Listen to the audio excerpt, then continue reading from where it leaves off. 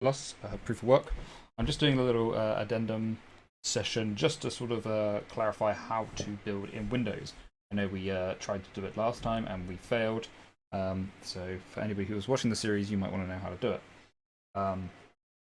So the issue was we were doing it, well, I was doing it in Ubuntu 16.04, which is no longer supported by the Bitcoin codebase.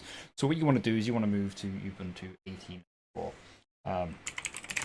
And I have it working here basically. So if we go into Livecoin, and we can have a look at the source files, you can see we've got Livecoin CLI.exe, Livecoin.d.exe, Livecoin.tx.exe.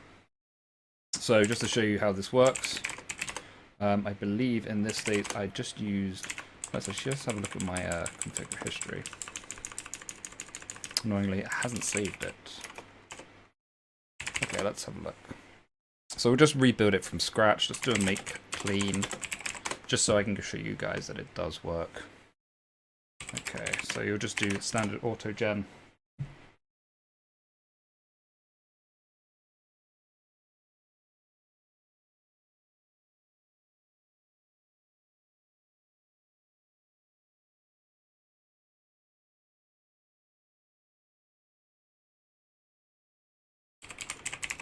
.-configure. Okay, so for this one, we definitely want to use the dependencies. So you'll go into your dependencies, and you'll do a make. Let's just get up the command.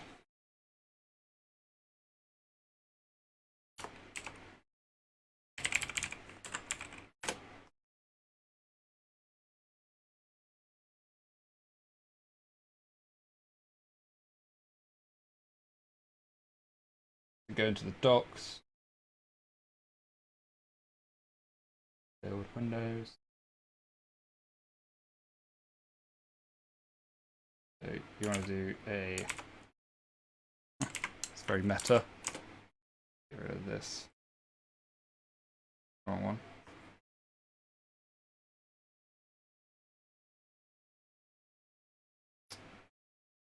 So yeah, you'll do make host of, we won't do Win32, let's do, oh yeah, that was correct. So this will go through, you know, like we've seen before, to do your make. Everything's already been made, so I don't need to redo it again. But then you go autogen.sh.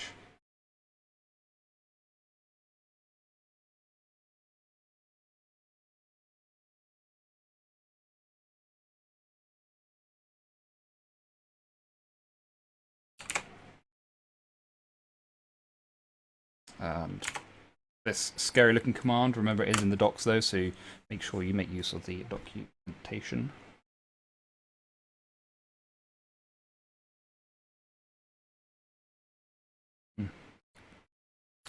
Obviously, Max takes me back to doing my dissertation. Basically staying up all night and writing.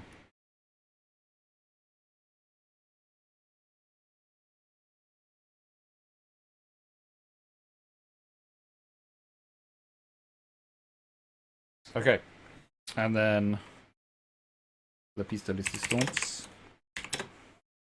Just do make J4. So you just go through and make everything.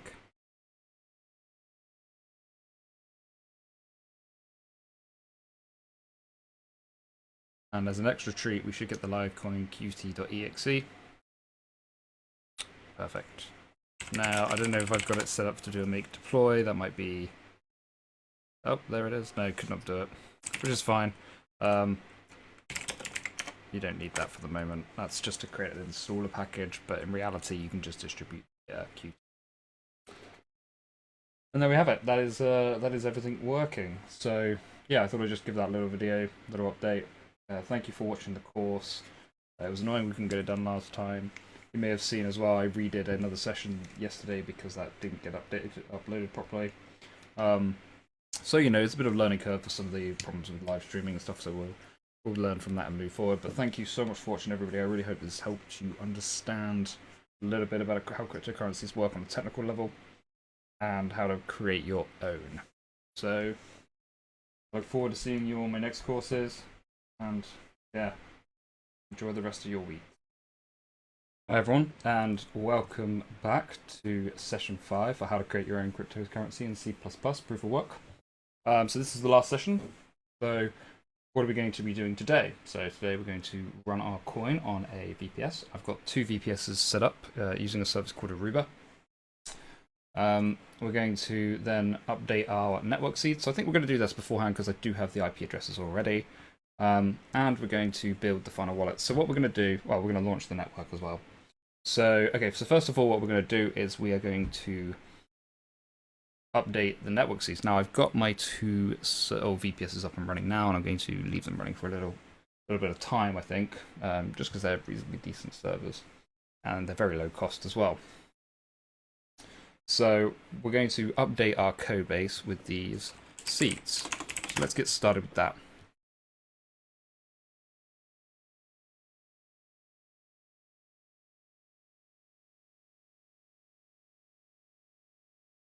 Okay, so we want to open up our project, and we're going to go down to chain params again. So we spent a lot of time here, so we are very familiar with it. Here we are. Now we want to go down to, I believe, it's in main chain params. There it is. And we already deleted it, so we want to do it ourselves this way. So get some notes up.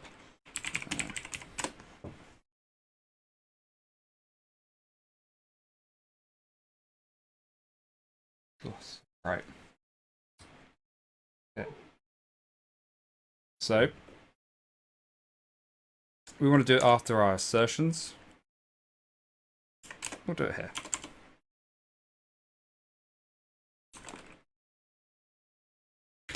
So I believe we can just do this.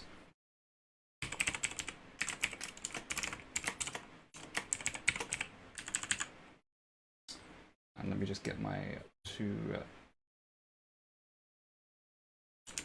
Okay.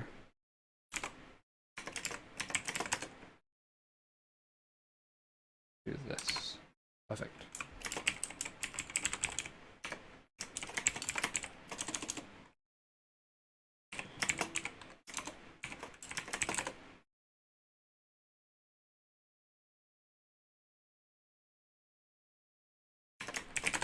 Alright, so that's our 2 servers. So what we're going to do, double check, going to be right. Now I could put them elsewhere as well, but I think,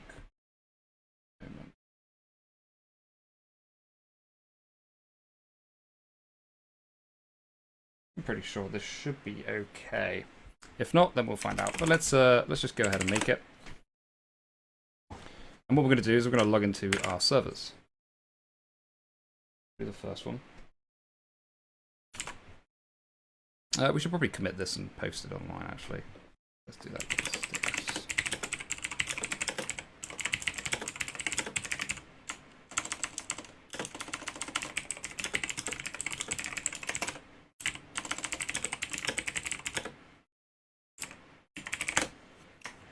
Okay.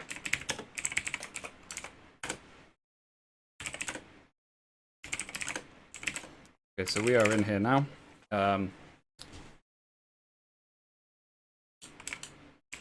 Let me get our documentations.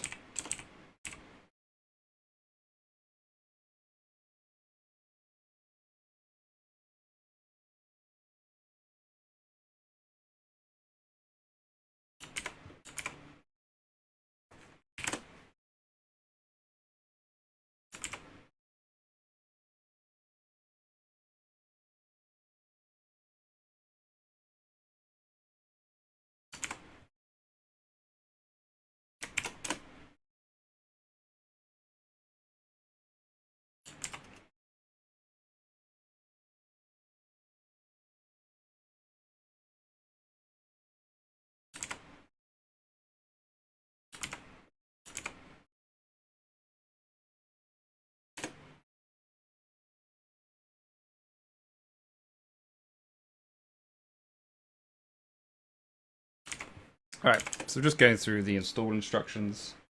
You can find this under docs slash, and this one I'm going under is doc/buildunix.md.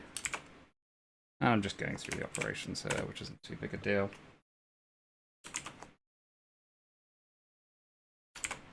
We've done this a few times. Now you could do binaries for this, but the problem with binaries is they don't link, they link dynamically, not statically. Which is right, but it means you can't distribute as easily. So we'll be distributing the Qt wallets on this one instead of the actual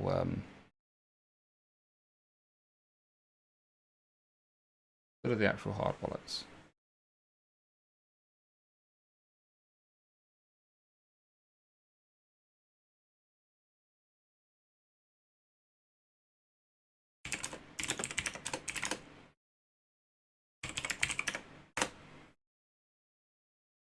Alright, so we go through our standard autogen.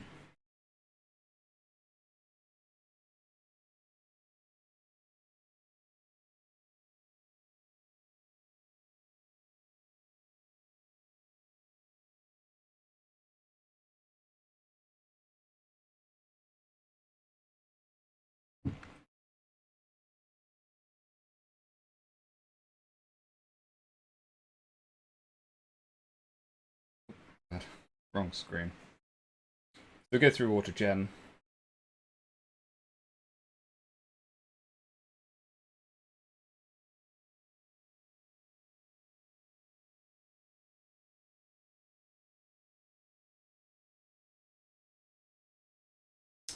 And configure, as per usual.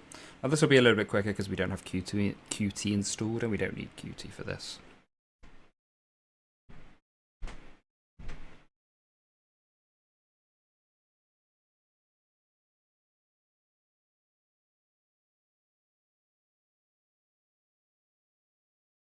So whilst we're doing this on this one, I will start to do it on the other as well. Building.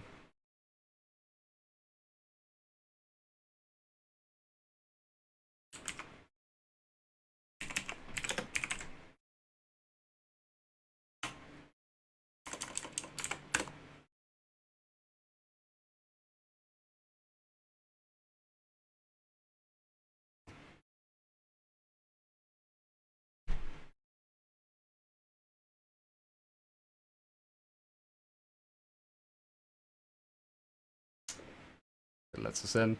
This is one of the problems with Aruba. It does take some time. I set this up about 10 minutes ago, but yeah, sometimes it just takes a little bit of time to do it.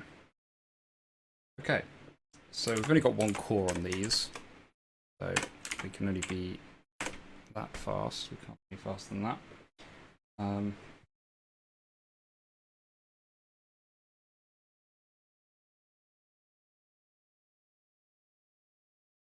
Like it's taking a little bit of time to get set up, so we'll have to wait, which is fine. We only need one really up and running anyway, but two just makes the network a little bit more secure. And we'd rather have it secure at the beginning than insecure.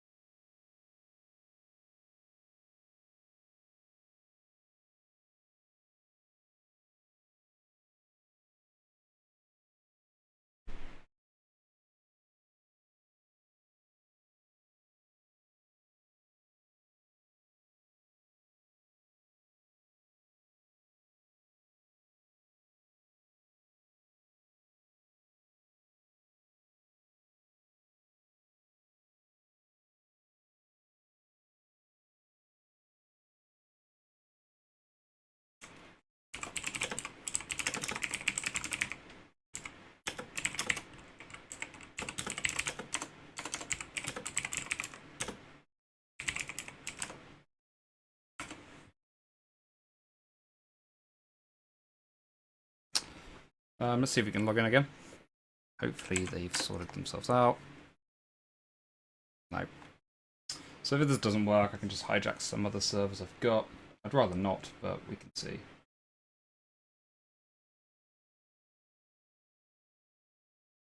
Okay. So again, we're still building. Always takes time. Whilst we're here, let's get into our systems and live EDU. Let's bring up VirtualBox as well, because what also we can do is we can start to build the wallets. Now, yeah, we'll basically build Ubuntu, Windows, and Mac OS, and we'll build the Qt wallets. So we're going to try and do these in parallel because I don't want people to get bored, because the building does take a long time to do. But we'll add a release to our GitHub page and go from there. Here we go, so we're finally in on the second one. You can see I've called it Livecoin 02. So let's get started on that as well.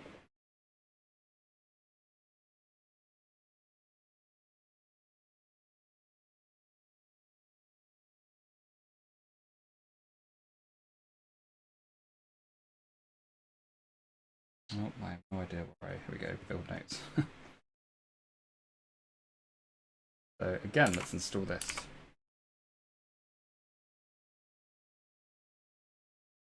Now what I'm surprised at is we haven't actually crashed. So Bitcoin can use quite a lot of memory.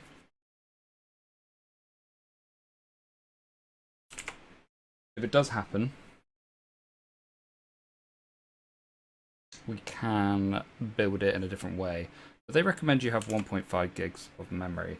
And we don't actually have that on these machines. So it's going to be interesting to see if we do make it or not. So far, though, it does look like we're all right.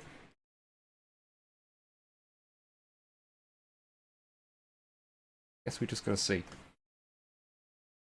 Okay, yeah, lib boost.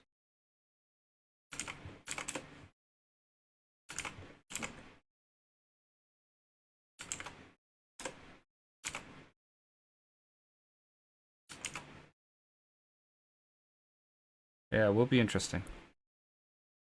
Okay, so we can vagrant SSH now. And what we'll do is now that we're in Livecoin, we can get. And we're also going to clone this down as well. So we're going to go cd dot and we're going to go clone. I'll do that in a second actually. Let me just finish this up. Yes. We're going to have to clone it in two places, so I'd rather just copy and paste it once. Okay, perfect.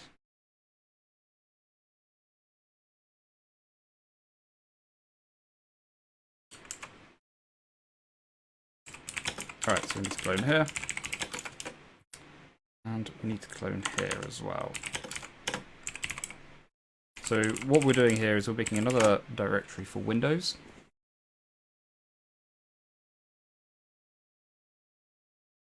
I like to keep them in separate directories just because it makes things just a little bit more simple to manage.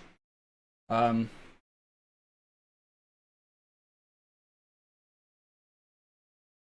getting there.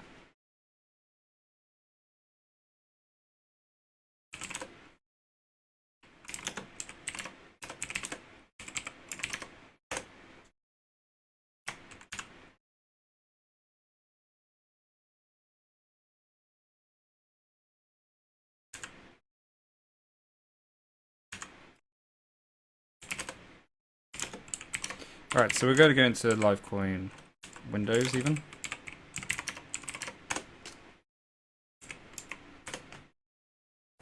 And I'm going to show you how to build the Windows release. So, for building Windows, you can build on Unix, which is really handy. Especially if you're somebody like me who doesn't really have that much of an access to a Windows machine.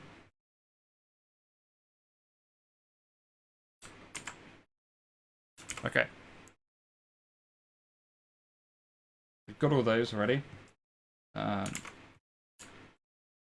Let's do this.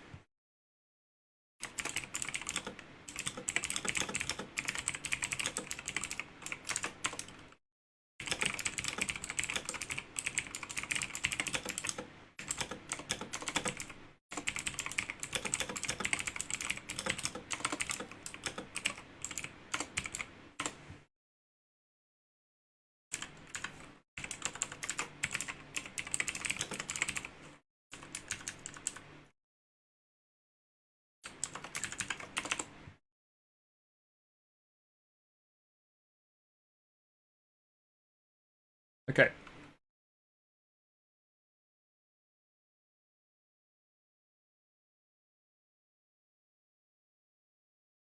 So now we need to go into our depends. So this is definitely something we want to do as well.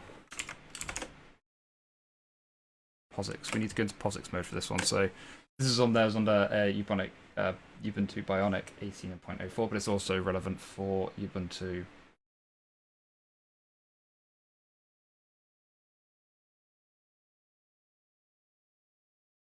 Ubuntu 16.04 as well. So let's go into our depends. It does say I need to strip out problematic Windows paths, but I'm not too sure about that one.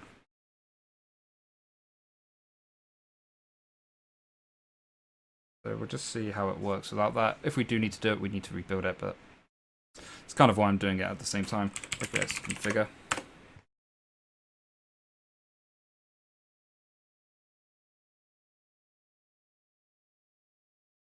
So this is complete, which is great.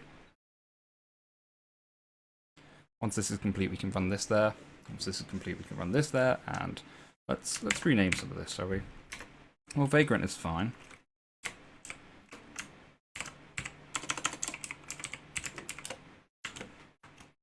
That can be source/Mac. This can be server 1. This can be server 2. There we go. So we got some names for them so we know what we're dealing with. And server 2, we now just need to make.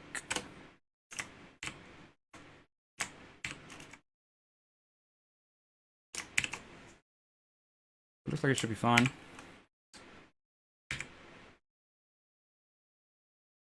This, on the other hand, looks like it's taking some time.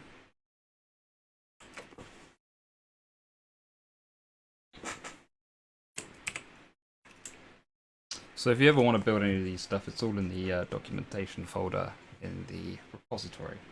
Probably the best place to have a look at it.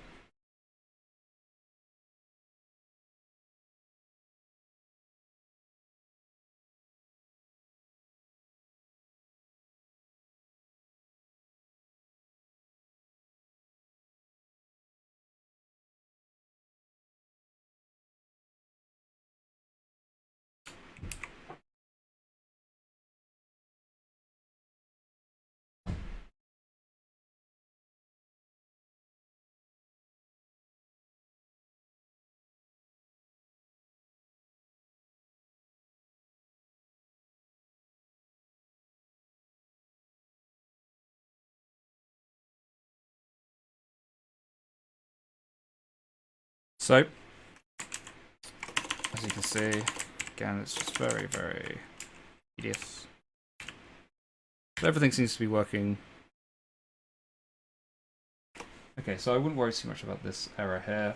It tends to happen in my experience. And it's just a little bit. It's been a long week.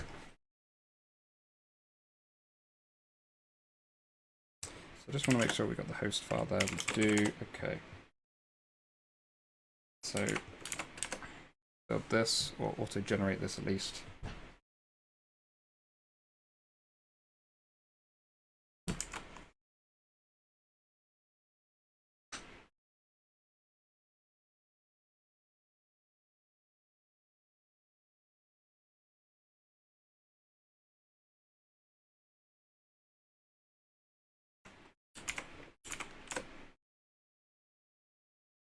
So I think after this tutorial, or after this session, we're gonna have a look at some different currencies. We'll probably do a proof of stake one. I have a favorite proof of stake currency that I like to fork for clients that need a proof of stake currency. So we'll have a look at that one.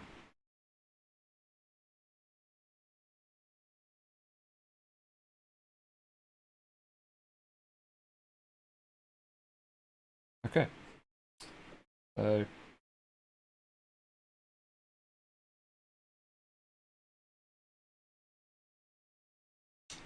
looks like we are ready to build. Let me just get the final command. So this will be building for Windows. So we're kind of doing things in parallel here. And that's because we've got so many things to do that we're kind of waiting for everything to happen. So as you can see, our first server is still building. So it might be useful to have this sort of already done as a pre-built binary. I may consider doing it because it just might make things a little bit easier. It does take a little bit of time to rebuild everything. Building from source, however, is the safest way because you can guarantee that you got that source, you know where you got it at, and believe it or not, the Git file or Git repository system is actually a blockchain kind of in itself. It uses a lot of blockchain things, but you can verify that you've got the right code by the hash.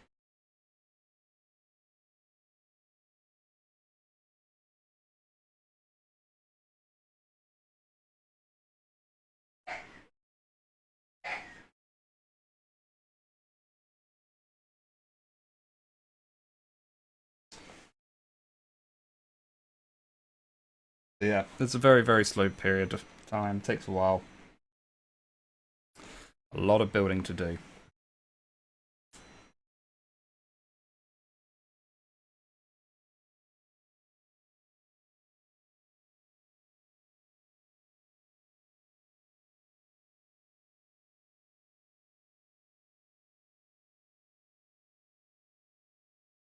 Fortunately, we are done on the Mac wallet. So what we're going to do is let me do it on the top window here. We're going to do something called make deploy.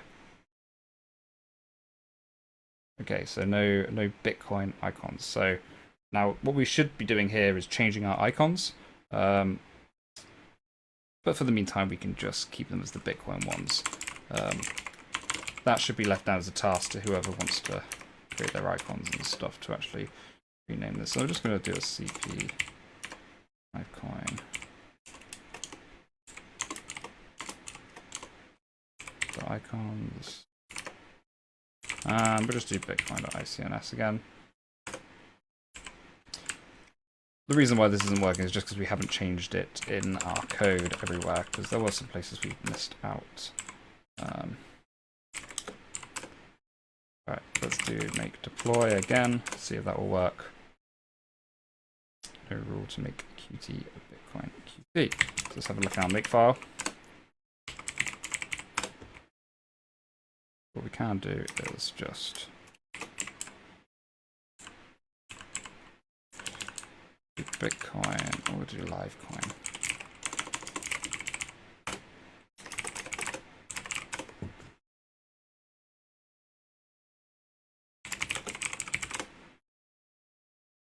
Alright, so what have we got? The issue here, no input file selected.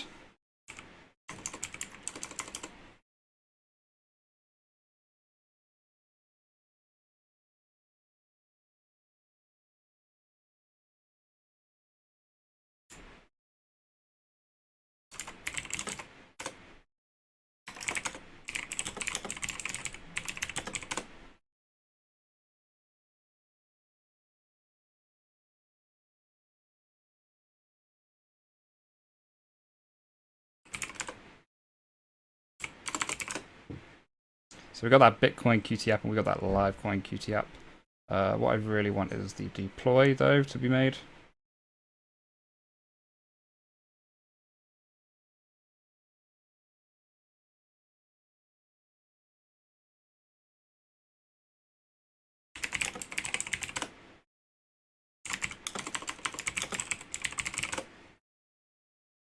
Okay, so let's have a look at the make file, shall we?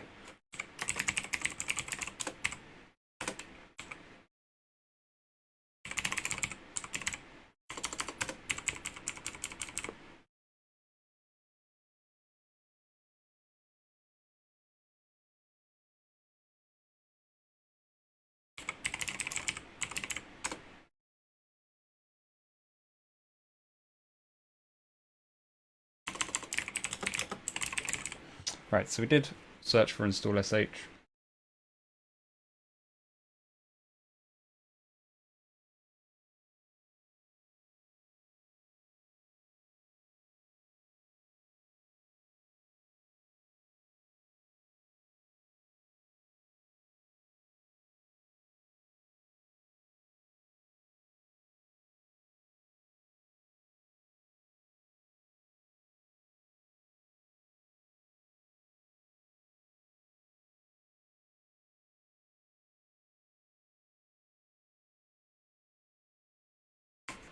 Let's have a little look.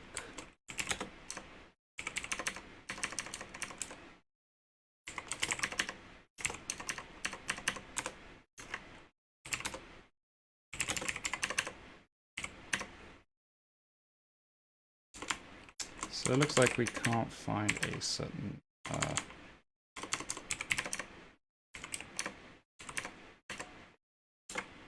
okay. What are we looking for here? We're looking for Livecoin Qt.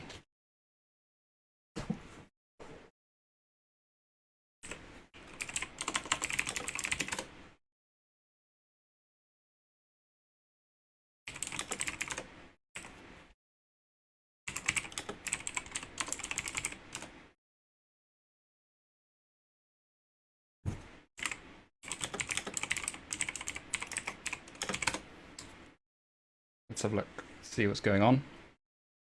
It looks like the Livecoin Qt should probably be lowercase.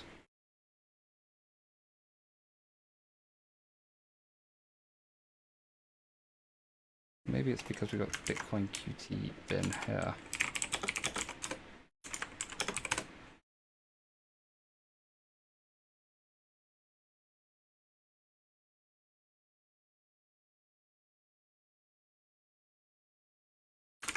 Let's have a look at the makefile.am then.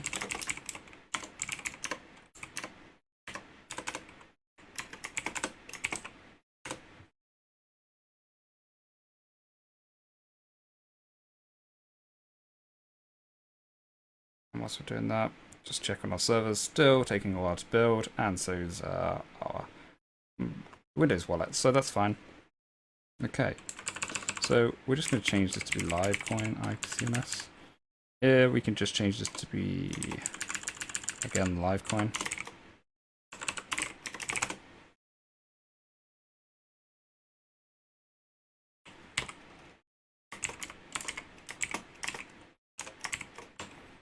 And we'll make sure that we change this as well here.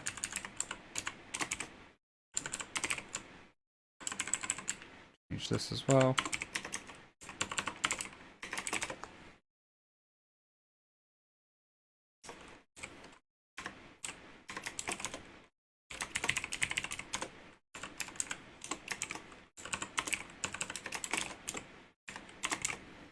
You see there's a bunch of places where the naming is off on it.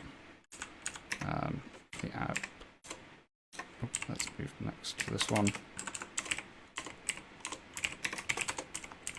So I think rather than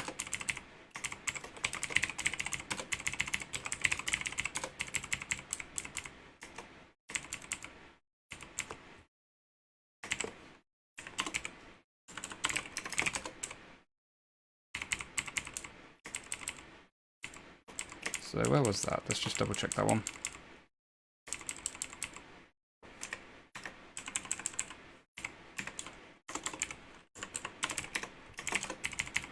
So again, just got some remnants from Bitcoin that we're trying to fix. Again, these things do happen. Let's try that.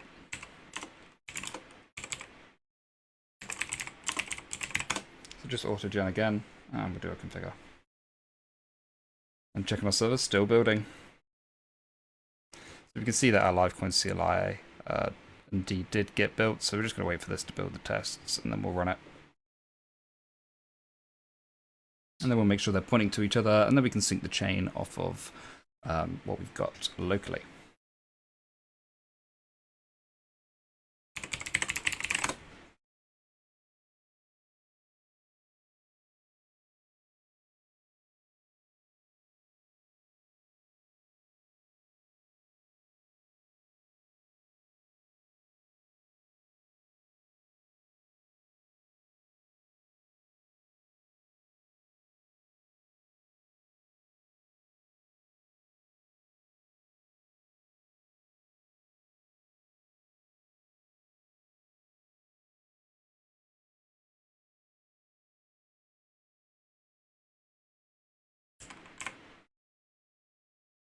Alright, let's try and make it again. So, okay. We're gonna make it with 4 jobs.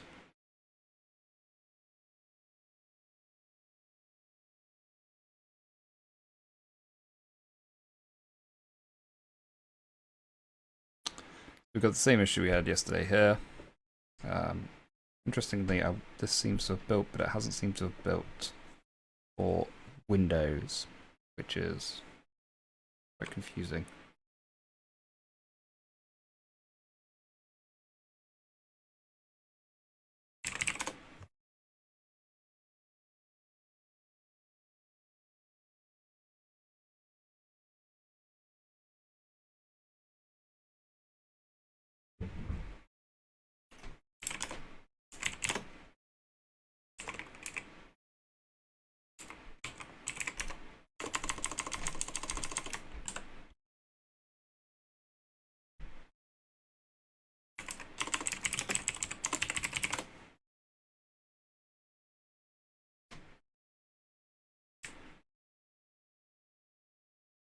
So let's have a search for this.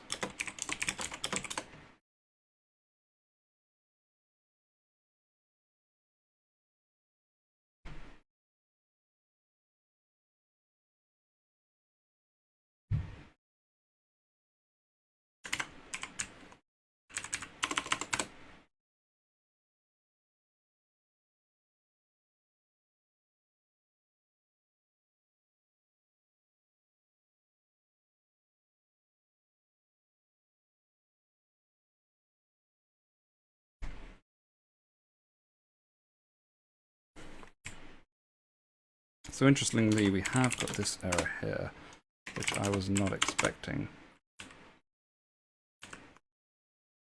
So what this might mean is, if we are still getting this error, we're just going to change it back to SHA, the standard algorithm, just because... okay, so this is probably one of the issues. Try that.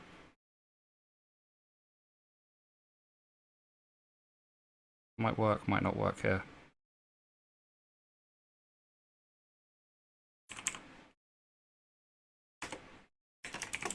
Very interesting why this isn't working.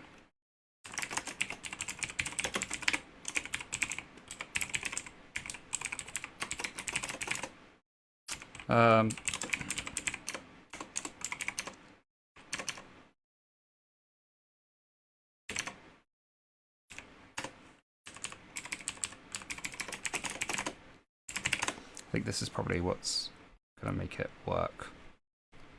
So I'll make sure I fix that up.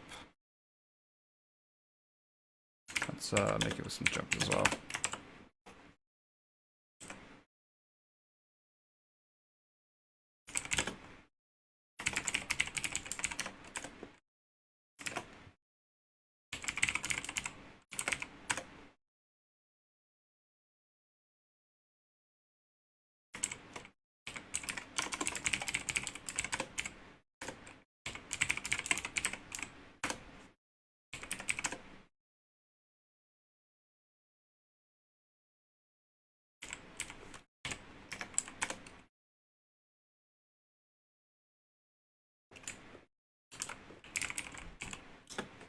I think it's going to be an auto gen actually.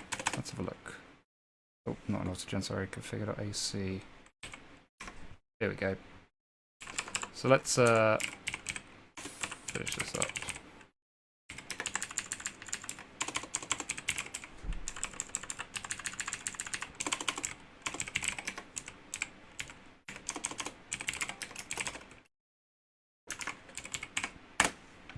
So again, we're still making some changes based on namings and stuff.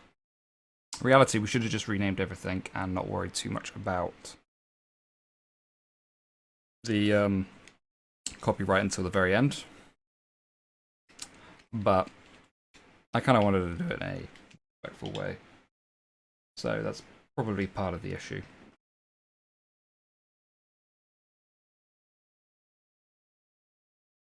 Oh, excuse me.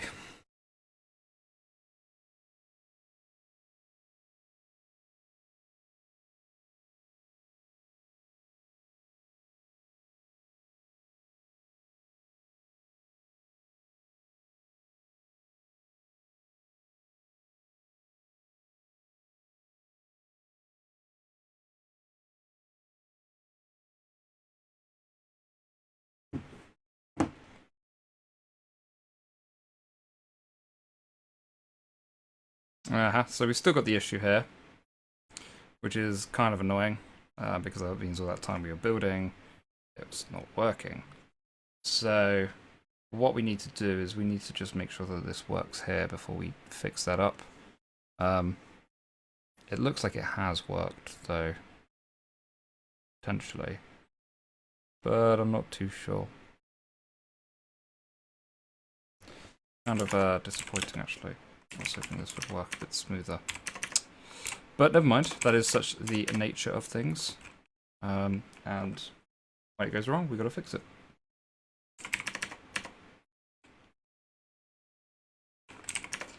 And my assumption is this extern C is causing the issues. So let's just do that, because we're going to have the same problem here.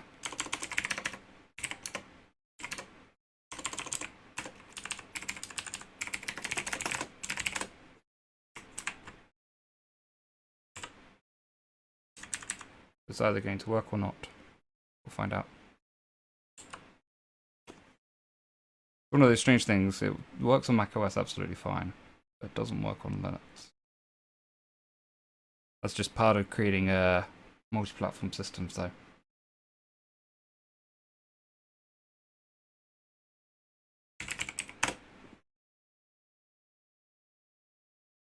So the problem is we've also got all these changes that we wanted to add in there. Let's just do that on this, though, because this will be our main branch, and we can just reset everything else to be similar to this.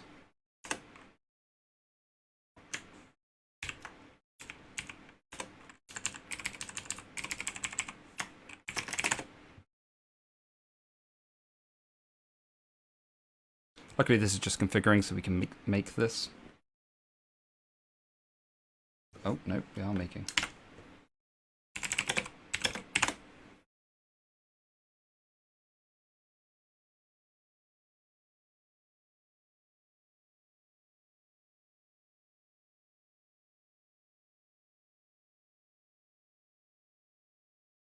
So in hindsight, I'd probably remove the test builds, because they do take up an awful lot of time. But the thing is, if you are forking your own coin and you want it to be proof of work coin, having those tests is very valuable.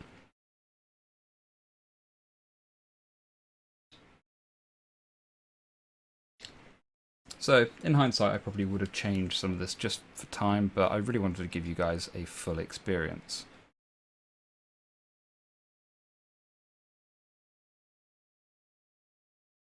You can see my CPU is running very, very high at the moment.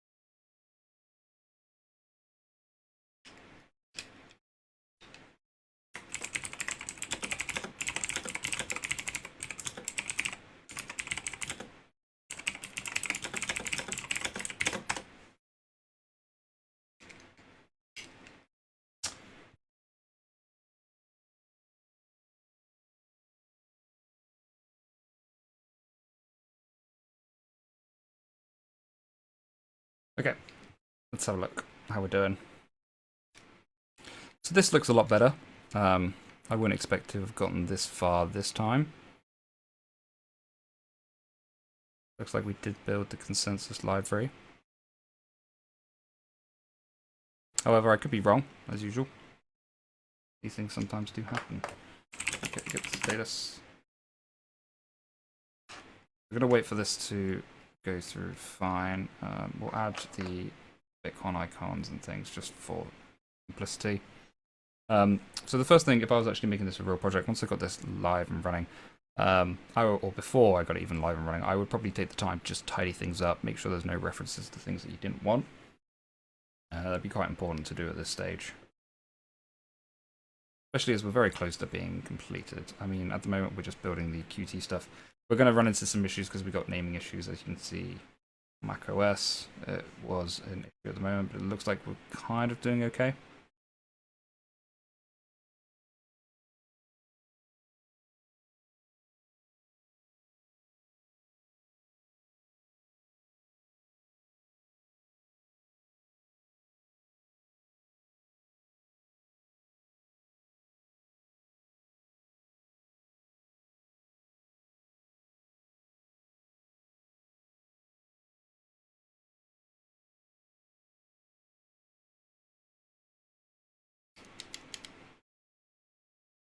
Sorry, I'm playing with a USB stick.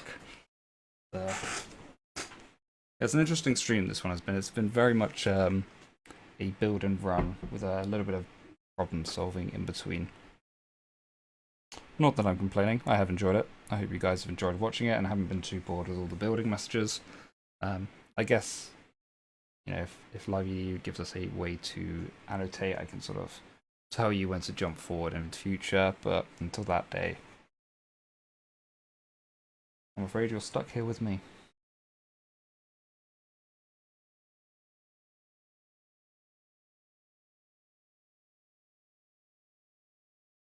At least these two servers are building at relatively the same pace. Now, I might be cheeky and just have a little look. I'm just going to log into the Vagrant box and just see how we got going on.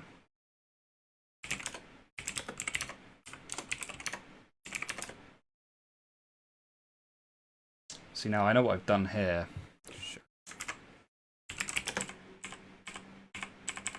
No, maybe, no, I haven't. I should have been building this fine.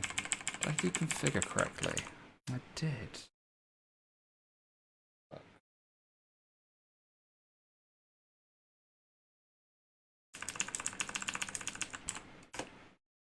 be fine, but we'll see. So normally I get some .exes out of this one. We might run out of time here.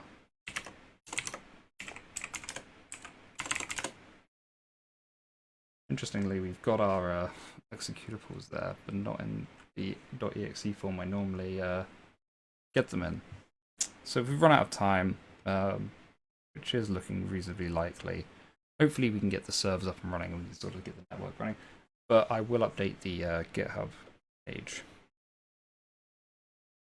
with the further details.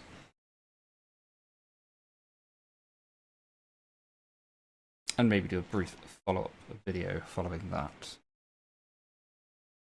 But yeah, everything's available in the documentation. This will be a little bit easier when you do have pre-built binaries to do this sort of stuff, but I kind of wanted to give you a feel about what it would be like when you're building it on by your own.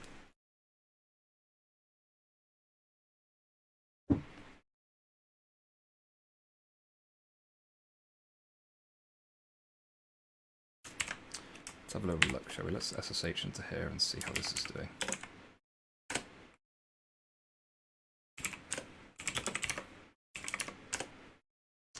So this says it's got the sources up and running. Now the question is, do I trust it?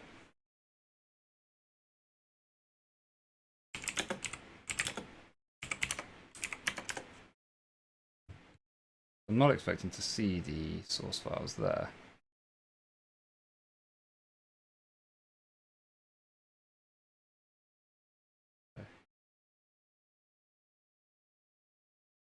Very strange.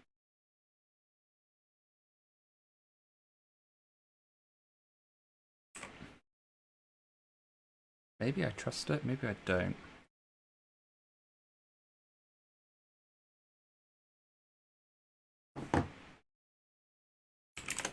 We can give it a go.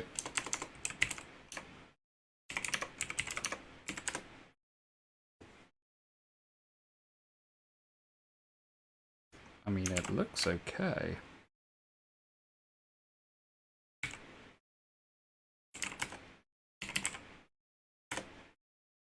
Let's have a look.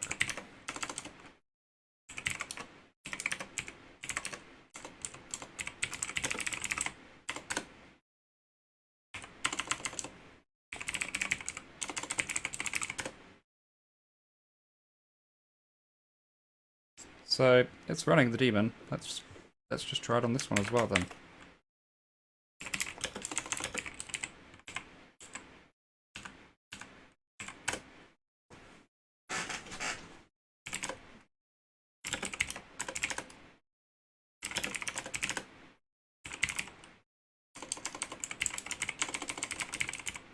I'm just going to run this on daemon mode.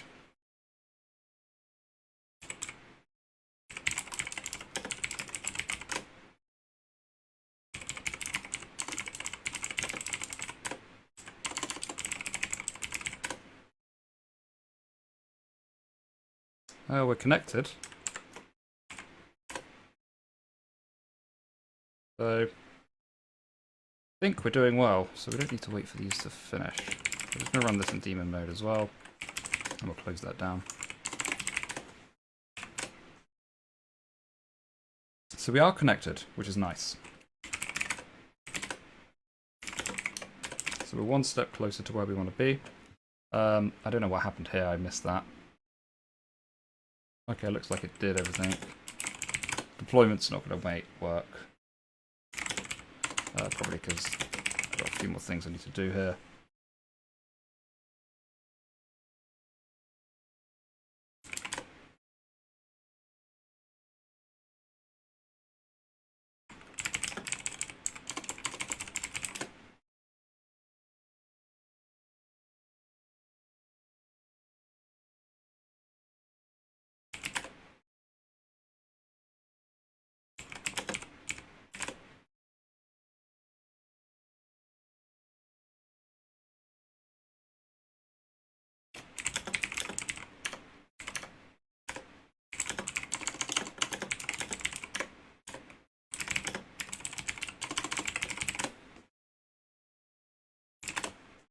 Well, okay, so we got the Livecoin Qt app.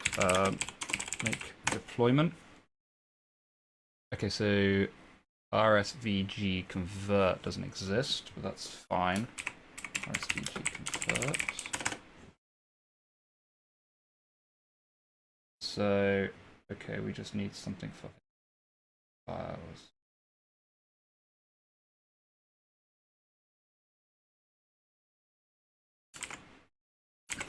Let's just install that.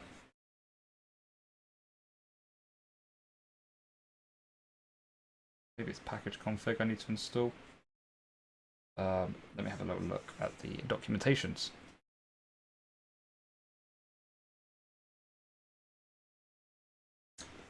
librSVG.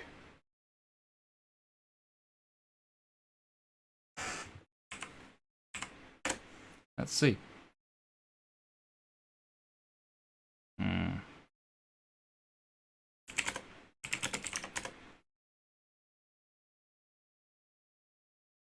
Still got the issue of Bitcoin naming.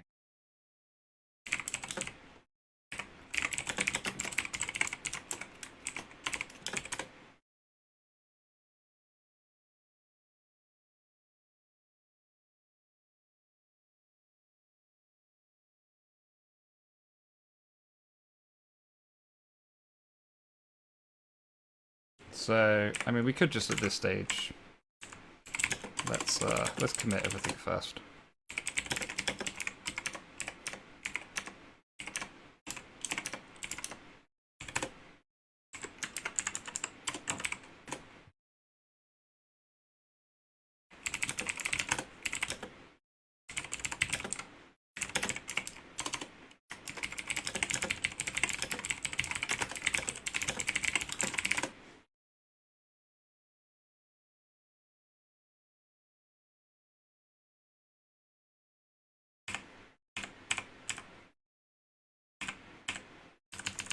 Okay. Let's do find and we'll rename.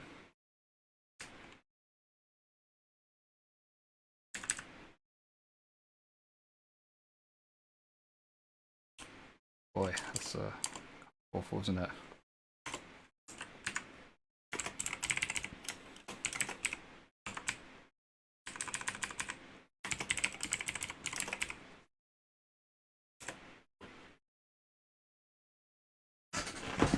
Okay.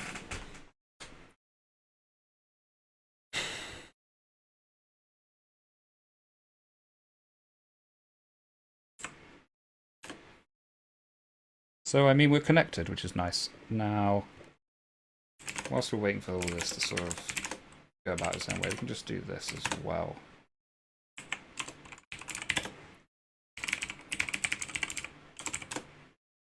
We should have connections here. Yep, we've got 2 connections, so we connected to both of these servers, which is awesome.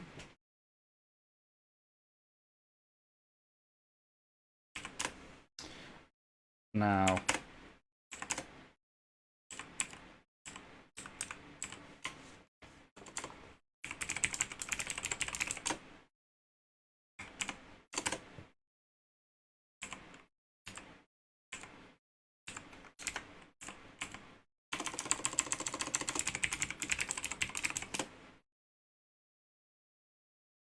okay, yep, so we got the 20 blocks, so that's nice, so everything's looking good. We can now probably mine on this one, but okay, let's have a look.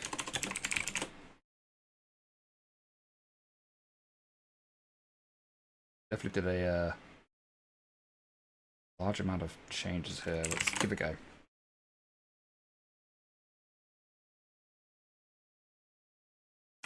Oh, let's J4 this as well. Okay, so we got an issue here, which is same issue, which is very interesting.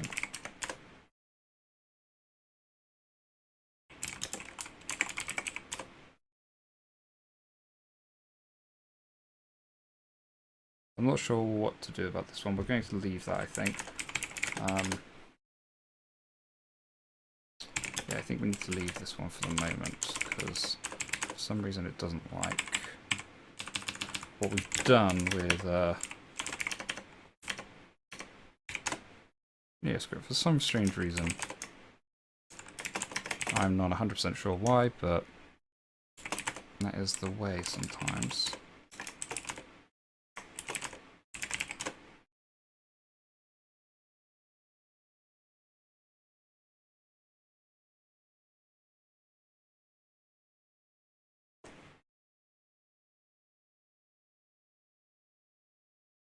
Especially when it seems to be working on these servers fine.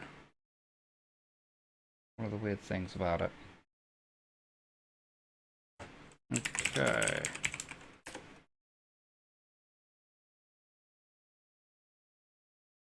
So we've definitely got the Mac wallet up and running.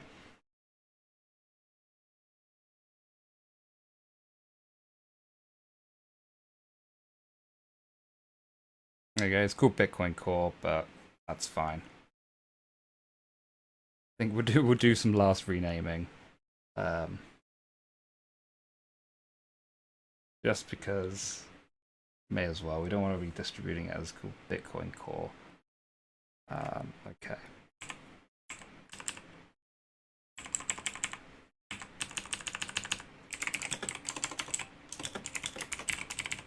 Which is probably what we should have done in the first place.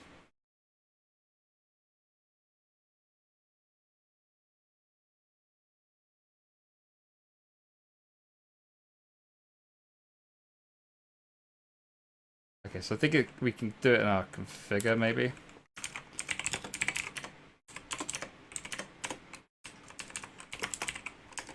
So let's change this to that.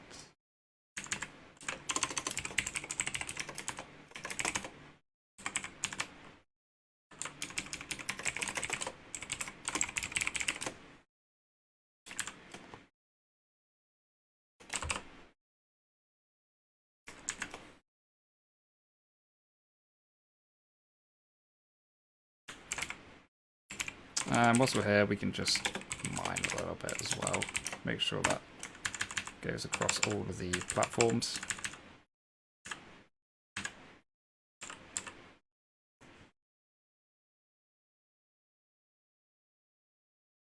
So we got our network running, which is great. It's annoying that we haven't got our Windows wallet working. Cool.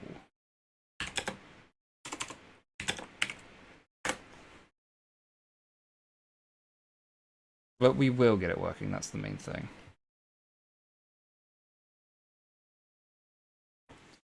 Just one of the annoying issues is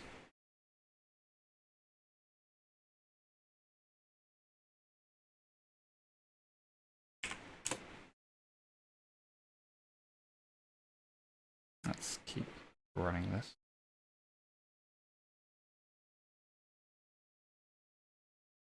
Yeah, so it's just one of these annoying issues. For some reason, it's not building it correctly.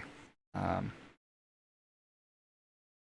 I want to try and do, because these should be EXEs as well, so I need to have a little look into this. Find out what's actually happening.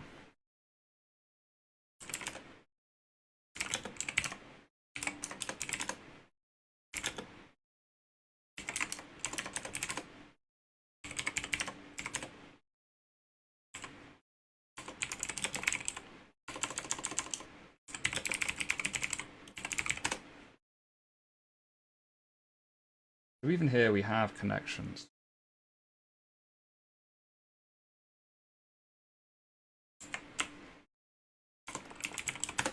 So it is very confusing. Like we should be running the Windows thing. So maybe the Windows documentation is a little bit off. It's something we need to consider.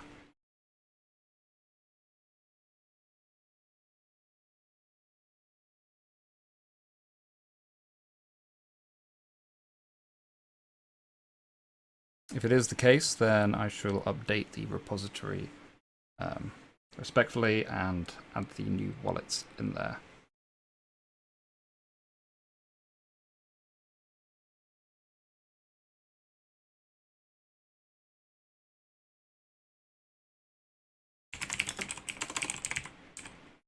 Right, let's make the deploy again. Let's see if we've still got the word Bitcoin Core.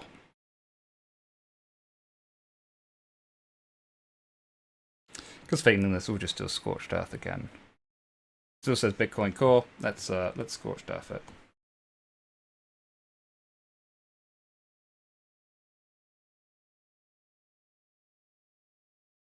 Fortunately, we can't just have it running called Bitcoin Core.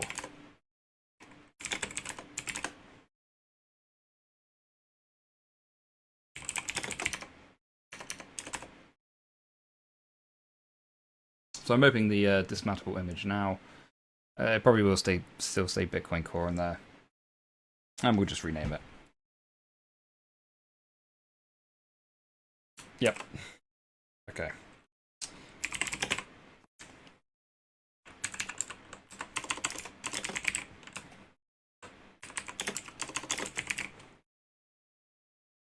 Right, let's rename it all. So we're going to go for Scorched Earth.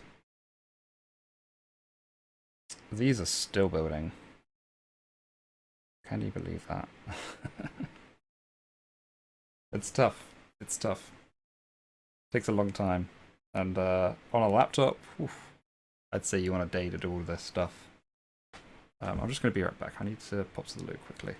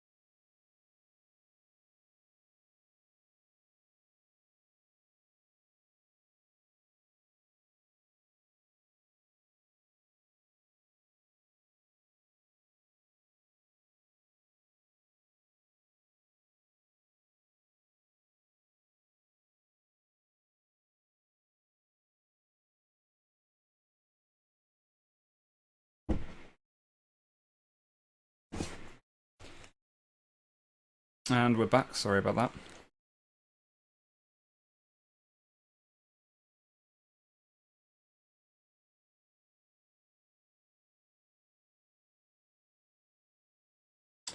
Well, I'm curious as to why this isn't building .exes. I assume that they maybe took it out of the builds. Is very, very surprising. Or I've messed up somewhere on the build process. Now we need to do make deploy.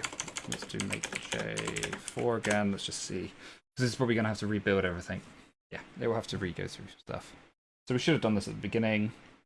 But, you know, I didn't want to, which is silly. But if you've made it to the end of this video, you'll also know that that's what we should have done.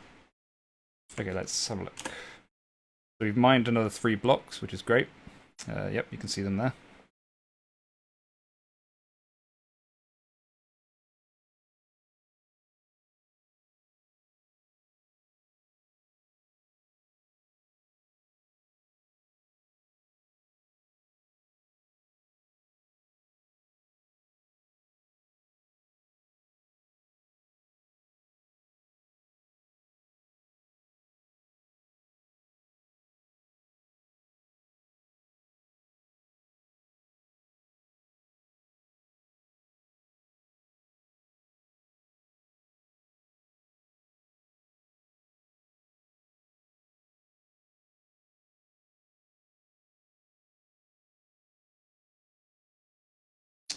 Yeah, curious as to why it's not producing .exes.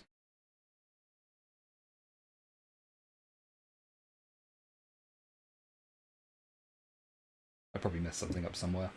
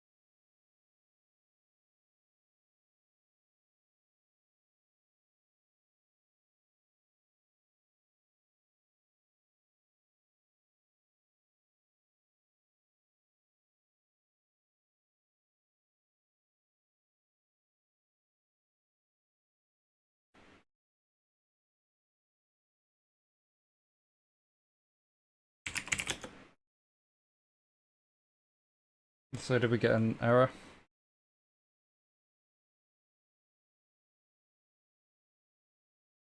Not sure what went wrong here.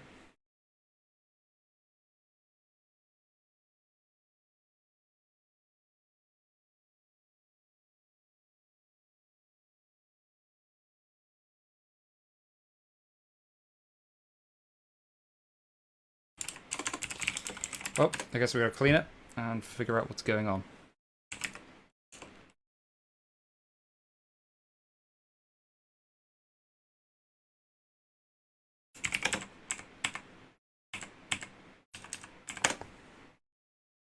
Oh, let's not make chief. Oh no, let's do it. Yeah, I'm tossing and turning. One, because I wasn't expecting this stage to get that long. I think the issue we had was we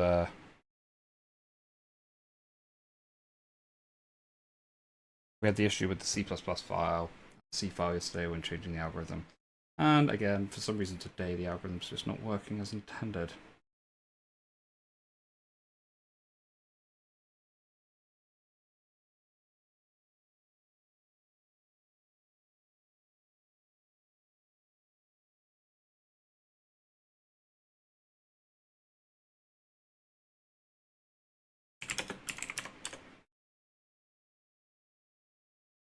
Yep, so this looks fine. Let's do a make deploy. See if this works now.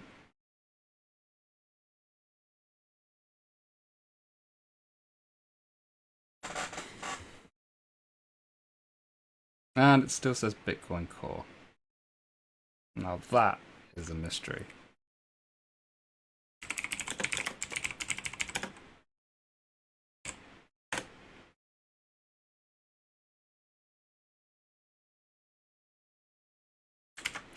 So let's rename it from Bitcoin to Livecoin.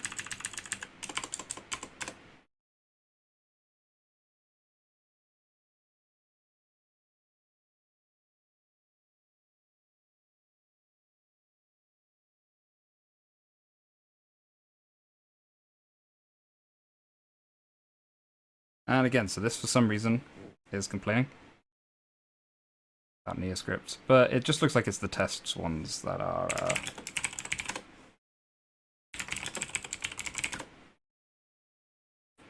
oh yeah, so it's just the tests that are complaining, which at this stage I'm not too upset about. It's probably something else. So yeah, so it's actually a false warning. I'm worried about that when there was no need to be. Let's have a little look. I think it may be a test actually.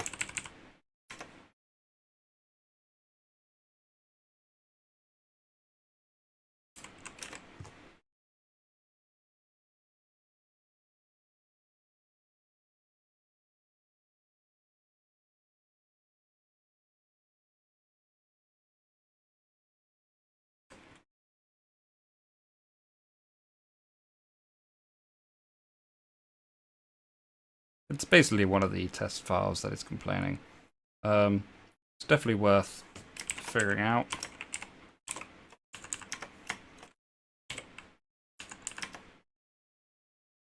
For the meantime, I'm just going to comment them out.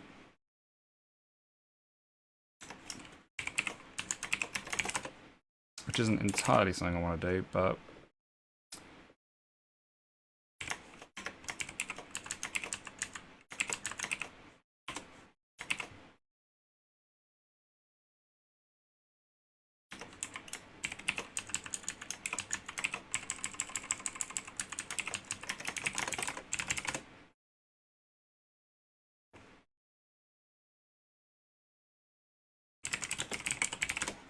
so interestingly, I can't make deploy.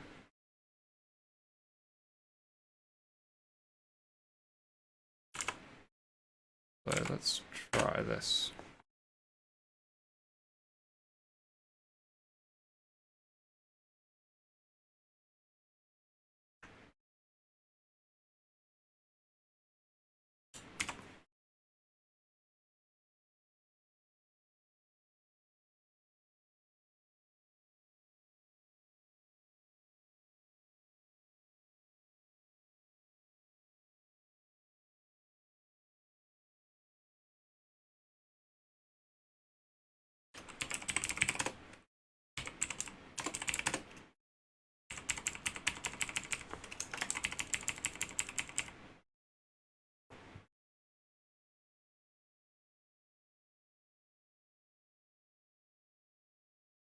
So interestingly, it still thinks that the build system type is Linux, GNU, or host system type.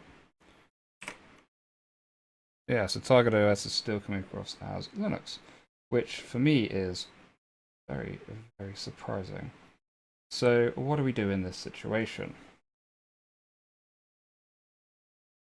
Well, I could use the correct config, so maybe this is an issue.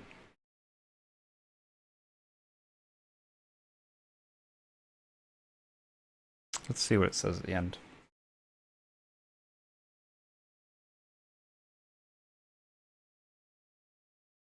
If this doesn't work, I'll look at some notes, see what we've got.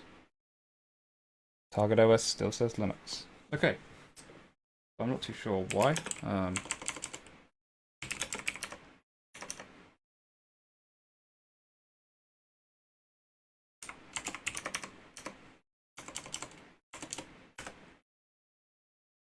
Okay, that's probably the issue.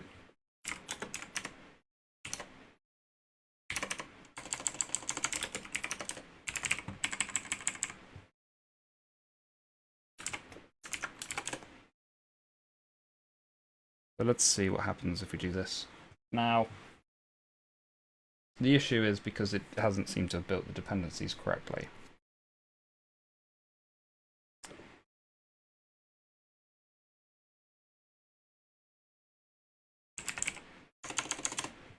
Okay. Let's try and make deploy again. So, the current status is at least we've got our servers working. Our servers are running live, which is nice. We have got Linux building and installed.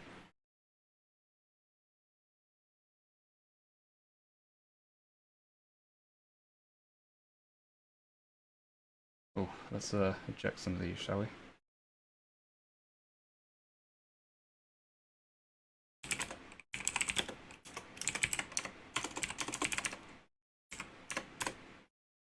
Let's see if it still says Bitcoin Core. Part of me believes it will.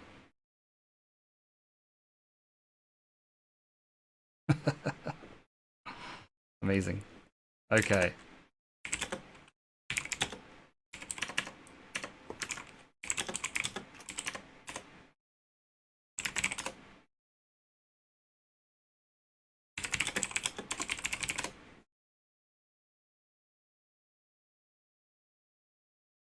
I am at a bit of a loss for words. We've still got Bitcoin Core. It's a feat of engineering.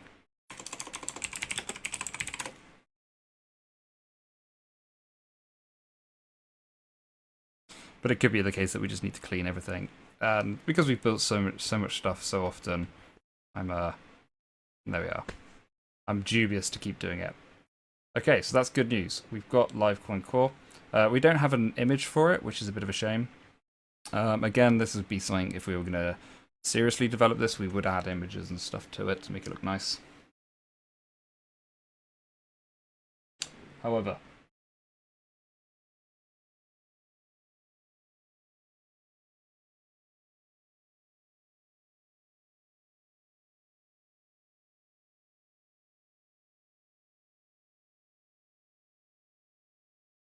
okay, so we've got checksum did not match.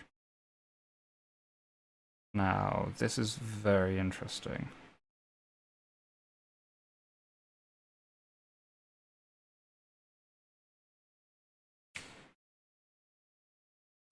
So I'm going to have a look at the Bitcoin documentation for this.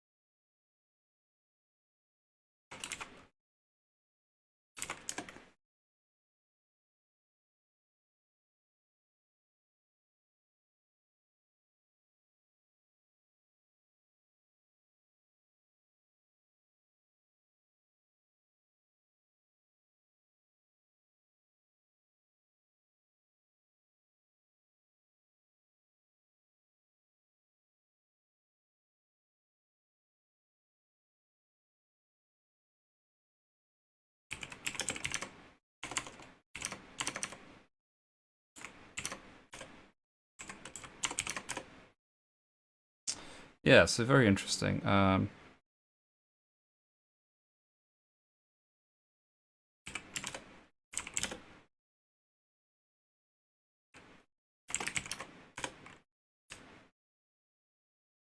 not entirely sure why this is failing. What I am going to do though is have a look at the Bitcoin pens and see what we've got that's different here.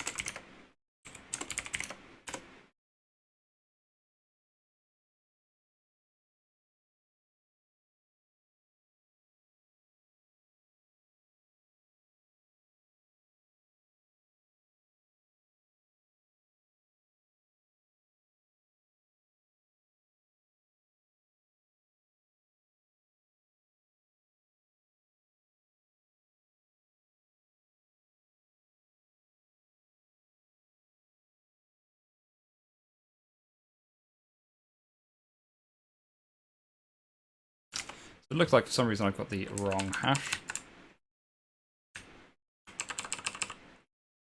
Very confusing.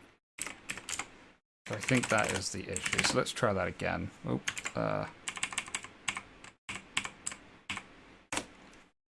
let's try it one more time. So it's a good job we spotted it. It is a little annoying that it's happened like that. It looks like, yeah, I've got the wrong hash. So.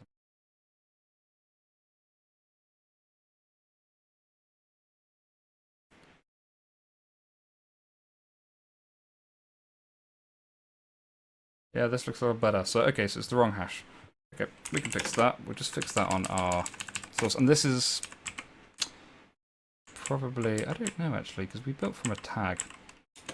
So this is a strange bug to have gotten through, but it happens, right?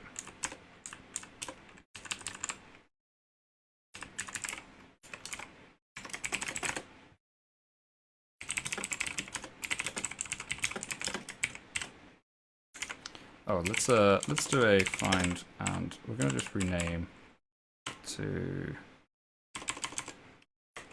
the. We'll just do this.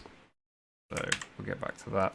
Okay, so this is now working again. So we might not have enough time to build it, but I will upload probably tomorrow on the repository, and I'll make sure I add the repository to the link as well, so if I play around with this as much as I want.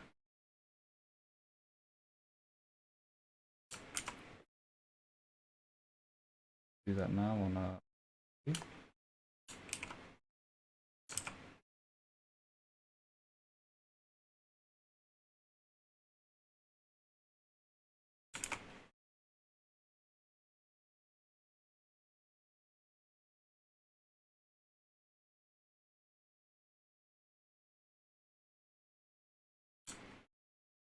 Okay, so we've added it to our repository. This is going to build everything there.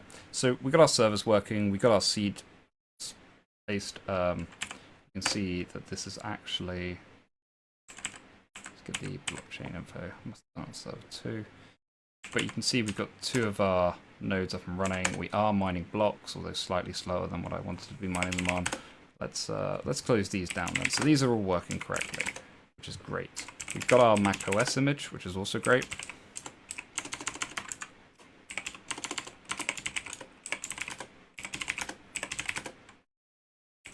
Get rid of that. We are mining fine. It's taking a little bit of time.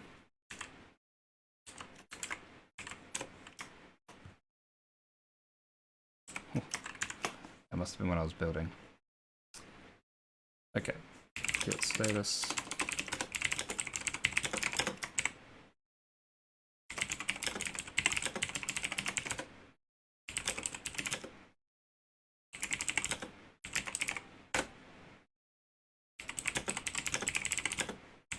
We're just going to push.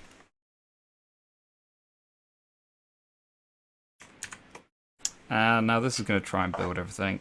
Hopefully we make it. We might not. But at least it should now build for anybody else who's doing it. Hopefully we can get there shortly.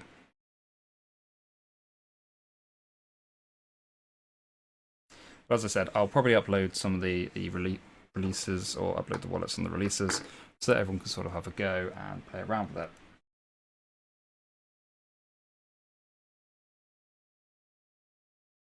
And I do apologize for not managing to get the Windows build. But again, these things happen. You get some bugs. So how I fixed that, I went onto the Bitcoin repository and had a look through the commit history, and I saw that for some reason that commit was off. Oh, do you know what? The weirdest thing. I know why it was off. Or do I? No, I don't. I have no idea.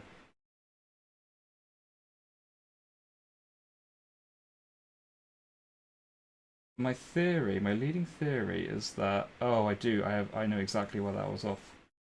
So when we changed our port, I don't know what the odds of this are, but the port number is the exact same number as the last digits of the hash. So we define when we replaced our port number, we actually replaced what was going on the hash. So that's my fault for not actually checking what we edited there. But yeah, that is what happened. So I'm just looking at it now, and that's exactly what happened, which is very, very coincidental. It's not often you would find that exact port number would appear. 8332 or 83332. I'm still not 100% sure if I believe it or not, but that seems to be the most logical explanation.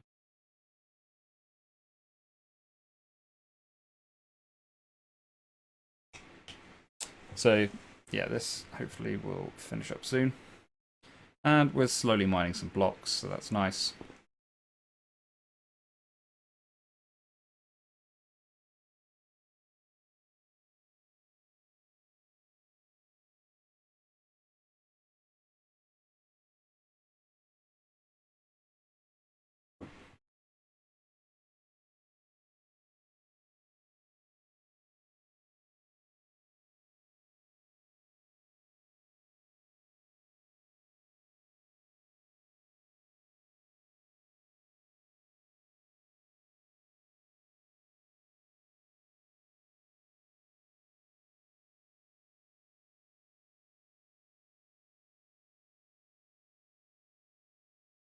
So we've got about 2 minutes left. I'll try and leave. I'll probably go over a little bit of overtime just so we can get this running.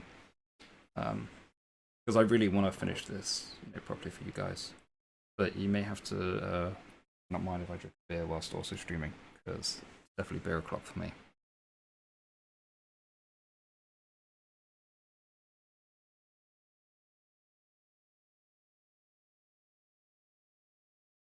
A long build process. So yeah, so the issues with the NeoScript stuff were actually on our testing libraries. I'm kind of annoyed I didn't spot that earlier, but so is the way. Problem is, I've just seen some errors and panicked rather than actually in the time to look at it. But that is probably because it's on stream. Whereas normally I would take time, but with on stream I'm kind of conscious about the time, so I kind of want to get through things quickly. But we're pretty much there. You know, we're yeah, we're definitely there. What I am going to do is I'm just going to stop the mining for a second. And let's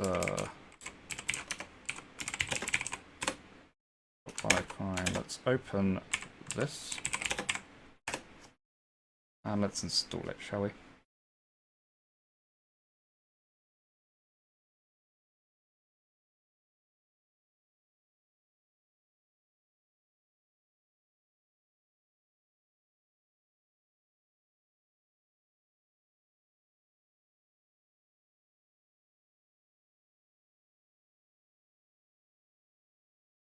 There it is. So we've got some issues. Let's have a little look and see why.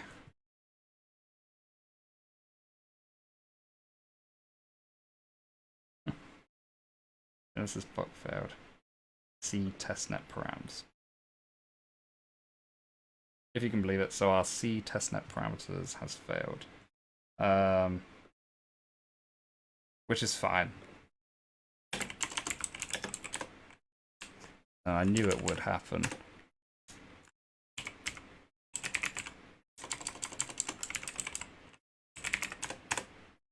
Okay, so we're just going to use the same approach we did before.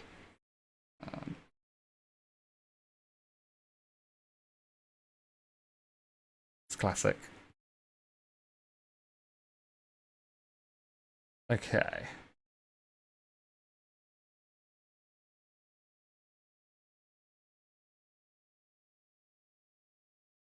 One, 2, 5.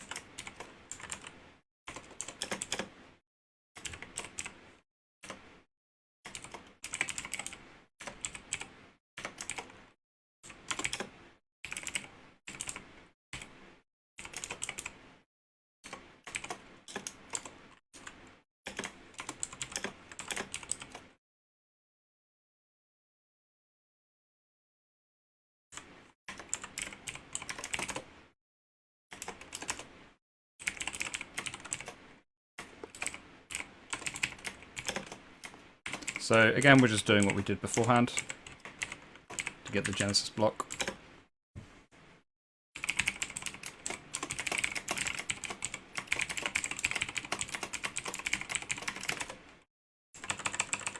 Printf, shall we?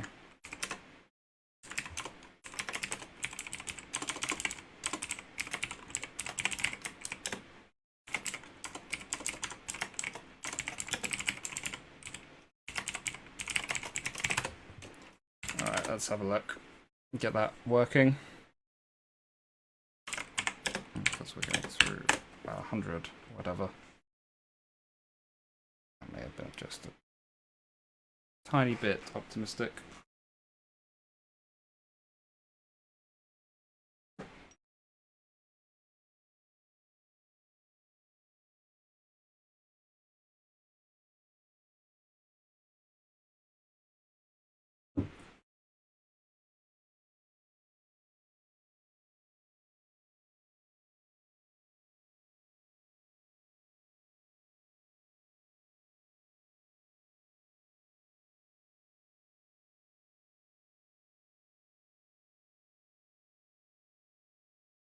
Okay, let's give it a go. Ooh, interesting.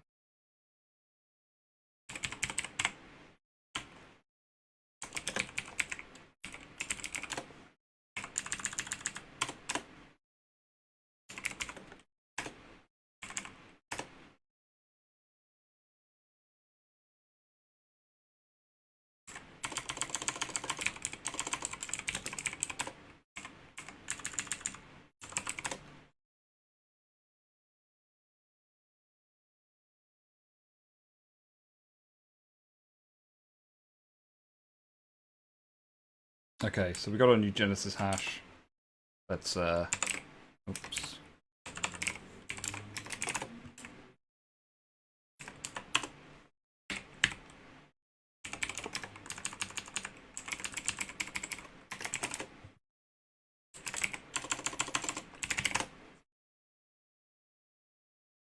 Let's just fix that up.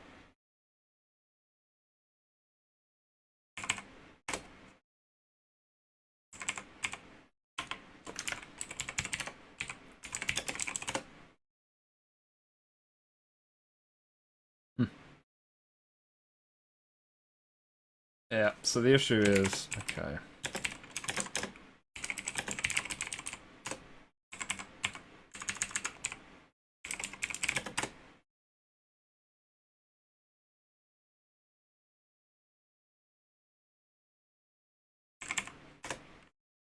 Alright, we're good. So, let's try again. And how are we doing here? Still compiling, so it's going to be taking a while, I think. We're going to stick around. Because believe it or not, as we know, there's still issues. Try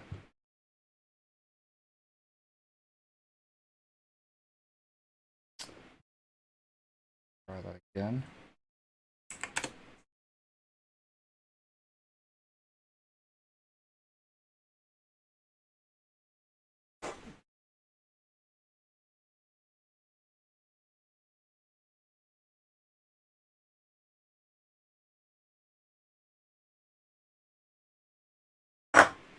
I'll just be right back whilst these are running.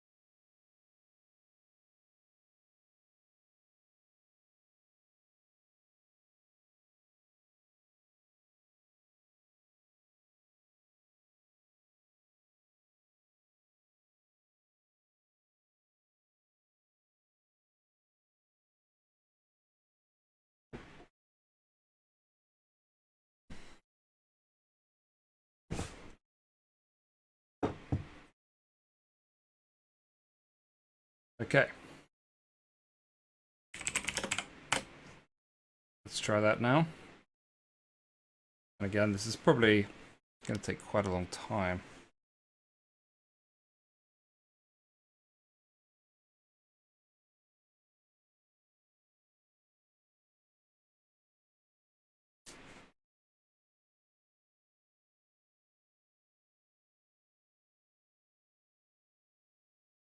Okay.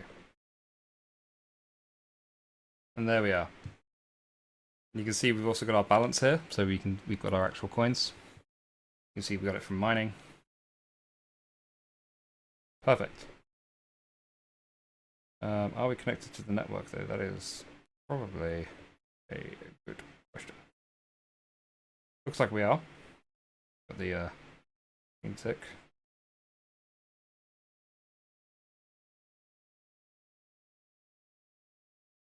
It's a cute wallet.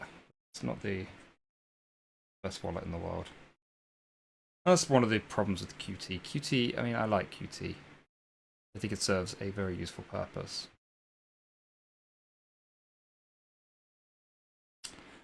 But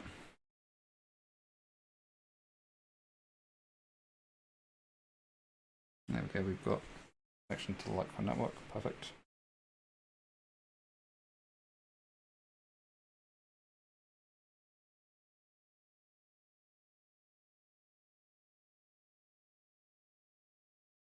There we go. That's pretty awesome. We are working. Alright, we can close that down, close that, and close that. Now, hopefully, I get to show you the final wallet, which will be Windows. If any of you have got a Mac out there,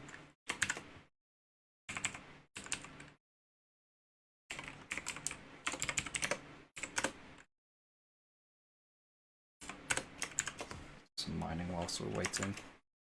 Yeah, so it is taking a bit of time, but now that we've got this working, it's pretty much the same gist as what we did before. You can make deploy and it will give you a setup. Now, I would love to show you, but I'm not sure if we're going to have the time to do so, just because it is getting on a bit now.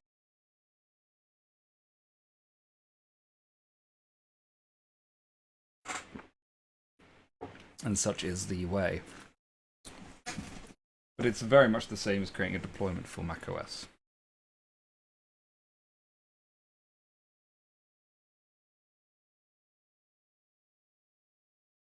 I mean, we're definitely getting there. But one thing you definitely do need to do is, if you do want to create an installer, you need to make sure you have NSys installed on your system. So we'll just install that with that now, just so that you can be aware of it.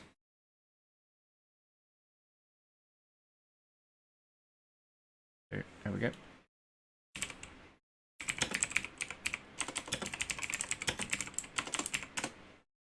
There we go. That's all we need for that.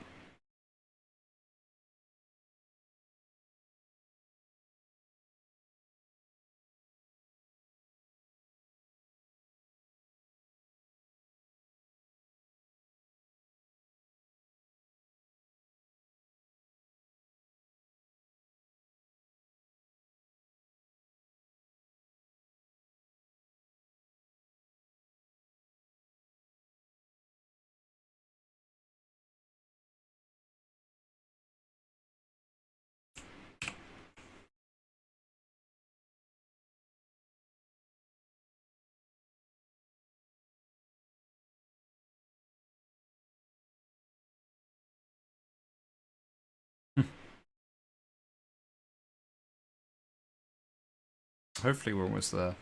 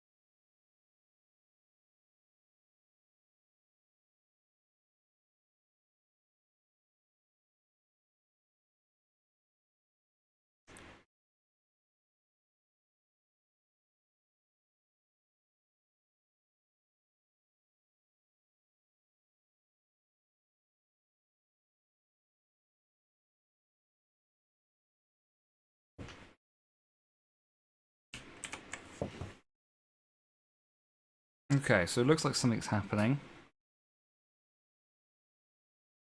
Hopefully. A lot of stuff to build, huh?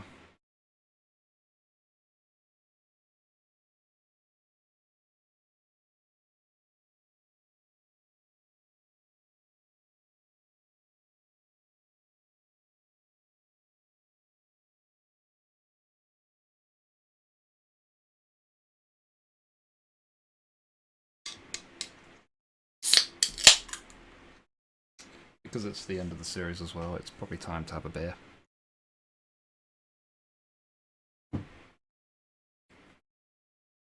Provided we ever get this made.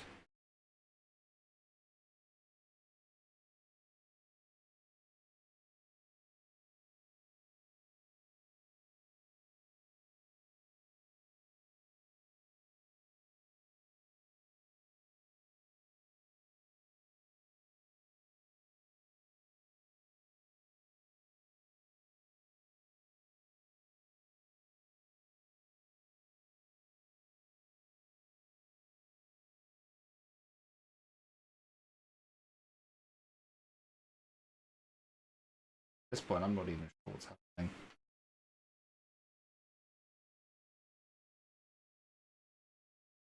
Something else is getting configured though.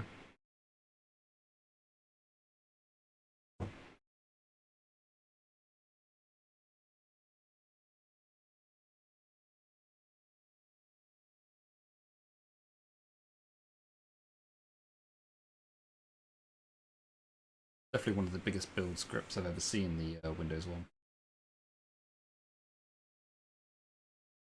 I think we've been going for about 15 minutes now. Something like that. It's a very long build script. Let's check what we've got. Right, so we've got the two chain parameters.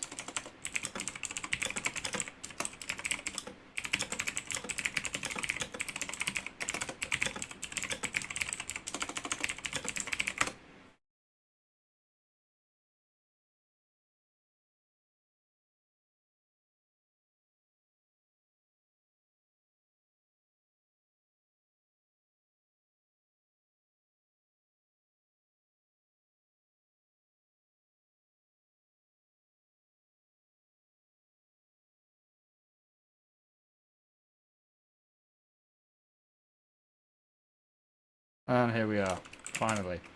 So the good thing is we don't have to do that again. Alright, now what do we do? We need to configure. Very excited. Let's try this again.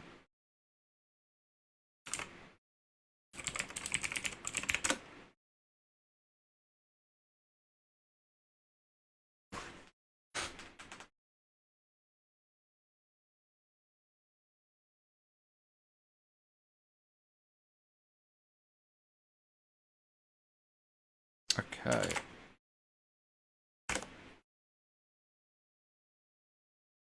And then we'll try and make. And it probably will fail. And reality is we've probably got about 10 minutes left before I need to call the stream off, because it would have been 2 hours. But as I said, I'll make sure I get these uploaded probably tomorrow.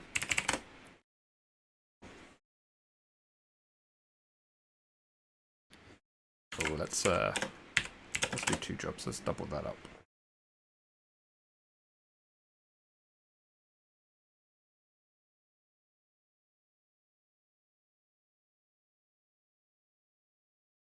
Yeah, so this looks interesting.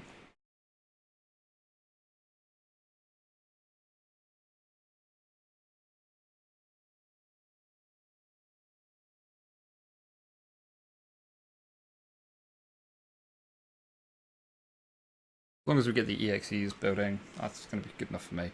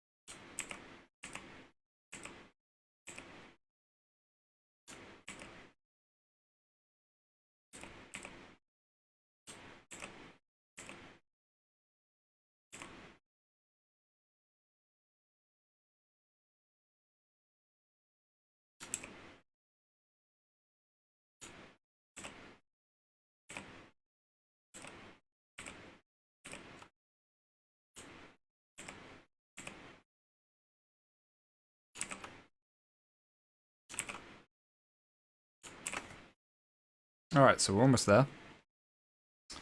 So before we end, I may as well explain how to do debug as well.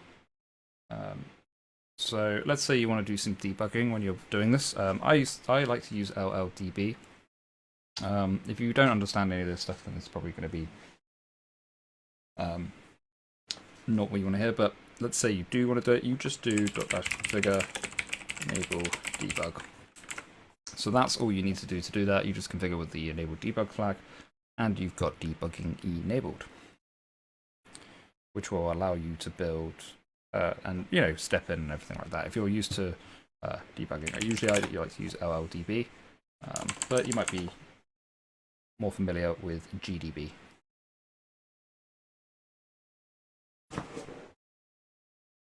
CLang is one of my favorite compilers, though. It's pretty awesome.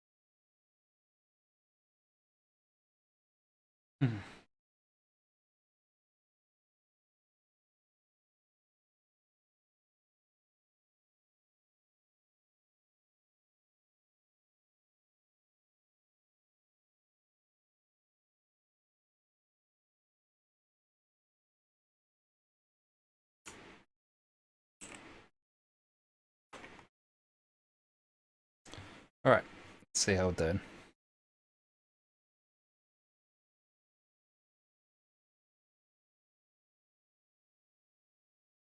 Doesn't look like we're finished yet.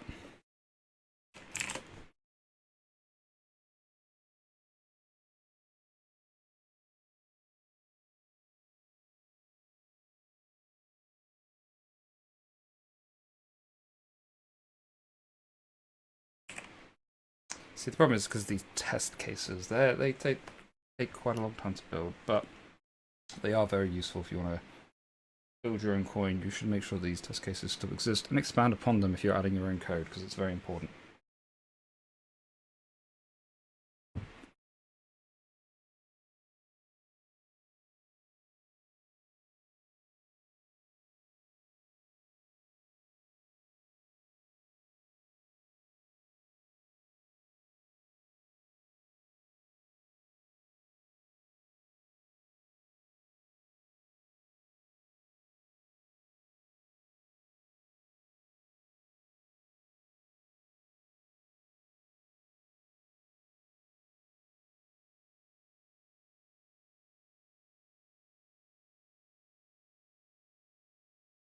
So, other than the Windows wallet taking slightly longer than I was anticipating, this is looking pretty good. Whilst this is going, let's just check our build.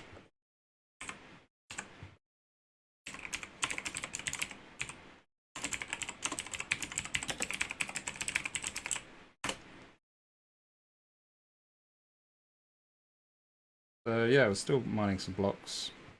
We've got an immature balance still, which is a bit annoying, but this algorithm isn't really meant to be mined on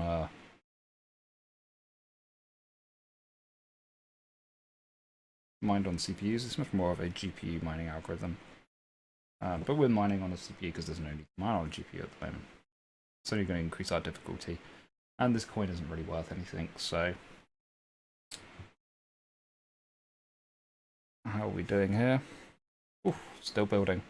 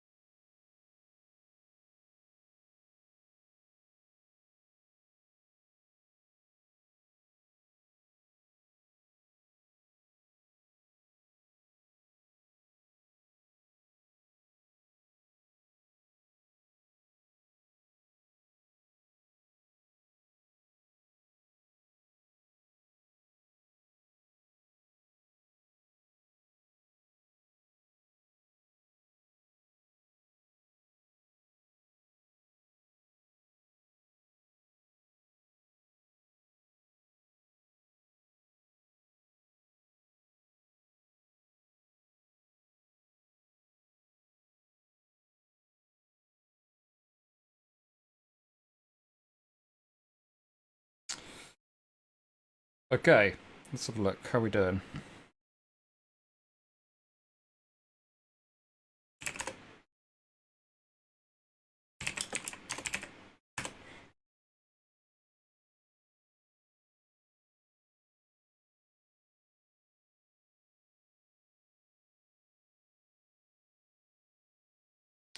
So hopefully we're going to get there shortly.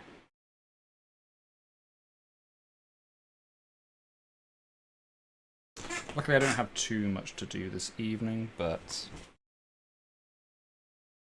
2 hours seems pretty long for, well, I guess it is the end of the course. I really want to make sure this is working for everybody.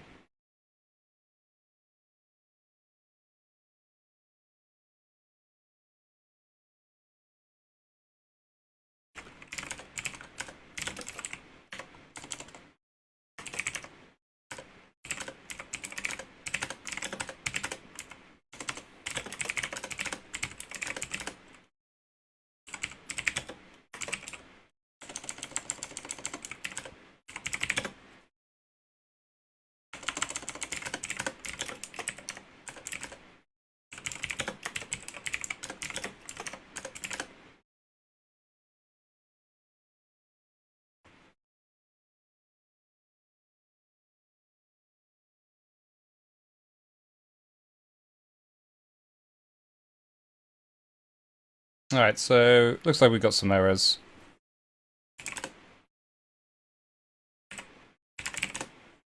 I'm not entirely sure why.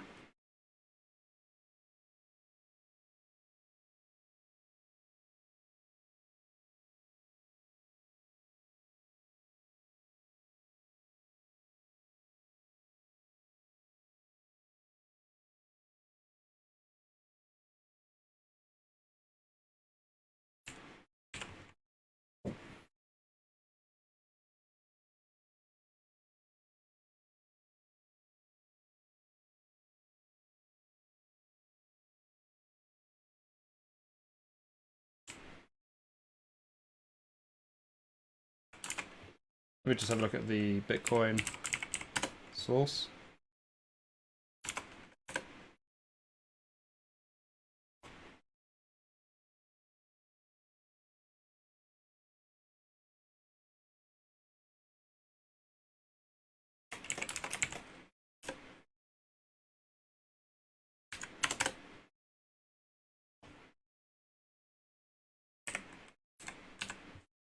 All right. So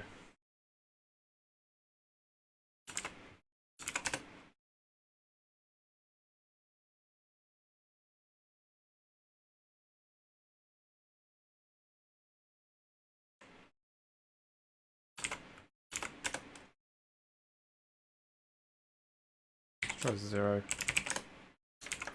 Oh no, we don't want to do that. It's going to rebuild everything.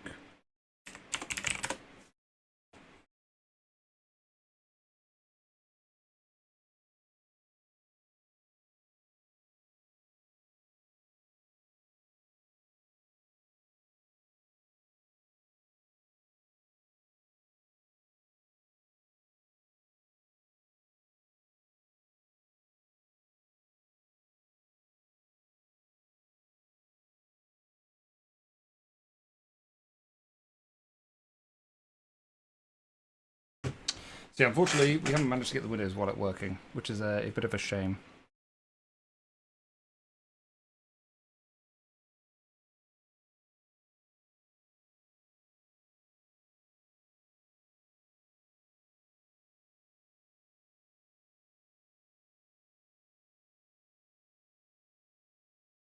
We're getting some undefined references.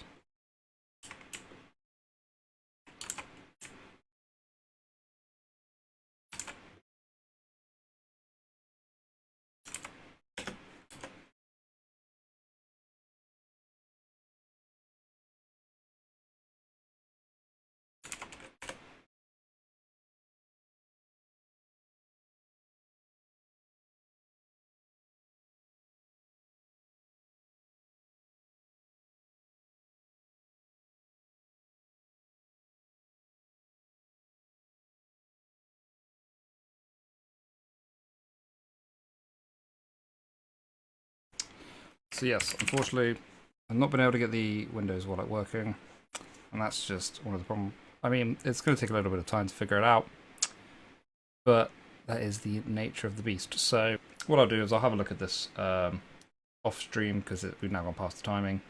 But we managed to get Windows, macOS working, and we managed to get Linux working, which was the intention for this stream. Yeah,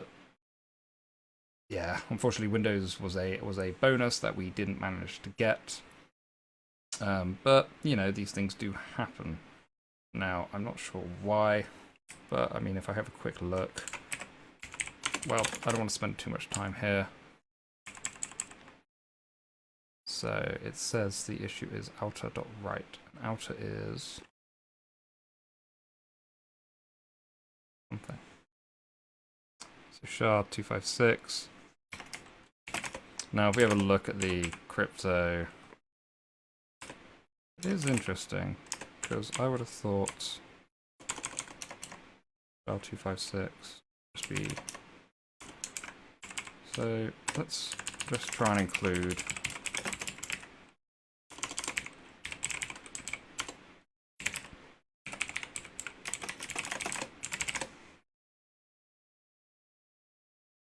I mean, the odds that this is going to work are very, very low. There's probably something deeper rooted in there. Okay, well that did seem to work.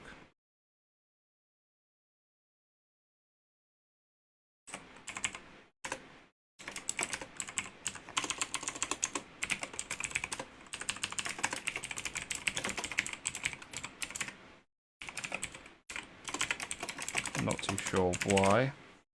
Let's see. Okay, we've got now another error.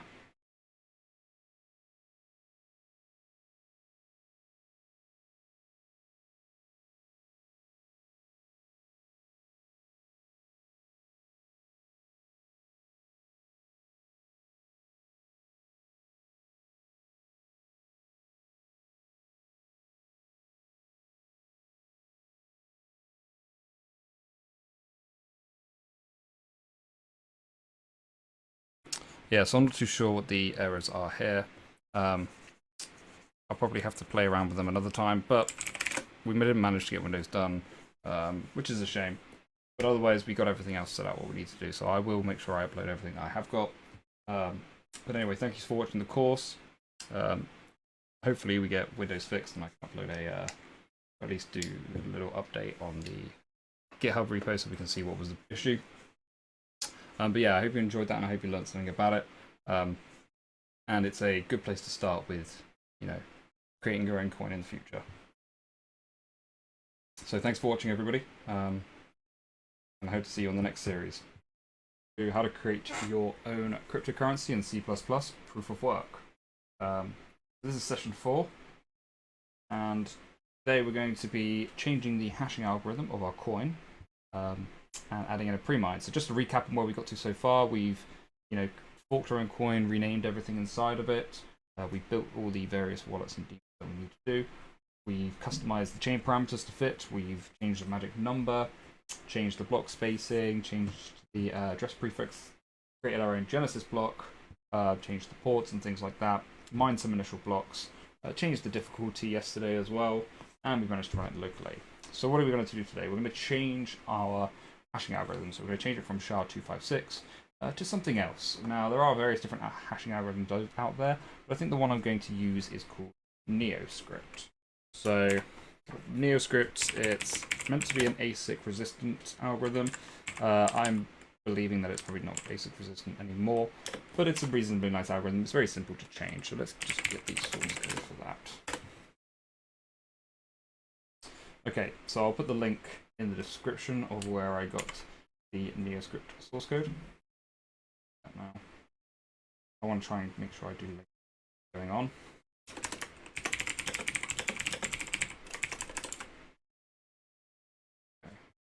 Okay. And I'll drag this over here. Okay. This is the NeoScript source code, so we're just going to download this, we'll clone it, and go up one and do that.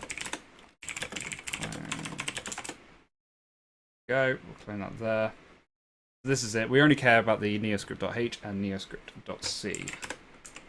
There we go. So let's just copy it from there. Okay. We're going to copy neoscript.h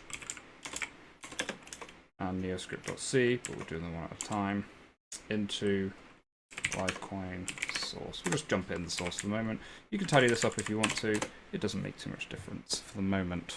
Now what we need to do is we need to make sure our compiler knows about it. So we're going to our makefile.am and we'll scroll down. So we can have the neoscript.h probably in the Bitcoin Core H. So that's probably the best place for it. Oh, let me make sure I spell that correctly, because it went like that. And then where else do we want it? Is it a server source? Utilities, or is it crypto? Now, I do think it might be slightly to do with crypto. You know what we could do just to be even better about it, because yeah, we'll be a little bit more tidy. So I'm going to move it out of here. Okay, here they are. We're going to move them out of there. We're going to put them into the crypto library because that makes sense.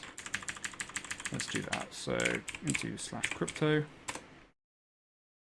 Okay, and we'll do the same for this as well.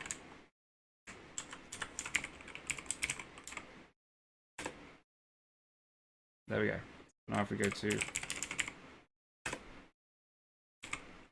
crypto. Sorry, my computer's doing stuff at the moment. I'm not too sure what it's, but it's taking up a lot of. It's definitely doing something. A bunch of MG works and that. So my CPU is a little bit off. And actually, I have a trick to talk to you about as well. I forgot to show you it so far, which is awful of me. But it's just to make things, because we do a lot of compiling. If you've got multiple cores on your computer, this should make things a little easier. Now, this might not work, and the reason for that is because we're using a C file. This was probably one of the reasons why I wanted to add it into just the main source, but we'll give that a go anyway. So, okay, we had neoscript.h, let's get that out of there. Okay, so if you type in make and you put J here, that's the number of concurrent jobs it'll do at a time. Now, normally I would do 8, but my CPU is going a little bit crazy, so I'm just going to do 4 at the moment. And I'll show you how to do that in Vagrant because we need to change the cores. But this just does 4 concurrent jobs at a time, so it ends up being a lot faster to build. So it's just a little tip when you've got a multi-core system.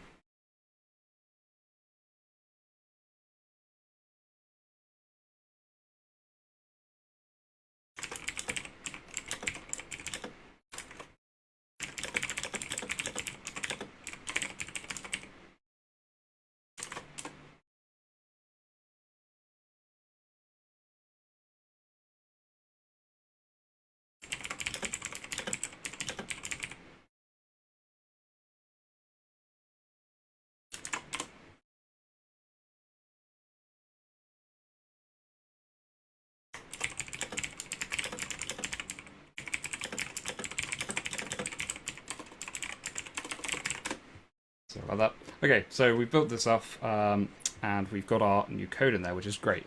So now what we need to do is we need to change the hashing algorithm. So I believe it's in proof of work. It might not be though anymore, which does make sense. The check proof of work is probably a good place to do it. If I've got time, I'll talk about how to set up LLDB as well.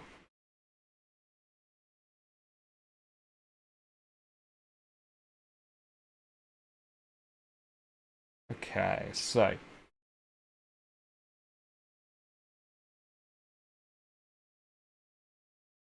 this just checks the target. It doesn't actually check the hashing algorithm. So the hashing algorithm is... Now let's have a grep for... See if we can find out where it will be. Looks like that's going to be a bit too much.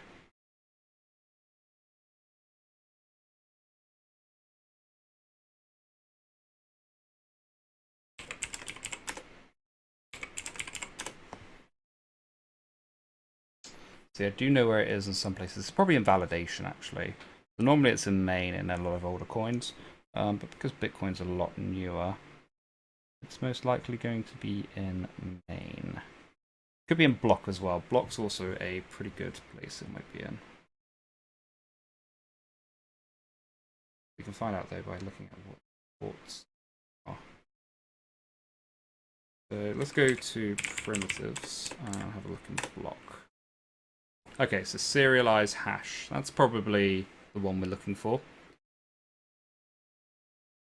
So, have a look.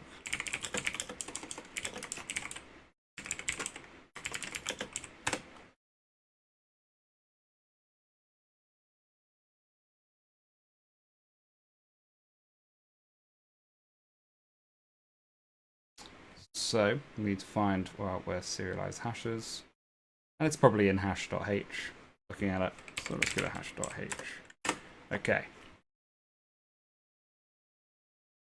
Now, let's see if we can find it. Yeah, we just found it in there as well.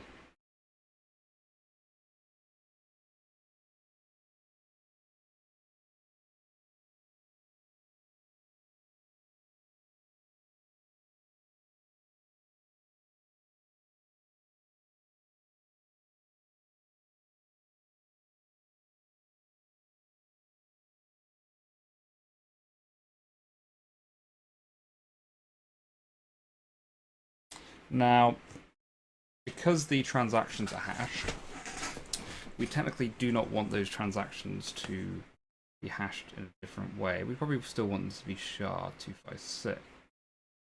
So let's go to our block.cpp and let's just change the hashing algorithm on block. I think that's probably the best place to do it. Rather than serializing hash, we can just click that out. And what we'll do is we'll just do hash include crypto/neoscript.h. So we're going to return neoscript. Let's get this up in another window so I can see this properly. Neoscript.h. Okay. So we're just going to do neoscript, and we're going to have an output, and unsigned ink. I'm just going to get some notes up here because I do have some notes as well. Also, grep r neoscript. Check my notes.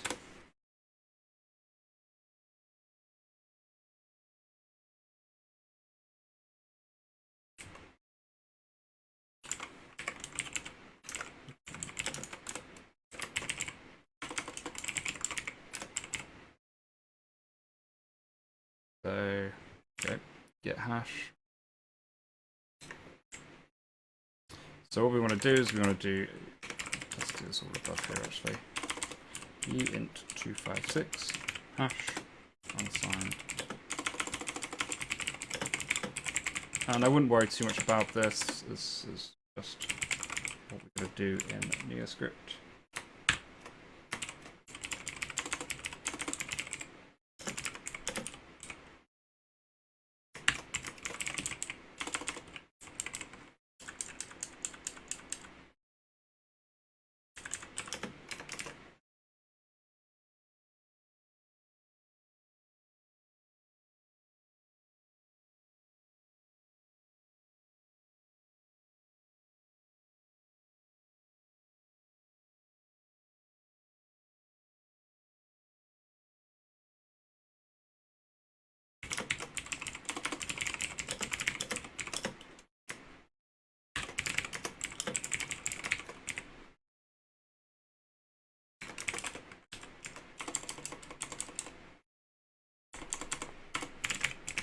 Alright, let's try that out.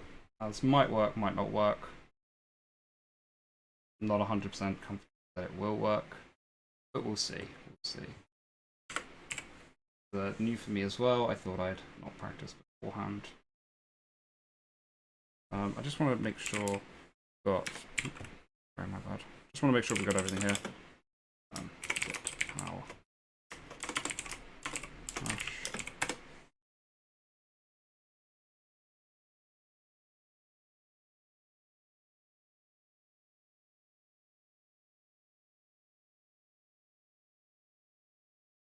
It should just work absolutely fine. Yeah, I don't see why it wouldn't work.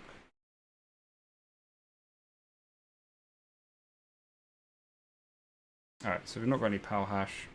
Let's give it a go.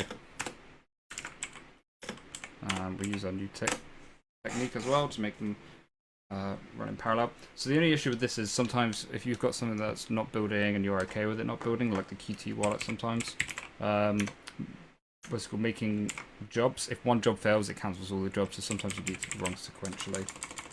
It's just a heads up. If like something's not building that you're expecting it to build and you're doing concurrent jobs, make sure you run it. Well, try running it, you know, just with standard make. Okay, so this should crash.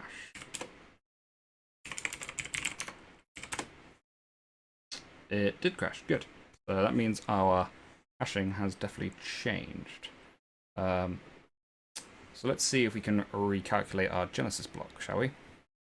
Now the only difficulty I do have is that because we're using neoscript, I want to find again a proof of work that is correct. So okay, we're going to try again. I know we've tried this a couple of times and it's not worked, but this time we're going to, I think, I'm pretty comfortable that we're going to do it.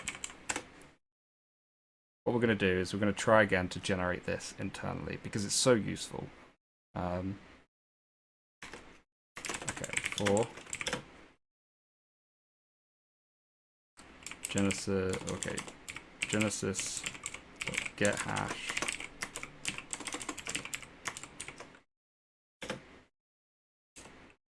Okay, I think if we check, we can do Genesis. Alright, we know it's Genesis.n nonce ++, right? We know that for a fact. And that is the infinite loop we need. And we're just using printfs. Right, new Genesis block. But I want to get it done because I do use it on other coins and it's so useful.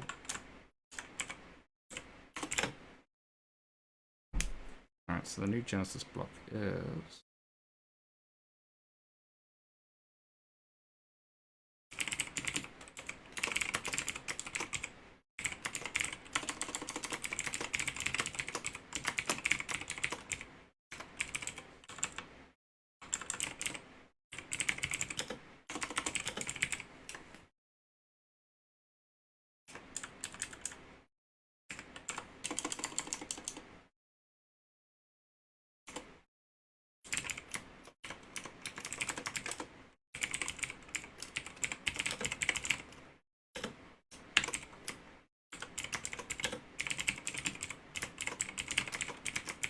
okay. Just try this. Okay, so we can't just do Genesis get hash. The difficulty is really low, so if it doesn't find something very shortly, then I know something's up. Still, it's that power limit. Could be less than. Okay, let's have a look at pow.cpp. Because pow.cpp, they check it. Yeah. BN target, right? So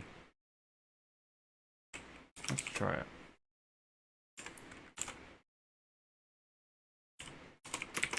Now, okay, it's the hash is what? Greater than? Alright, so hash has to be less than.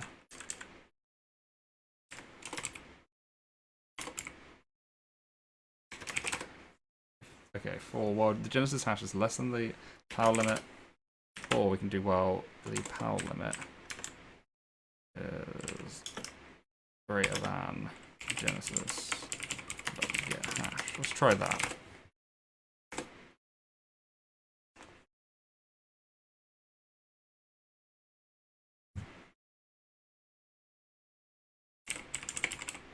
Obviously, we'll do consensus.power limit.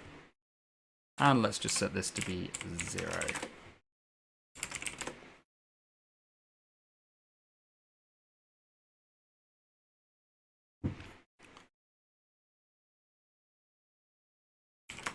Okay, so where do we get uint to arithmetic from?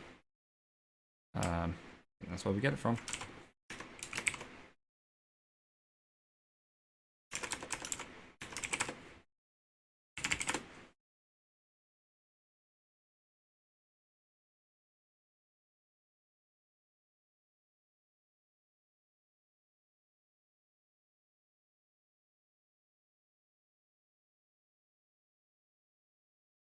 Didn't seem to like that, did it?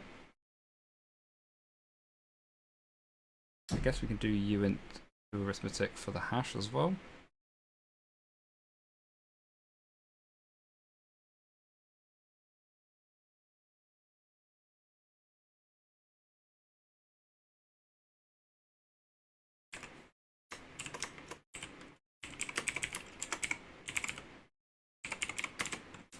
Let's try that.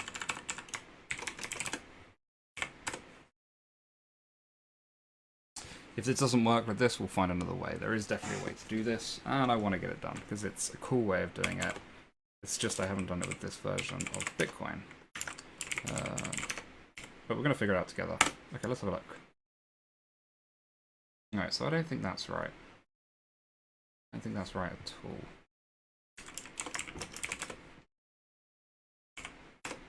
Try that.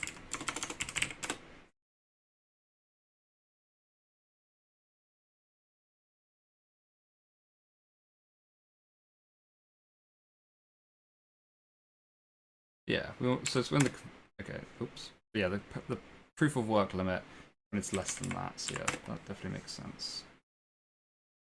Now, what would be nice if we had some sort of logging in here, so we can see sort of how many nonces we've gone up to. So let's just start to put that in. Okay.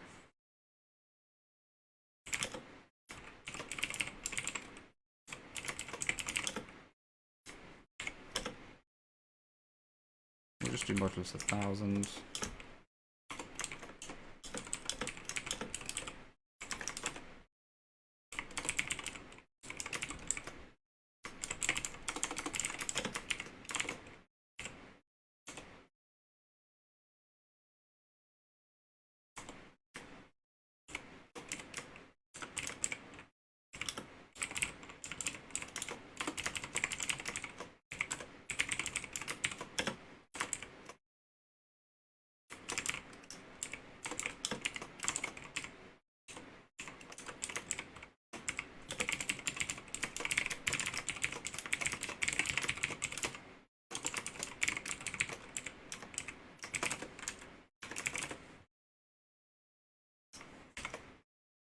This way we can just restart from, know what the is when we restart it.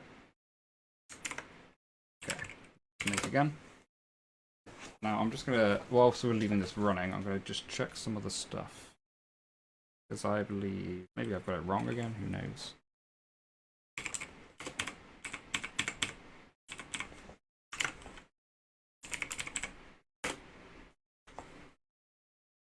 Well, it's definitely doing it. So we shall see. Whilst that's running, I'm just gonna check.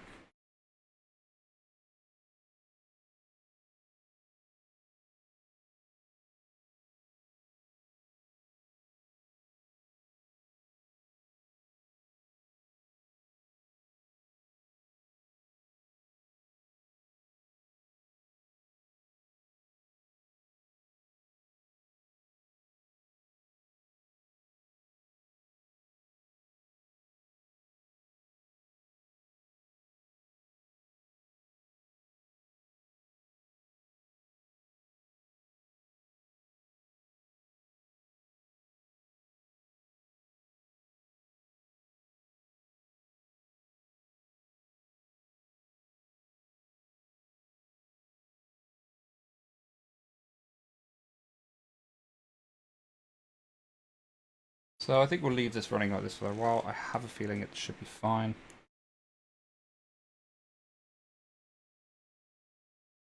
Because now we're logging out where our progress is, we can kind of see what's going on. So we know that we've done a few 100,000 hashes.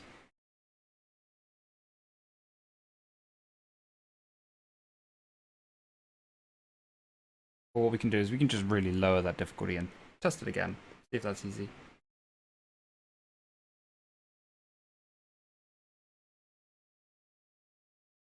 Well, we got the difficulty currently at this. Now if we add a few extra Fs there, that will make it a little bit easier. So I just want to try that out. Let's replace that with an F, replace that with an F, and replace that with an F. Now, that makes things a lot easier. Let's see if it works.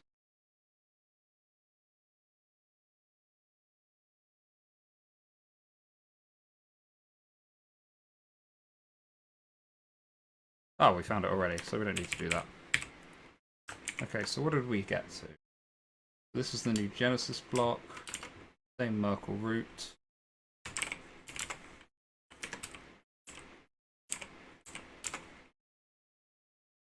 And nonce was 58 for. There we go, so it's just a bit of patience. But the great news is we managed to do it. Now if we delete this, and we can make this again. Now the only thing we have to do is we have to reset the chain, which we should be getting quite familiar with how we're doing that now. So I'm going to just commit this. Add these to our Git directory. I don't want to add the minor. I'm going to leave that up to you guys to write because it's not part of the code. Okay, git commit. Now, why did I choose NeoScript? Just in case anybody was wondering, it's just a simple.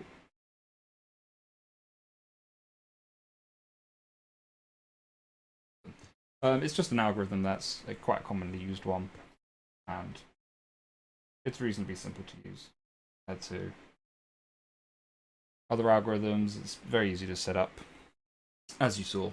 So there's no real reason to use it. Not any more secure than SHA-256. It's definitely more ASIC resistant, but I reckon they've got ASICs out there for NeoScript coins these days. Some really interesting coins to look at, like X16R. But we you know, it's a little bit more intense to implement because they use previous blocks to help the hashing algorithm. And in this case, that's a pretty big code change, so we don't want to do that. This is just to try and give you a bit of an introduction on how you would change the algorithm. Okay. So now that we've got that done and we've got that created, let's just push it.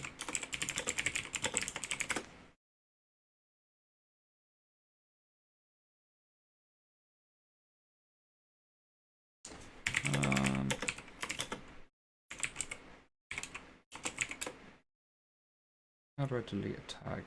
Standard D, okay. Quite annoying it is.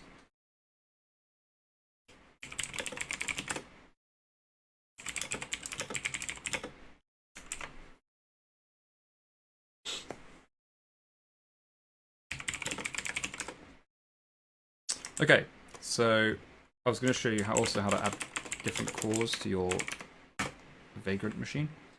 So first of all, we want to go here. So we can go here, vp.cpus. Leave it CPUs, and you can do 2. Let's say that will give you 2 cores. And you do Vagrant up. If you've already got it up, you use Vagrant reload.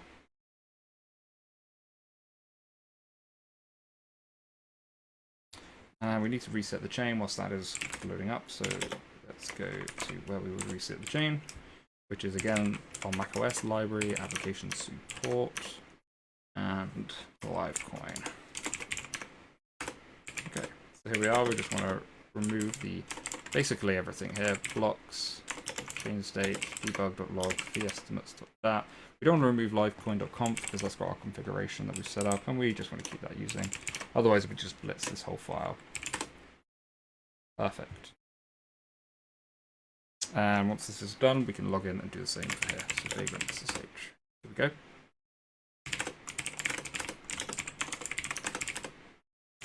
Let's move out of there. Well, actually, we want to go into there. We want to do get origin master. Let's just update this. Perfect. Okay, now we want to go here and cd into Livecoin. That's our RF ban list. Blocks, chain state, database. Basically everything apart from the configuration. Might be easier to just move the configuration out of here.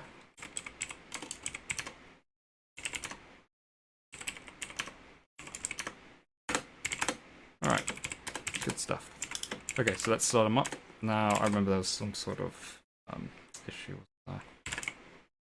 Did we make? We didn't make it, I think. Okay, let's do the make again. And because we gave ourselves 2 cores, we'll make sure we use those cores up.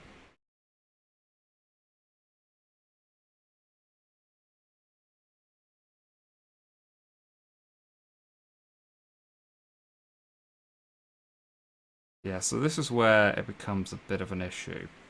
Now, this is what I was worried about. This is to do with NeoScript.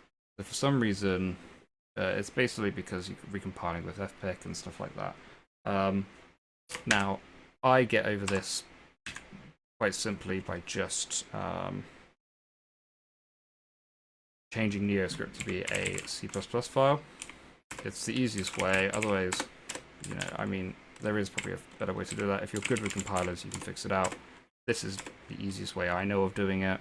So let's move that. PPP. Yes. Okay, so that's number 1. And in neoscript.h. What we do here is I think that is fine. Don't do the if C++. We just have extern C because we are C++. Okay. And then in neoscript C++, they should have somewhere they've renamed bool or they've redefined bool. But probably not in the one I'm looking at. Let's just try that. Oh, sorry. Let's go back. So yeah, this is just a bit of an issue sometimes with importing C files. Get rid of that and if, I guess. Okay, so what we can also do is do if not def and neoscript _h. Just do that as well. That's also important. Let's try this.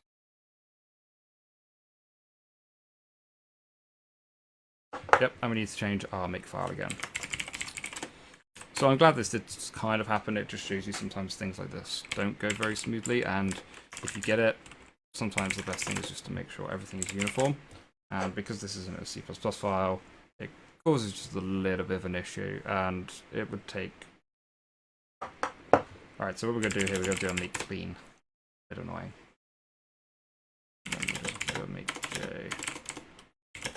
before. So this is where we get to see that parallelization and going. Could have probably done a make J5 maybe here actually, not using all my CPU.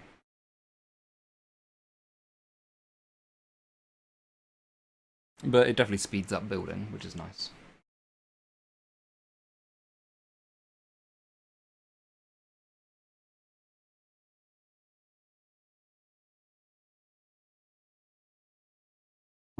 I should probably overclock my processor.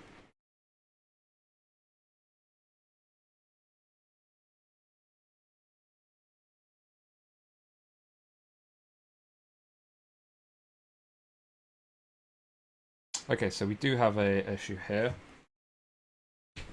And I've faced this issue before, so all we got to do is just search for neoscript.c.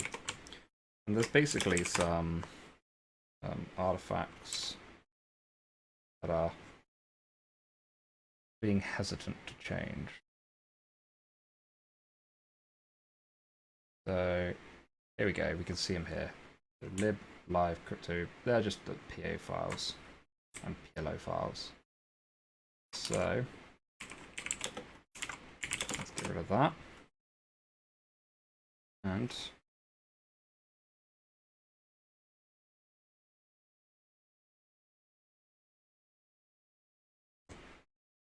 problem is neoscript.cpp also matches neoscript.c.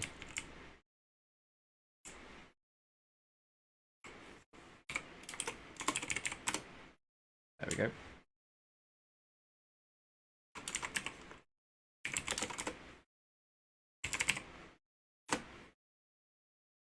So the PLO files don't exist. Probably not a good thing. But we can see how that works.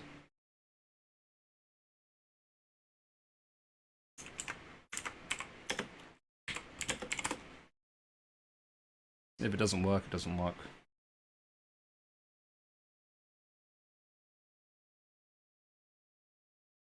Yeah, 5 is probably good. Getting around 80% CPU. It's nice and fast, you can see.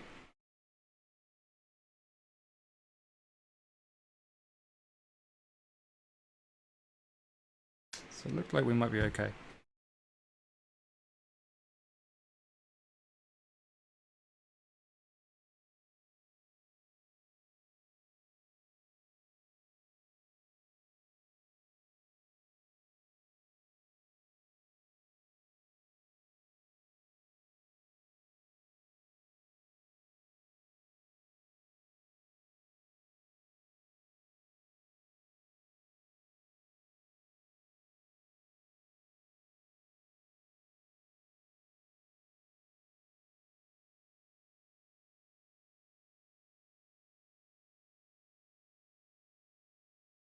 Yeah, taking a little bit of time. What we can do, because I'm pretty confident that it's okay.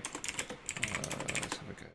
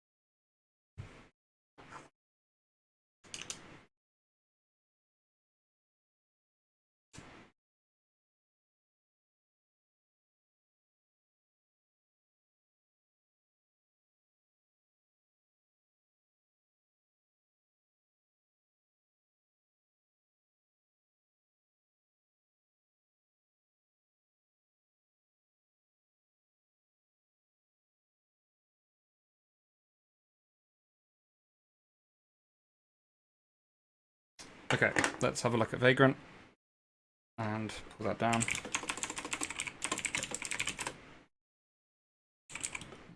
Let's reset.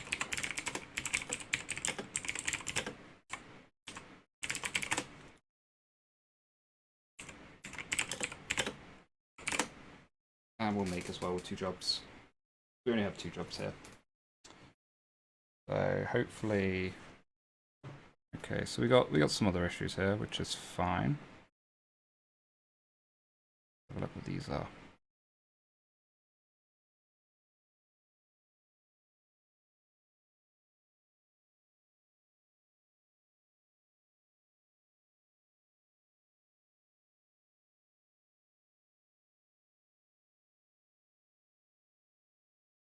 I have no idea what this is.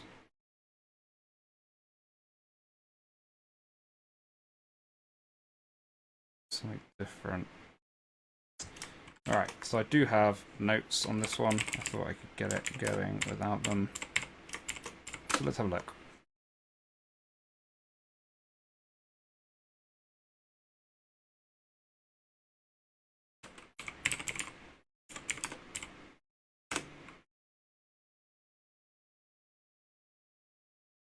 Alright, so what we're going to do is we're just going to... So there's a lot of code we don't actually need here. Let's just get rid of all of this. Oh. Okay. Question.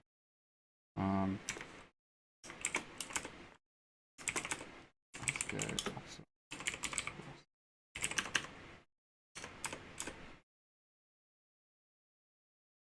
Alright, so here's... Maybe we can just paste in here. And we'll go to the CPP as well. May as well just fix that up. There's NeoScript here. This is just another project I've got with a NeoScript coin that was facing the exact same issues. So let's do that. We'll go up here, delete all of that. Paste that in there, and there we go.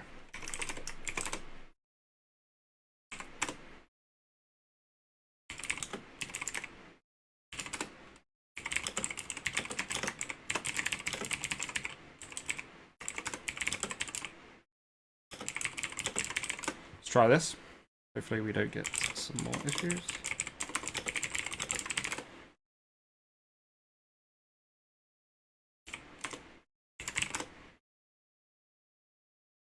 So we're still getting some issue, which is kind of interesting. I'm not sure what's happened here that's causing this. So let's just do a make clean.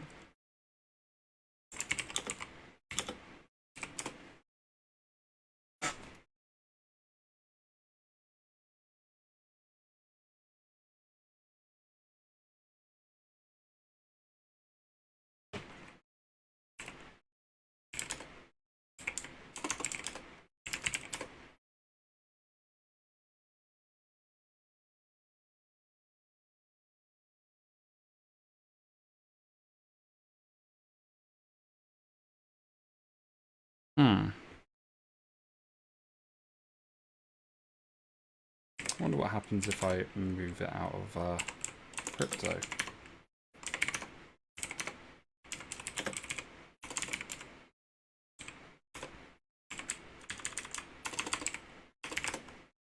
So I've not seen this issue before. Hopefully we can figure out why it's doing that.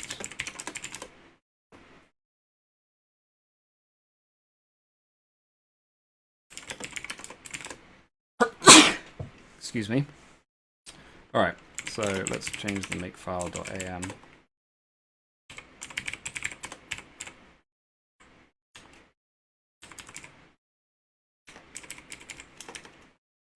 And we'll just go to .h.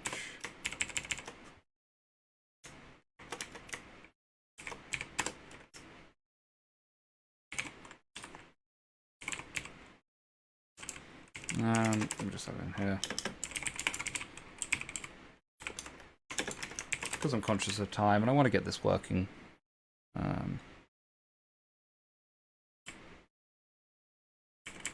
Sometimes things just don't want to work for you. Okay, let's just do neoscript.cpp. We've got block here, it should be fine.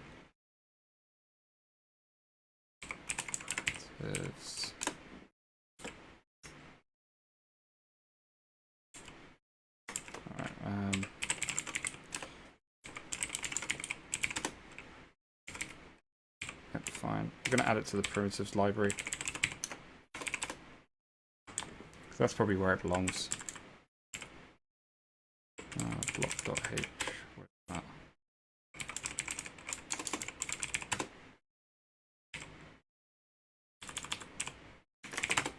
Right. Let's just try here, shall we? So let's get in there.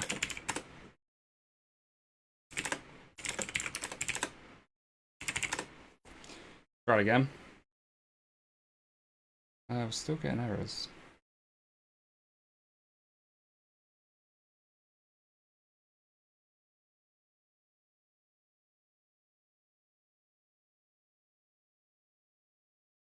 It's probably to do with something because we're including too many files. So if I get rid of just NeoScript altogether, let's make sure that that's still fine. So a little bit annoying. We might have to change it from NeoScript to something else, which isn't really what I wanted to do. But I would really like to show you a different working. For some reason, it's weird that it's working on Mac OS, but not on Linux for a change. All right, let's have a look then.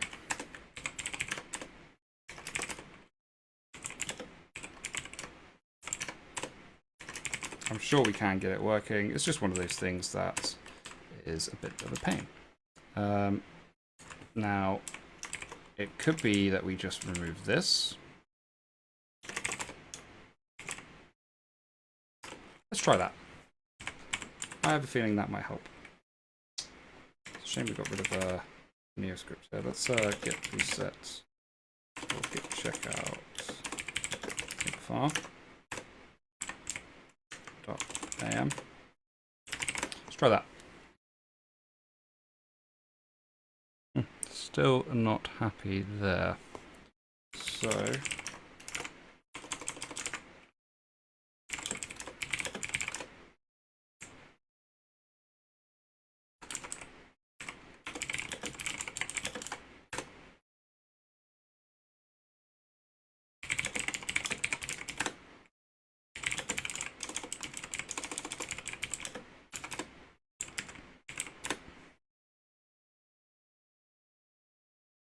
So it looks like we've got this issue already. I'm not too sure why. Kind of annoying, actually. So we could do a get bisect to figure this out.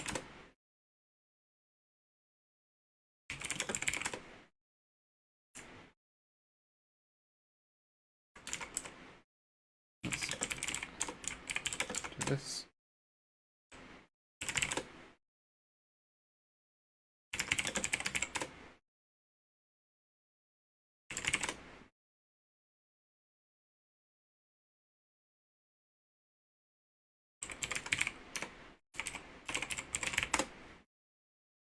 What I think it is something's got committed that shouldn't have been committed. So it might be a case that we just need to reconfigure, which can happen.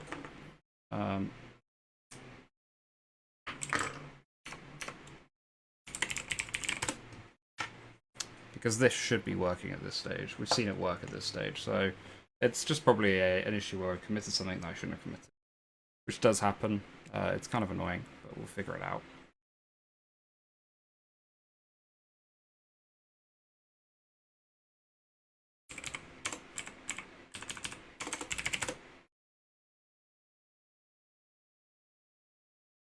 That looks a lot better.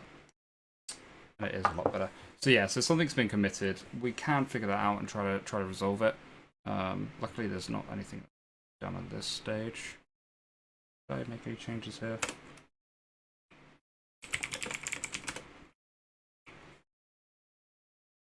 So we could have used the most up-to-date NeoScript, but it's fine. So this is going to build everything now. We can probably go ahead and stop that. So we can check out master, status.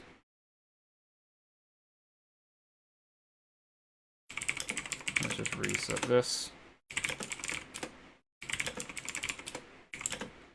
Get rid of the NeoScripts that we moved, but we've still got NeoScripts. So we're going to make clean.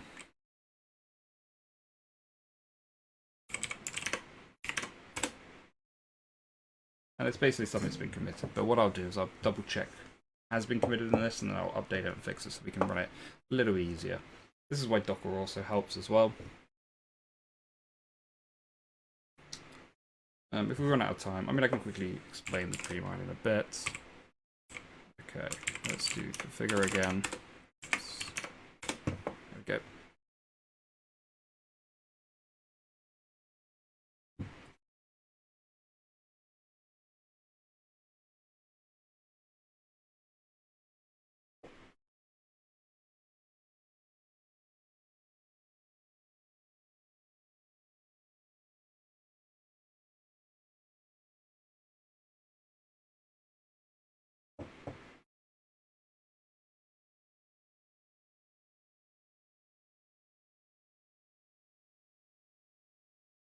Okay, and let's make.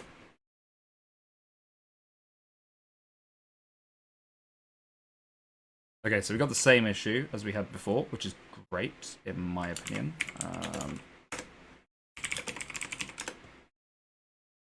Okay.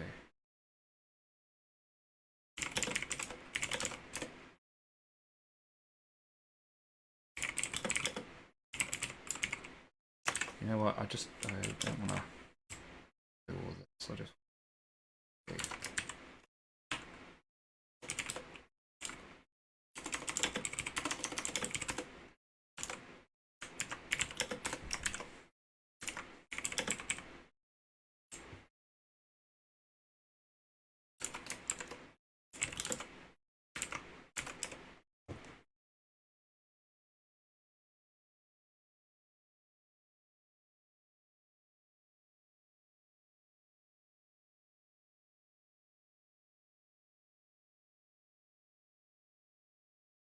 Alright. Try again.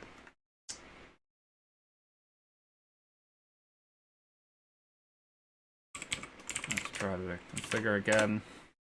So there's a bit of a back and forward, probably because we've got stuff that we committed.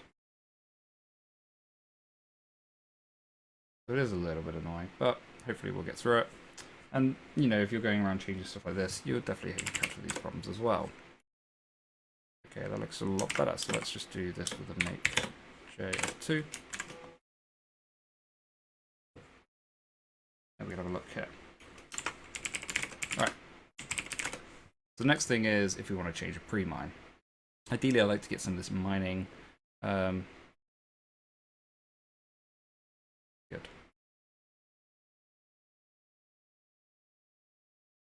Yeah, I'd like to show some mining before we move on.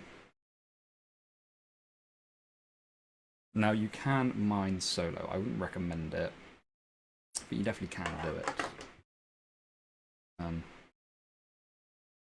But we don't need to mine just yet. Let's have a look at making a pre-mine then. Okay, so if you remember, we changed the mining rewards.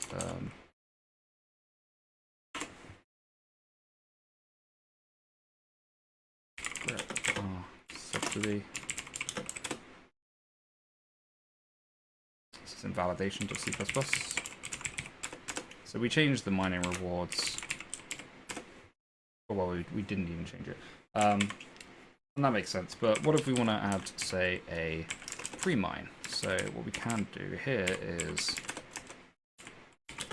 if n height is less than 100, and we can just see amount and subsidy. Let's say we want to do a pre-mine of 100,000. We can just do that.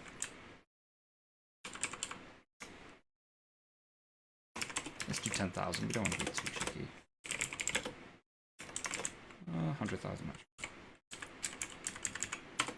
And what we can do is we can also do it between 5. Let's do it between 10. So we want to do 100,000. So we do 10,000 times coin for 10. And that's how we basically have a pre-mine. It gives us 10 coins basically, or 10 blocks where you get a very high reward, and you just mine that reward. You can even do it if you want just one block, and you do it the full amount. I like to do it with a number of blocks because it just makes the network that little bit more secure.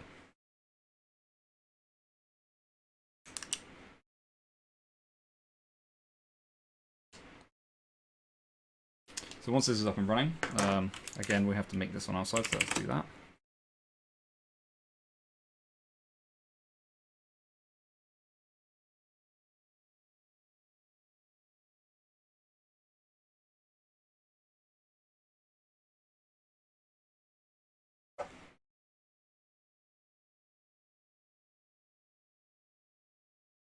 So we'll make all the blocks.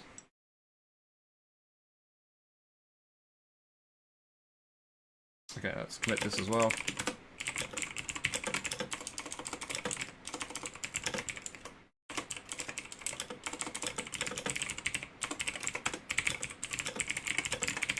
Alright, so we added in a pre-mine.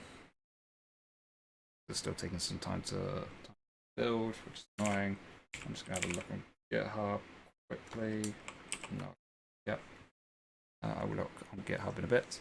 So yeah, this has got to rebuild everything, which we seem to have not done.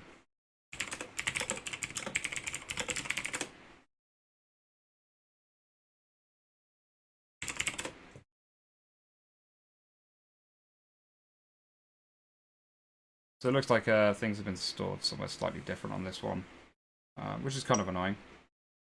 But we can probably figure that one out again. We just need to grep for this. So whilst we're here, we can do it in here.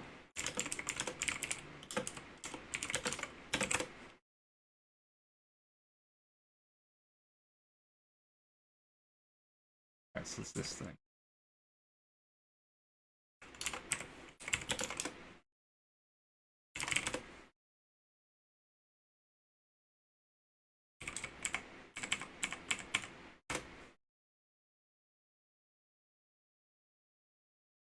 Yeah, I'm having some issues with this, which is a little annoying, but it does happen.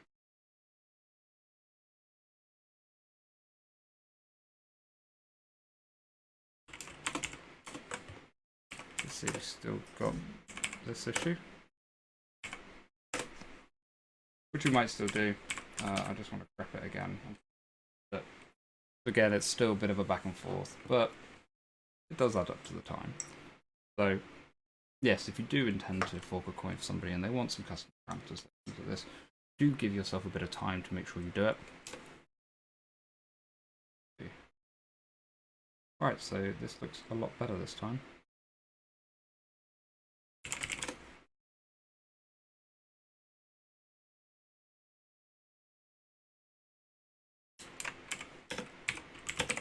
But it looks like we're back onto this. So now I do want to get the... we still got some time actually. No rush.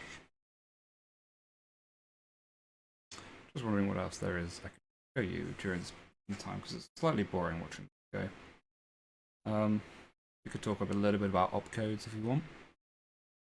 Basically, so Bitcoin has a very low-level language built inside of it, and you use opcodes for that language. So you can do addition, multiplication, hashing, division if you want to. There's a lot you can do with it.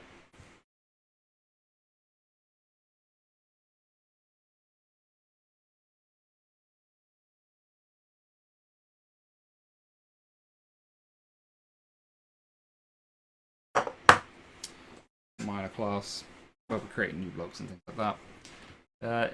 Whilst it has a minor class, it's not really... People don't usually mine coins inside the actual class anymore. You see Livecoin TX came out. Okay, so this looks very much more positive here. Looks like we will have this working. So it's just a case of deleting some artifacts and things like that, which does happen, especially when you name something as a C file and then rename it as a CPP file. It gets a little bit messy. So like my recommendation would be always just try and keep within a C++ file. You don't need to mix and match different C files with C++ files. Makes things a little bit more difficult and a bit unmanageable. Alright, because I'm impatient, I believe we can start this anyway. Oh, no, not yet. For some reason we can't. Wonder why.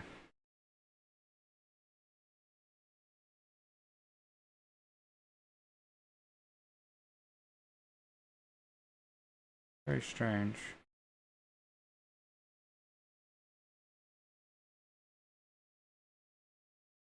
Okay, we got Livecoin TX, but we didn't get anything else. Again, this is probably because we're building concurrently. I don't think does happen from time to time.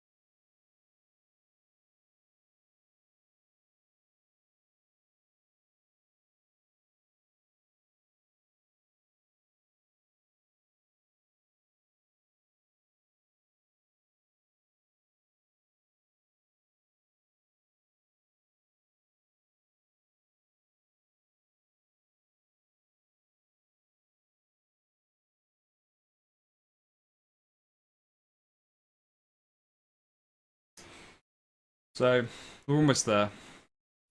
Sorry about the time again. I mean, even with the trick, I should have increased the amount of cores on the virtual machine. Really, I think 2 was a bit of a conservative one. If we'd had it about 3 or 4, it would have been a little bit quicker. But again, these things, that's how it happens sometimes. So even with the additional compiling, it's sometimes just a little bit slow. What's interesting is that the Livecoin D has not been compiled. I was hoping that would have been compiled at this stage. I'm not sure why it hasn't. Just one of those things. Probably because I don't know actually. You don't know. But hopefully at some point we will get there. So while that's still going, I want to try and show something else, at least have a little talk about some stuff. I mean, hopefully this course is giving a bit of an understanding into it. And really, the greatest thing about the code base is you should just go and play in there and try to break things. Alright, cool. So I'm going to find reference to NeoScript.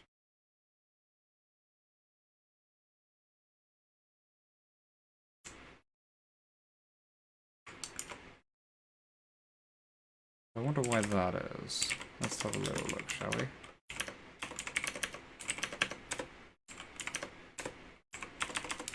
Yep. So that should be fine.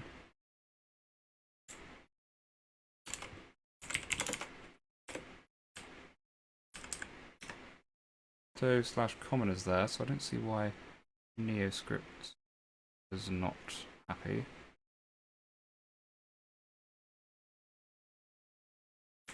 Very interesting.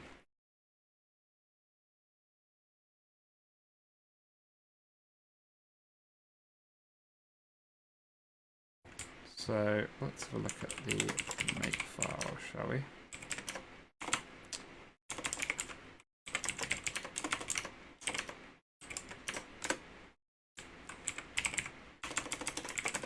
So where is it complaining? It's complaining about liblive consensus A block O. So it's going to be libbitcoin consensus.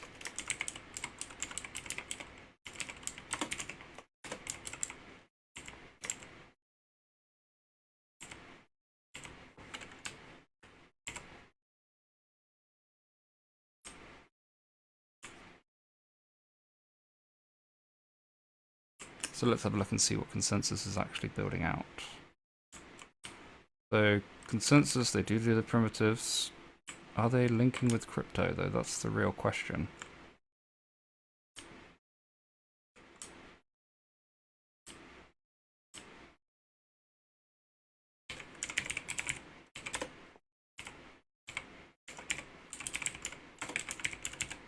They do seem to link to crypto, so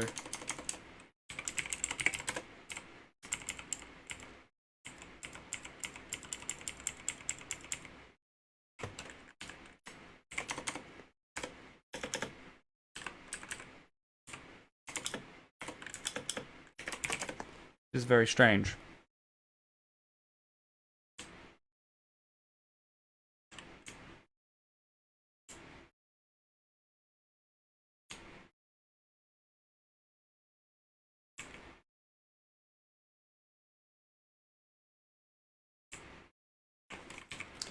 I just wonder if crypto/comment is used elsewhere.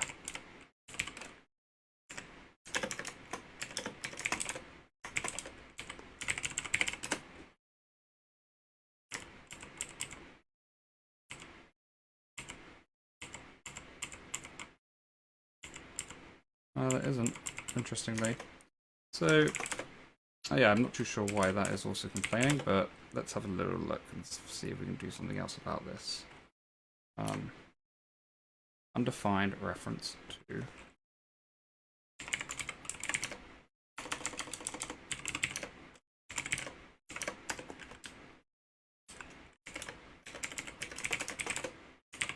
So what we're going to do is we're just going to go to crypto.comment.h. And we may as well just add it in there. See how that one works.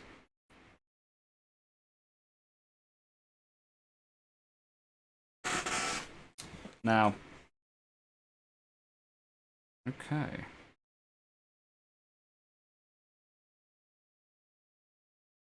It certainly doesn't like that.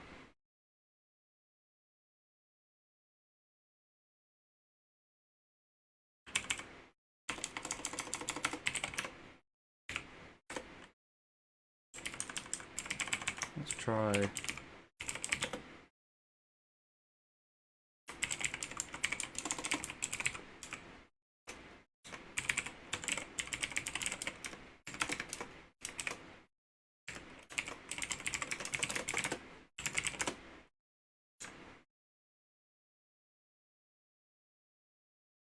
Let's see if this works or does not.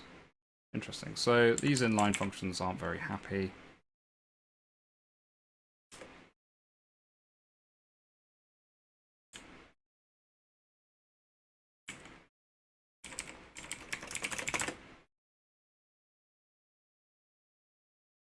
And it's probably because we've got a lot of these already existing. So what we're going to do is, so our ROTL, we've got.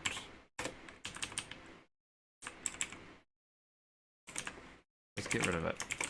And let's add it into the CPP, I think.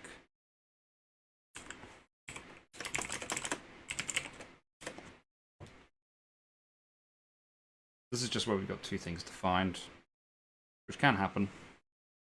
A little confusing that it did happen, but it does.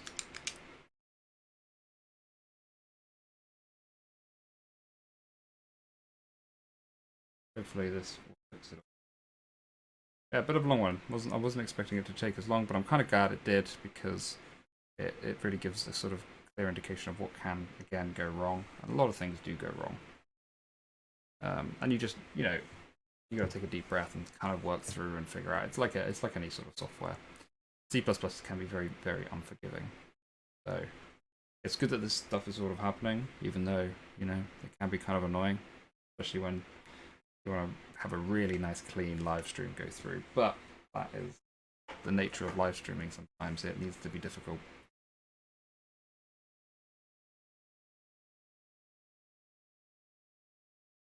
And hopefully, if you ever encounter any of these problems, you now have a resource to show you how to deal with them.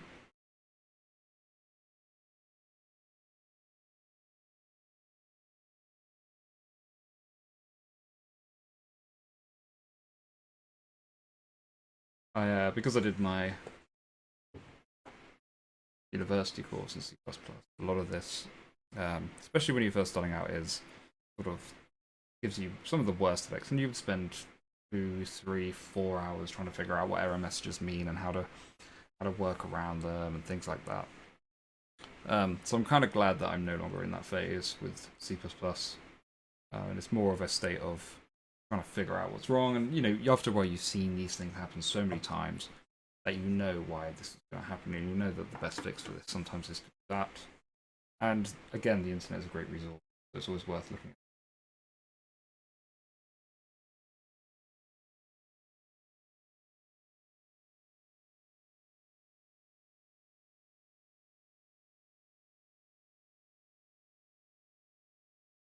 So once this is finished, we can then start mining some blocks. And again, we will be in a really good position. Again, like I said, I could mine the blocks now, but I want to make sure that the Linux version is up and running. We'll add a commit to this as well. Let's just do that now.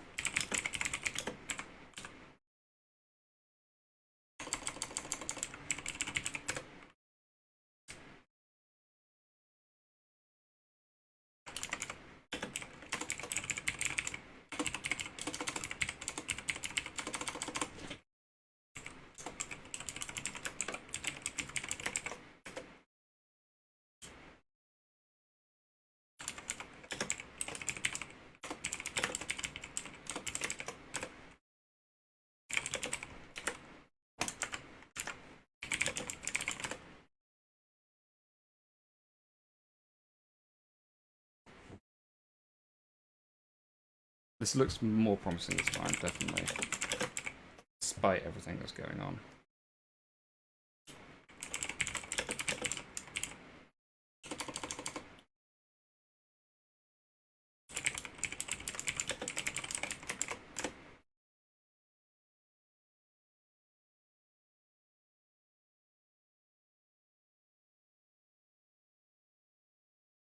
And if it doesn't work, I'll get it working itself and just push the upload.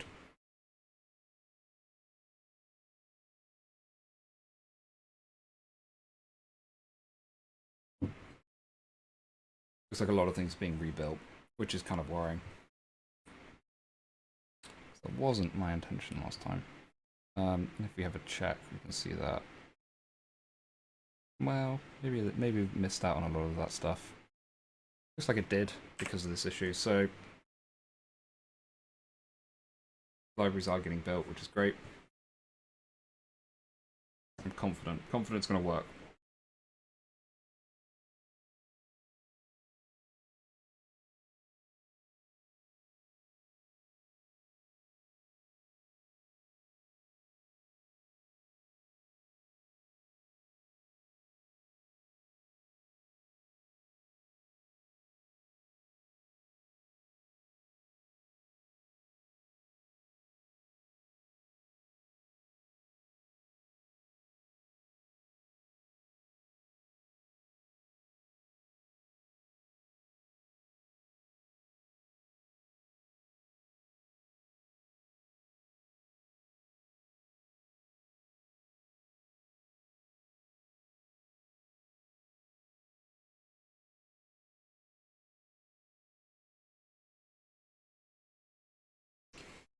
Let's have a look, see if we've got anything built yet.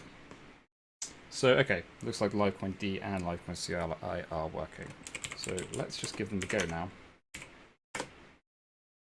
We've got the server starting. Looks like they did just build though, so I'm just going to stop it. Just because I want to make sure I've got the latest and greatest. Does look like they have been rebuilt.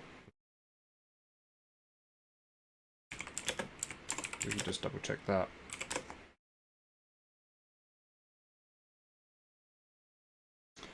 (22N). That's correct. Doing some GMT. Alright. Let's give this a go then. Livecoin D. And do that again here.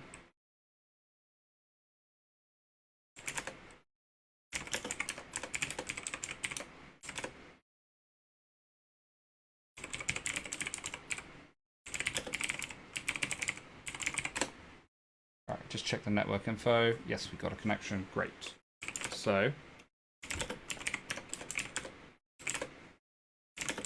let's mine, shall we?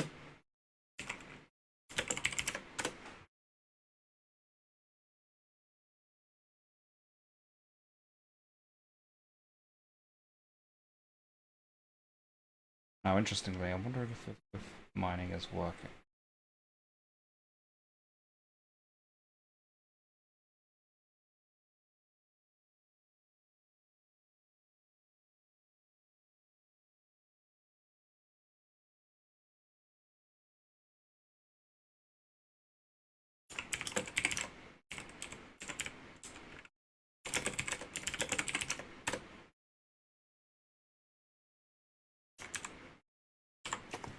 Both says they're starting to mine, but it doesn't look like they are mining. So looks like we might have an issue here, which is also fine.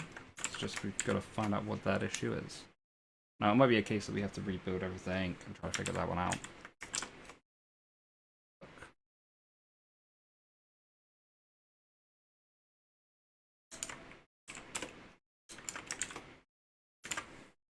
Let's have a look. Let's go to set generate, or find a grip card generate.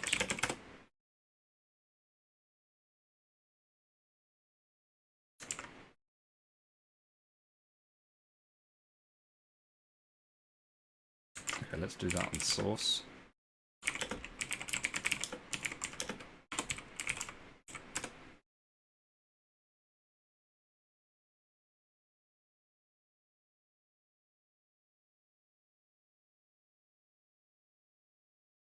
Go to rbc/mining.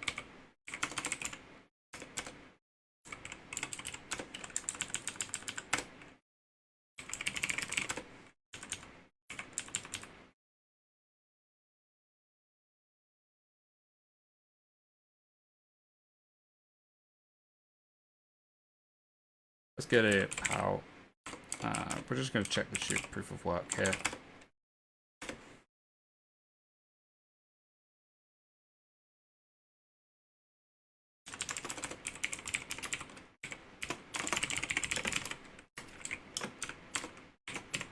So this is going to get a bit noisy when we do this.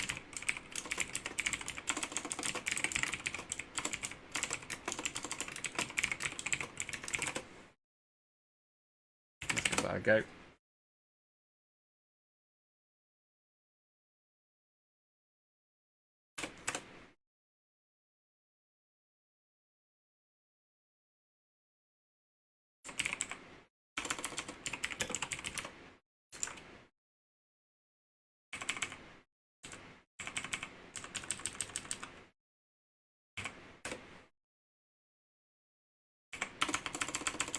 Alright, let's stop the network. Or stop it on ours at least. And we can do live point B again.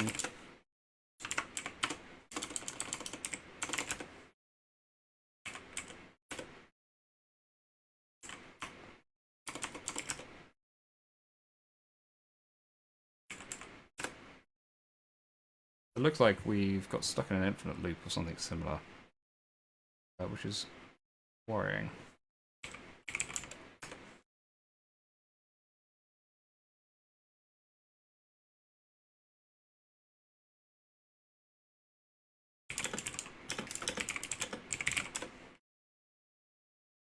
Yeah, so it definitely looks like Livecoin D is stuck.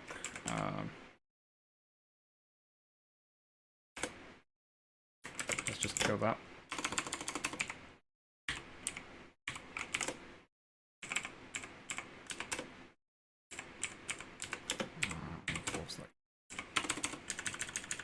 Okay.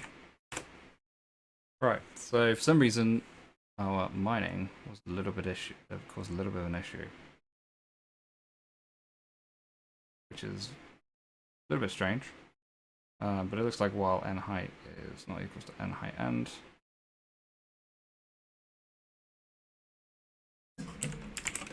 But we've added this, so let's give this a go. So we need to do a bit of debugging here.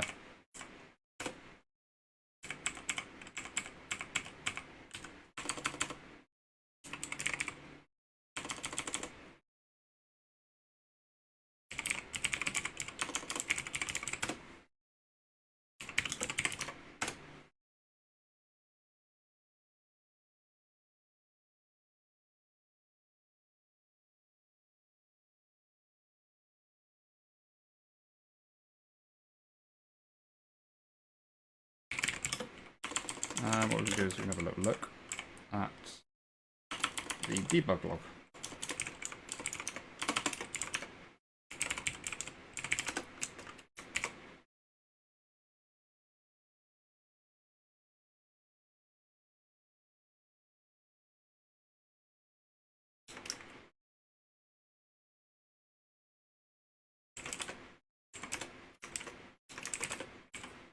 Okay, so it is starting to mine.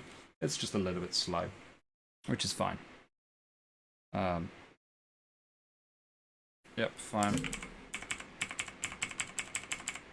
Let's try this again here, shall we?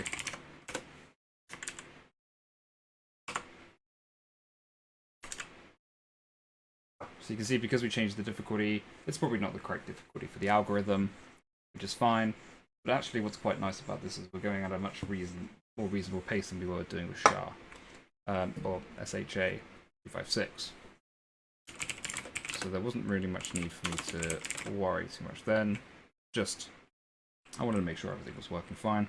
So if we have a look at our network stats. So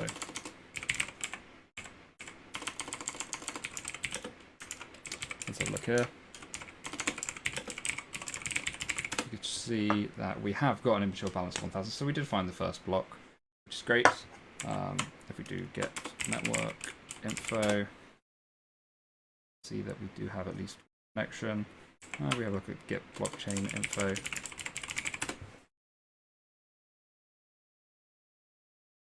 can see what our chain work actually is. And that we actually have got 4 blocks. So it looks like maybe doing better. I don't know where the 4 blocks have come from, but we've definitely got them.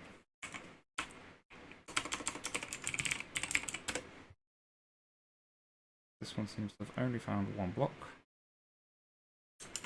So let's have a look here.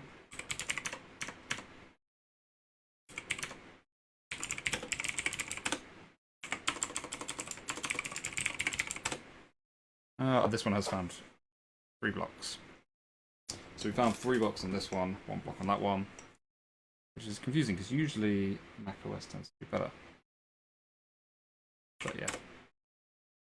Okay, so we found 4 blocks here, we've only found 1 block here for some reason, but that seems to be fine.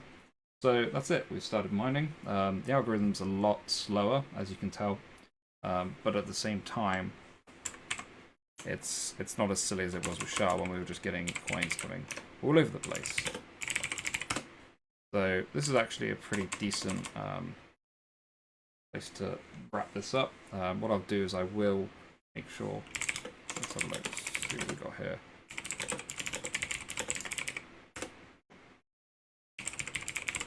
Let me just push this up for us. I don't think that is my password. I'm one of these people that uses LastPass type things, so I have no idea what any of my password is for anything. So I know it's very bright.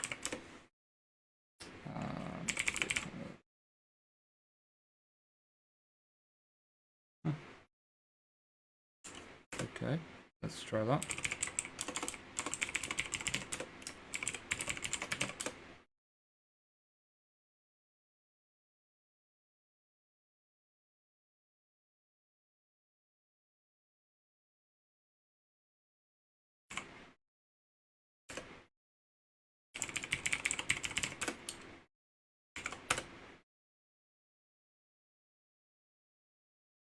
Oh, apparently I can't push it, so it's always interesting. I guess we'll try one more time, but I'm not too sure why it's not working. It's probably because I got 2-factor authentication. It's most likely the case. Okay, so what we'll just do is we're just going to have a look at the diff here. Get diff, yeah. Have a look at diff here. Man, it wasn't in the config. Yep, that should be fine. We added it to crypto/common. Let's go to crypto and /common, which is in common.h. So we just included it in here.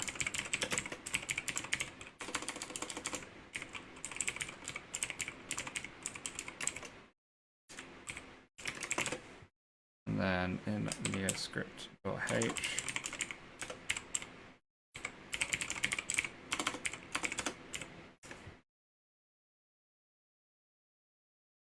we got rid of these 2. Right. We left those. And then we can just add them in here, just so that everything's nice and happy. Okay.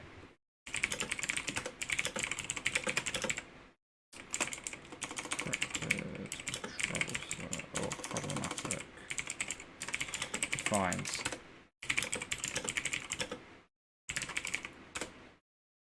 Oh no, we don't want to. I want to just get rid of the stuff that we had in POW. We put the logging in there, so I just want to get rid of that because we don't need it.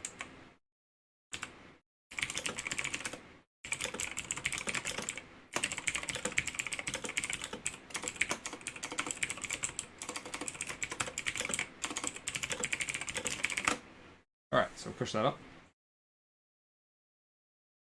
And you can see we are finding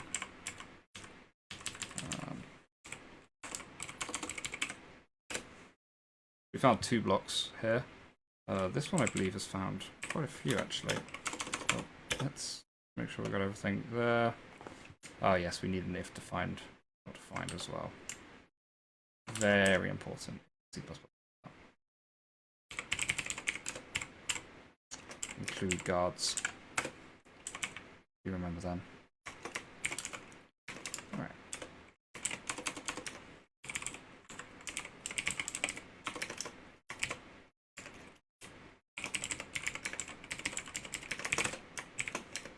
Okay.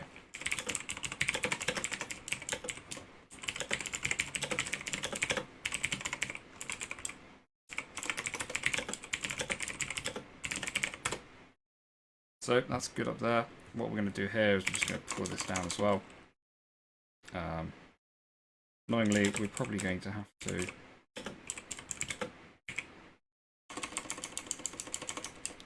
I don't want to remove it just yet. So what we do is just cd into Livecoin. GCO get check out master branch master 2.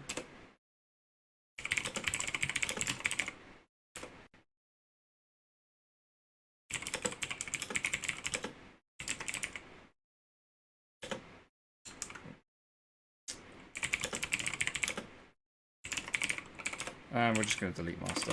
Git branch delete master.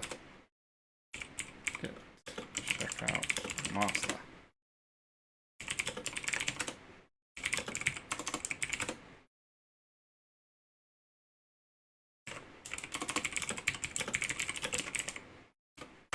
Alright, so I'm just going to pull everything from master down. There we go. And that's it. We'll just make it so that we're ready for next time. But that means for this time, here we go again already, huh?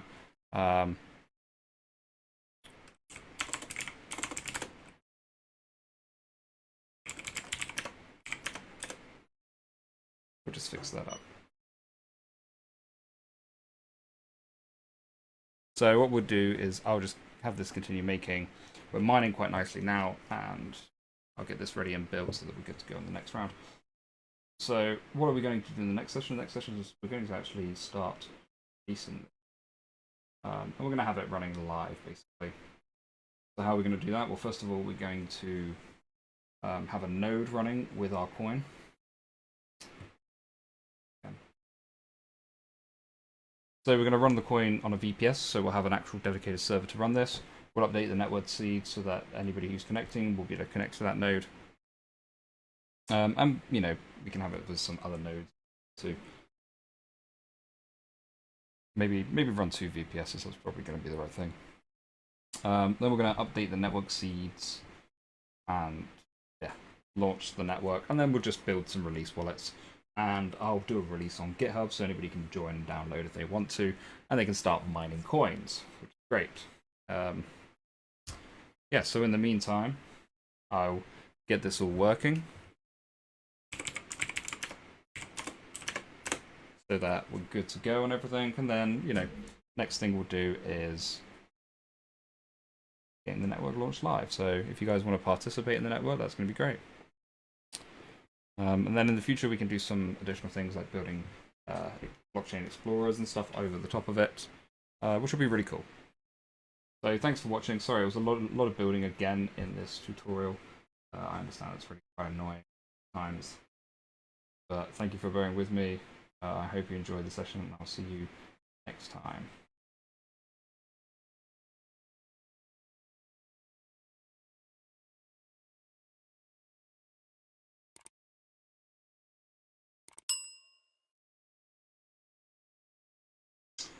Hello everybody, and welcome to session 3 of how to create your own cryptocurrency in C++, proof of work. So last time we left off, we were trying to find the Genesis block. I'm happy to say that we have managed to find the Genesis block. You can see it right here. It's truncated across 2 lines.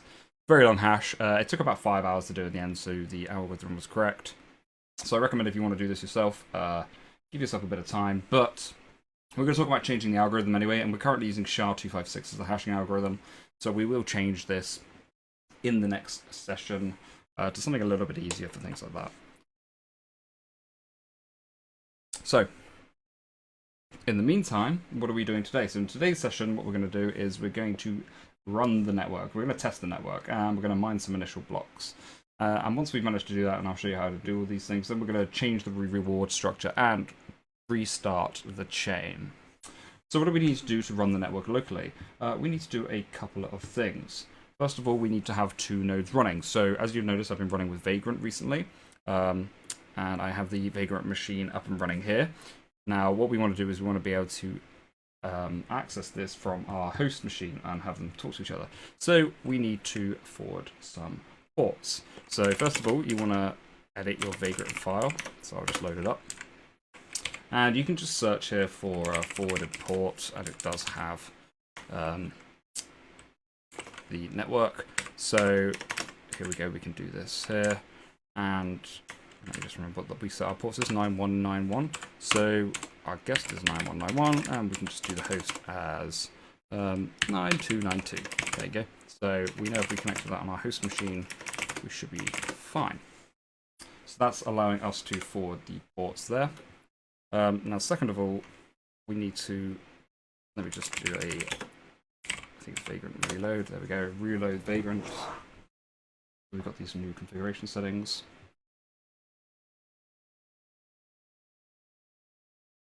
Okay. Once that's reloaded, what we'll do is then download the latest copy, because I don't think I updated it once I did everything with this. And we'll just run fresh builds. I think I have a fresh build here. Let's just make sure. And then we'll get the network connected. Now, initially you won't have any hard-coded nodes because you don't have any live servers up and running, which is fine. But in order for that to work properly, you need to configure in the configuration file how to connect to each other using the add node command. You can do it as a host, but it's probably better to write that down. So it's just going to take a while for me to log into Vagrant for some reason, because on this stream everything seems to want to run slow, which is fine, but kind of annoying. So we've got watching today, we've got 3 of you watching. How's everyone doing?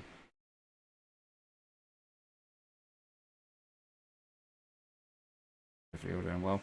Okay, cool. So let's SSH in using Vagrant SSH. And I do like Vagrant, it's a very useful utility. Okay, and let's just make.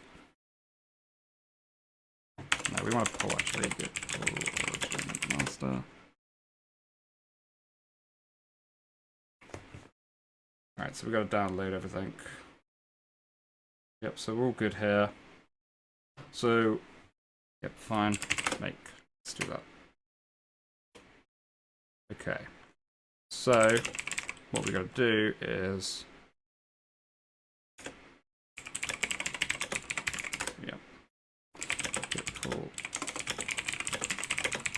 I think I can force pull, but I'm not too sure. No, I can't. Okay. Let's just RM RF Livecoin. I don't really want to do that, but I probably should.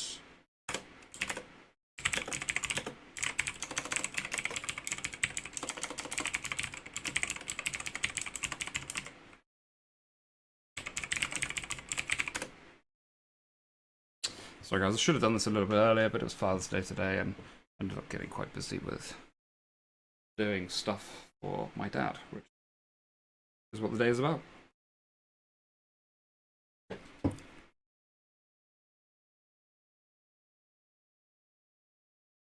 Alright, so we'll clone this and get this building, and then I'll talk to you about how to get the network working. And the path will be slightly different, and we'll see it both in Linux and in macOS. It's going to Livecoin. That's it. Do our classic autogen. Configure and make.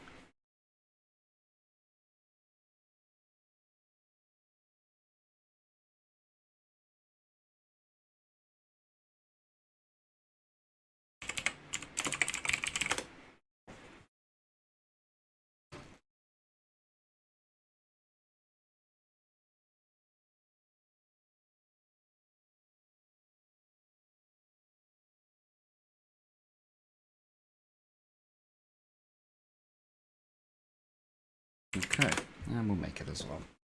Okay, so this is going to take a little bit of time as we make. So let's run this, shall we? Now I'm going to run it with just standard. So we're going to source Livecoin D. So we're running the daemon. There we go. Now this will, let's do this on the big screen. So this will in fact create a directory under /library application support. Now this is on macOS. If you're not on macOS, this is going to be this path is not going to be right for you, but you got a Livecoin. And this, okay, we can see got Livecoin 2. Let's just rf Livecoin 2. This is something I wanted to just explain to you, by the way. If you tried running the chain with under not Livecoin with a different Genesis block, you would have got an issue. Let me just show you what happens if we do that. Okay, let's just go up here. Let's just delete this. Livecoin 2. Okay, rf Livecoin. Let me just show you what would have happened here, by the way. And this is part of refactoring the chain. Okay. Move Livecoin 2 to Livecoin. Okay. Now, okay, so you'll see you'll get that error message, basically, if you tried running.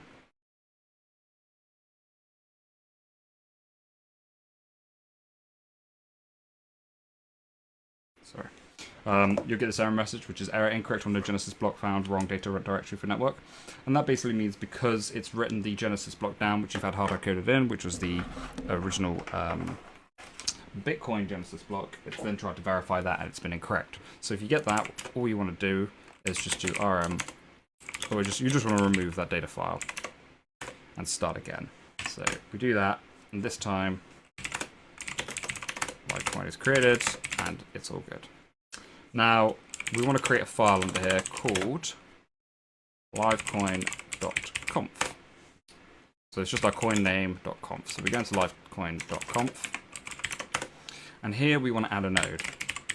Now this tells the network to connect to this node, and it will try to connect to the node as well as others. So this node is our local host, but it's the port that we forward, which is 9292. So this will try to connect to 127.0.0.1, which is a loopback URL to your own computer, and it will loop back. It will try to connect to port 9292. If you don't have the 9292, it will just try to connect to the default port. So what we're doing is we're going to wait for this to install. The configuration file is kind of cool. You can have other stuff as well. So what we'll do is we'll put daemon in here equals 1, and we'll put server equals 1 as well. You can put stuff as well like RPC password or RPC user equals user RPC password secret password, and that just allows you to connect. Now what's interesting is now that I've added the username and password, if I try to use the command line interface, the CLI, to stop the network, it tells me I've got an incorrect password because I've changed it before it was created. So if that ever happens to you, don't do it. See, now I can stop. So just be aware that that's what's happened. It's always good to set a user and a password. Don't set them to this. You also see I started the server right there, and because I got daemon 1 and server 1, it's just loaded as and gave the message Livecoin server starting, so it doesn't block up the process. So that's a way of running it in daemon mode, which is what you want to do. Okay, how are we doing on this? Alright, so, you know, we're building still. We've got a bit of a way to go. Takes a little bit of time. Whilst we're doing that, oh yeah, I believe I already showed you the Qt wallet.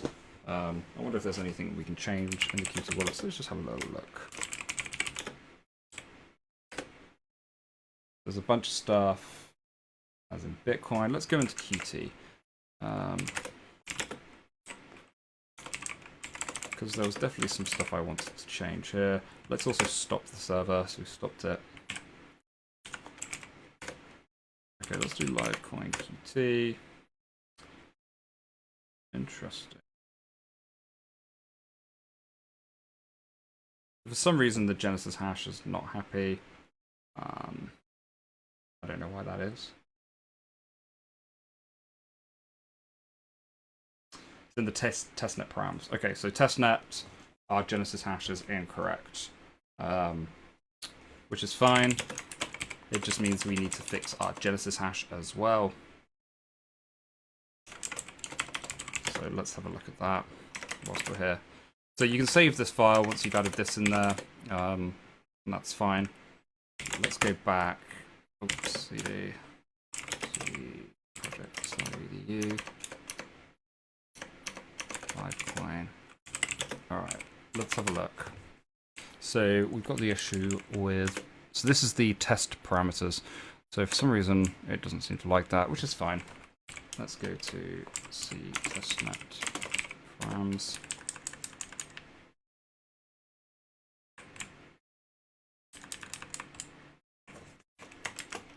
Let's also delete this chain because we don't need this. Okay. Now, what we're going to do is we're just going to copy this because it doesn't make sense to try and mine that again. But normally, if you would set up a testnet, you would have it very much different. It doesn't matter too much at this stage. Yank. But it is worth having a different setup. So let's just try this. Let's just build that out. Because we've got some time while this is building anyway. You can see that Livecoin D is now actually done, so it's just going to go through the rest of the setup stuff. Which is fine by me, if I'm honest. Okay. Delete that, sorry.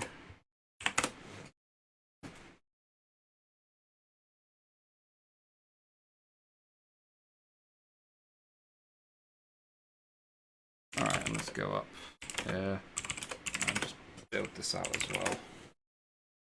And then we'll start it up, and we just want to go through and change some stuff about naming.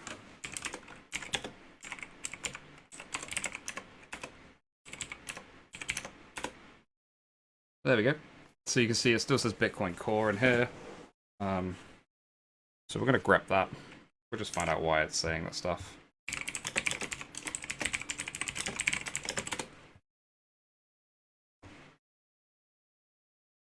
Now, annoyingly, because we've got all this changed, it's a bit difficult to find what our actual thing is. So, okay, so I think... Interesting. Doesn't look like it's here anywhere. If we go to Qt Creator, that's one of the things we might have to do here. Let's try this. I don't think I even have Qt Creator, but... It seems to have loaded.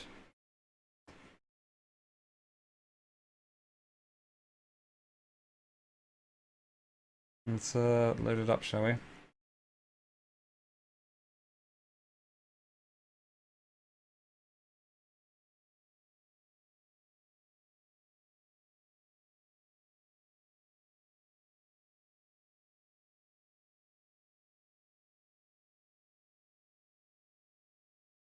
Then we go down to Qt. And is there a project we can open here? Maybe not. It was annoying, I thought we could. It doesn't look like it. Never mind, we'll have to figure out another way to find out where this naming is.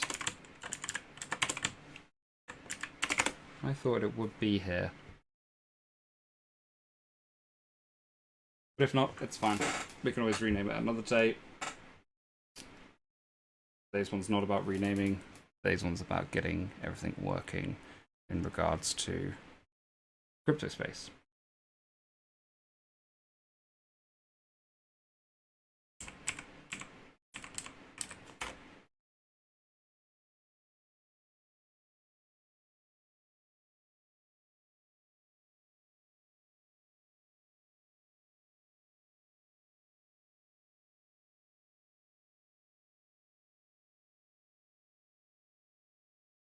Let's try and look for Bitcoin Core -wallet, see if that works.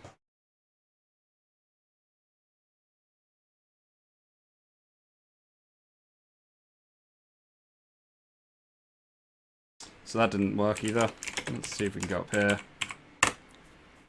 We might even have to look on the root directory, because that's the only directory that we didn't change things. And you'll probably find it's a translation thing or something like that. Let's go back into Livecoin.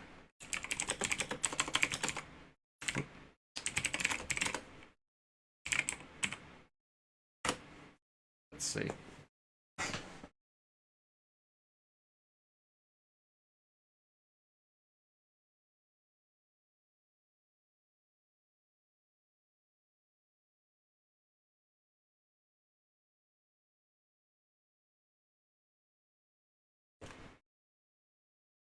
Yep, can't seem to find it. So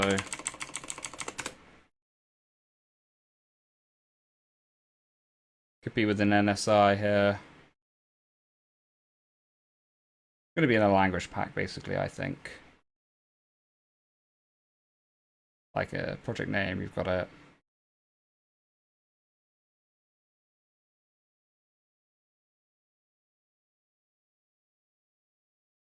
Could be in configure. Configure is probably where it's at. That most likely is it. It's in the package name or something.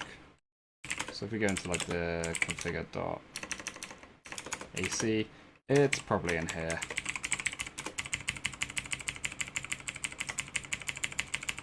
Yeah, it's probably somewhere in here. So that's where it is. Just have to look. Alright, how are we doing on our build? That's a good question. So it's still going. I don't want to change the name just yet, but I will definitely do so. But it's most likely going to be in the configure.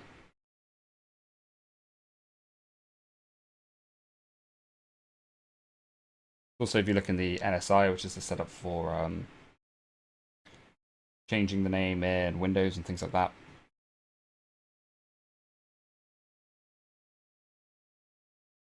Yeah, it's definitely going to be in there. Okay, how are we doing? So I'm tempted to just start anyway. Let's give it a go. Oh, my bad.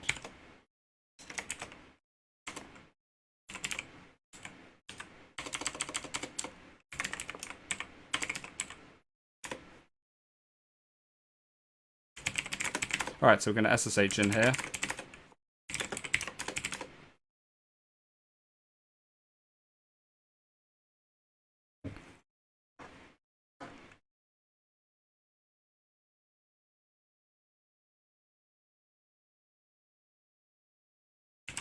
And then we're going to make.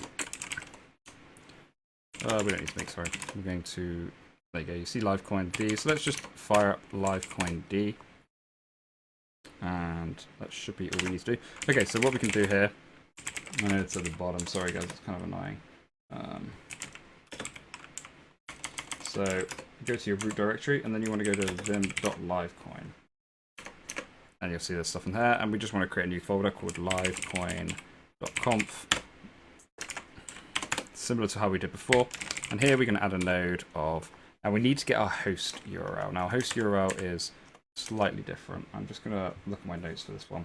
So the way that you do host URLs in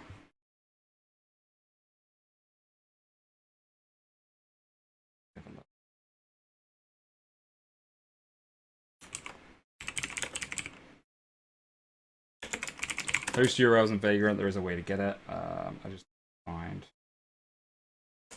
host IP.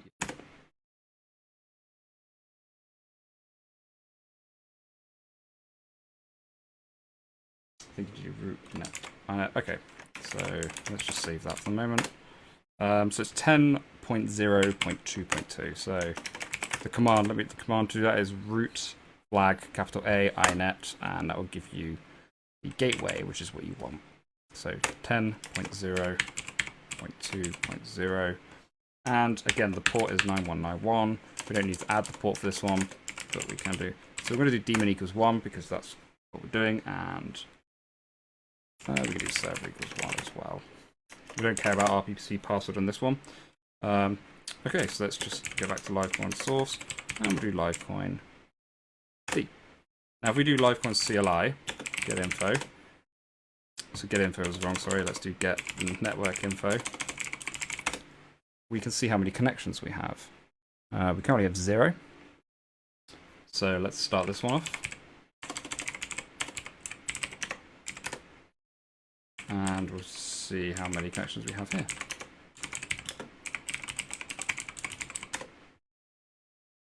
One connection. So now we've got one connection, so they're connected to each other. Let's just check again here. Again, one connection. So the network has started now. So the network is now live. Okay, so what can we do? Now that the network's live, you'll see we don't have any blocks though, so if we do get blockchain info. Sorry about that, it's at the bottom of the screen. But there's 0 blocks, 0 headers, and it is the main chain. So what do we need to do next? Now we need to mine some blocks. So how do we do that? Well, you can have mining equipment that does that and you connect to nodes, but that's out of the scope for this tutorial. We'll talk more about setting up a mining pool later on, I think. But for this one, instead, what we're going to do is we're going to discuss how to mine internally. Say you want to do a pre-mine or something like that. So how do we do it? Well, luckily, if we have a look at the help command, and the help command is very good. It's an RPC command that basically tells you things within the wallet that you can do. Now, I believe, unless they got rid of it, there's a way to generate blocks in here. Now, if they have got rid of it, then I'll have to figure out another way of how to mine blocks. But I believe you can just do set generate true. It might no longer exist, which would be very awkward. In which case, we'd have to... Okay, yeah, we can generate blocks. Perfect. So we'll generate some blocks, and we can probably do it on the side. Okay, so let's do Livecoin GLA. I just want to see if set generate true still exists. I don't think it does. No. So we can do generate 1. Okay, I don't think it found a block, but let's have a little look.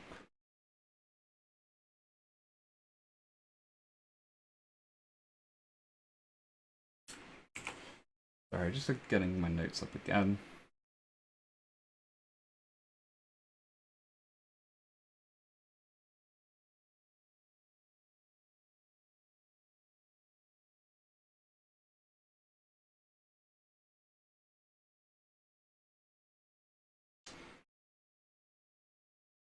So we probably want to create a script to do this, because that was correct.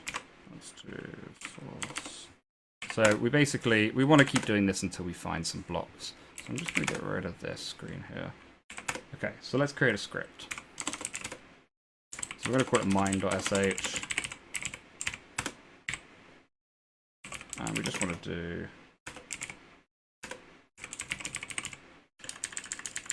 source.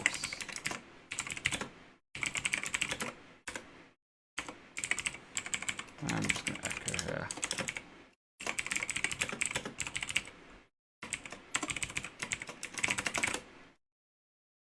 So if we do mine.sh, we're starting to mine. So you see this output just gone, and this is basically us mining. You'll see the CPU usage has ramped up a little bit. And this should hopefully try to find a block every 10 minutes. It may or may not. But this is basically a very, very simple way of mining, and we're using the CPU to do it. So let's also do that here. We can get rid of this. And let's just write the same thing out here. Just go here and do it. And we'll do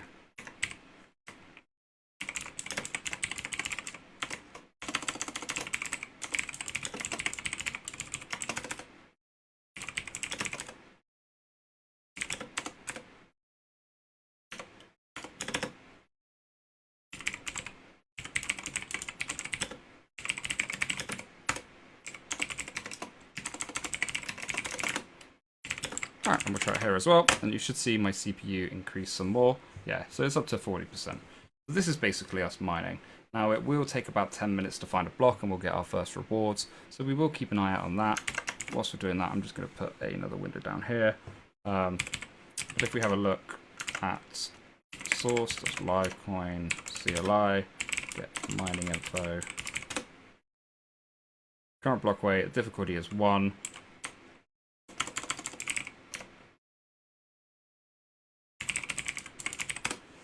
If it will tell us what our current hash rate. So hash per second is 0, it says. That's because our mining difficulty is 1, which isn't the easiest mining difficulty. We could reduce the difficulty down if we wanted to, but I think for the moment we're going to keep it quite difficult. So it could take some time based on this CPU, but the original Bitcoin miners were all CPU based as well.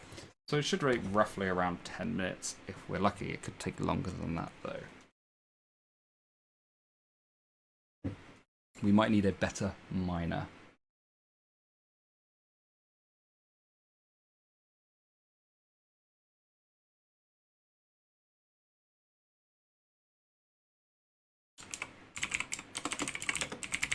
I'm just going to check the difficulty 1.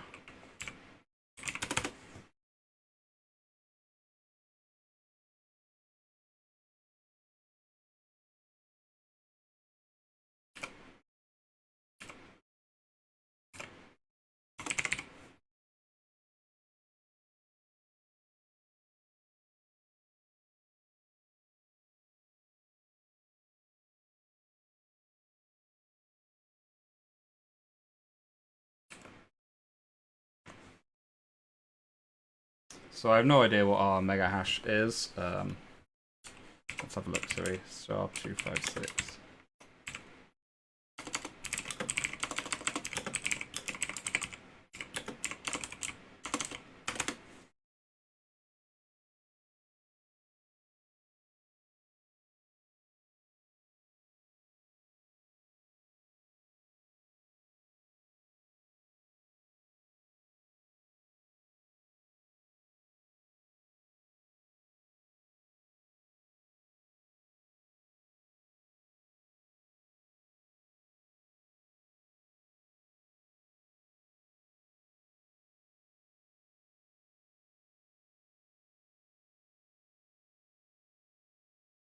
Yeah, I'm not too sure how many hashes per second. This is one of the issues with doing this like this. It's very it's going to be a little bit slow, but as you'll see when we fork this, and we'll change the difficulty down to be slightly easier on these coins as well. And we'll do that in the next session. You'll see that it's going to be slightly easier to start off. But hopefully this should take about 10 minutes, maybe slightly less on modern CPUs, but we can have a look and see. And we're still on the first block, I believe. So yeah, so it's going to take some time, which is fine. It would be nice to find out how many hashes per second we get though.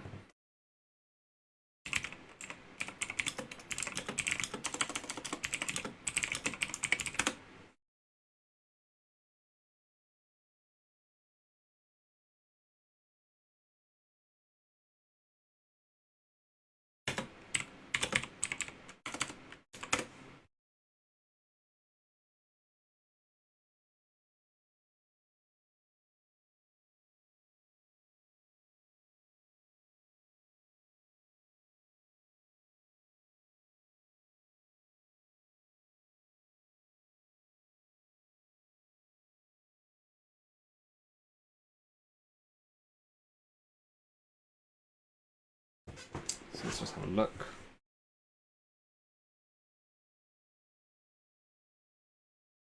Alright, just found a graph which should hopefully give a little indication about what our hash rate is.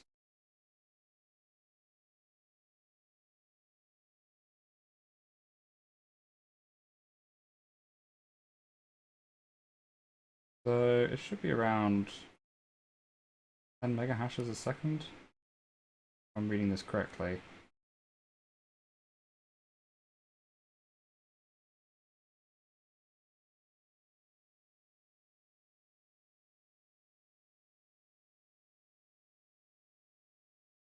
I could be wrong, of course.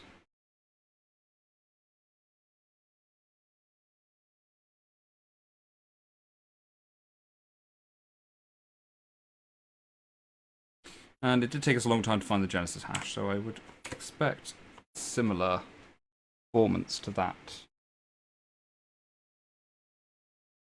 But who knows? We may have to find out until session 4 when we change the hashing algorithm to see how it works. But in the meantime, let's just give it some time and find out, because it hasn't been 10 minutes yet. We may find a block at some point. As you can see, it's just currently producing these empty parentheses.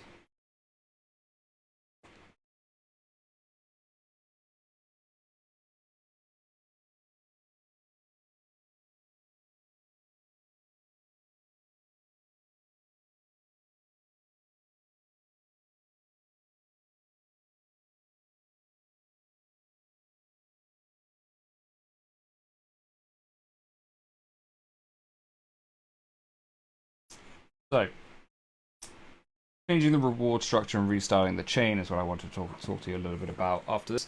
So we have already discussed about restarting the chain. That was when you just deleted the files. Now you need to do that for every node you own, and you'll do it a couple of times when you're theorizing and stuff like that. And one of the times you might want to do that is if you want to change the reward structure. Let's say you want to give yourself a bunch more rewards at the beginning than you do at the end or whatever, and that's fine. You can do that when you're practicing around with numbers and stuff. You might want to change things. So how do we do that? So first of all, we need to change our proof of work subsidy. Believe it or not, it's actually not in proof of work, which I found always quite interesting. And it used to be in something called main. It's not anymore, so we're gonna have to look for it. So one way to look for it is times coin. I think it's in validation.cpp. Yeah, that's where it is. So let's have a look.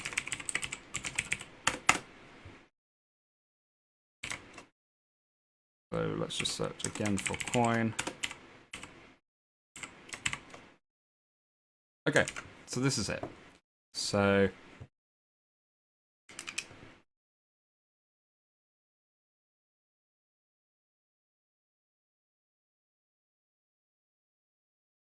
this is where our block subsidy is. It basically calculates the height and does that with the halving interval, which is every so often. We can change this in our consensus parameters, and consensus parameters are based in the same place as the chain parameters. Or we can just set our own thing. So we could change the block reward to be like this.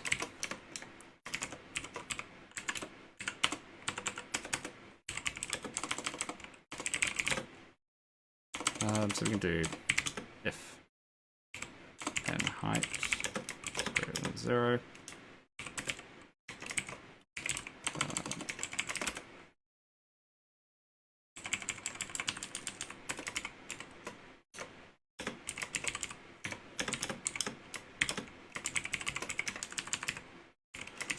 And you can just set it arbitrarily.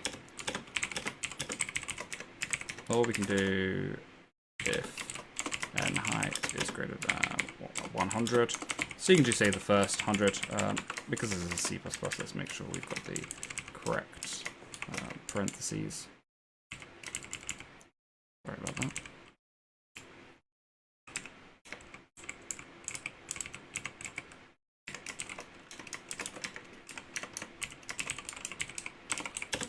And you don't have to half it if you don't want it. You can do whatever you want. That's the beautiful thing about it. If you come up with a really cool idea of how you do block rewards, you could do, I don't know, a random reward on every block, which is even more interesting. So the sky's the limit of what you want to do. You can have any sort of coin you want if you've got an idea for one. This is where you would change the subsidy. So let's put it back to how it was before. I wanted to show you how that worked with regards to mining, but the mining might take some time. So this might be a thing where I have to show you tomorrow how the mining went.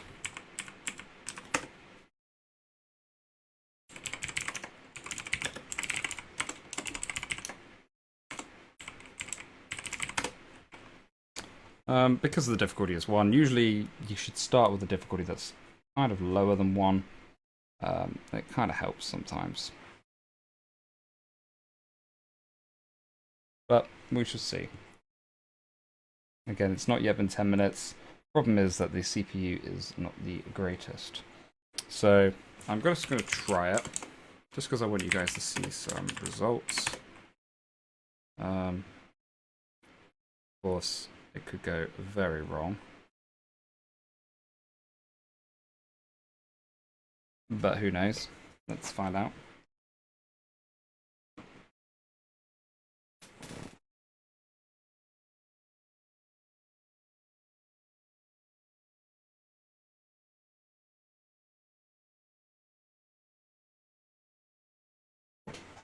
So I think if we do pow.h, get next work, check proof of work. This is an okay place to do it.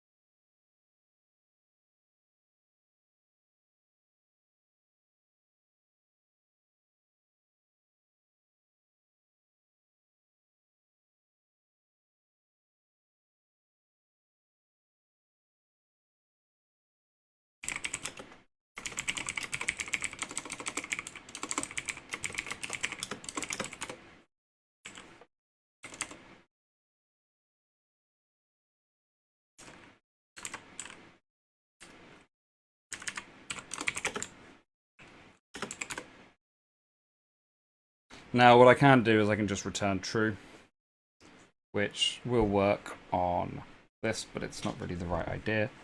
But it's a way of getting the blocks working fine.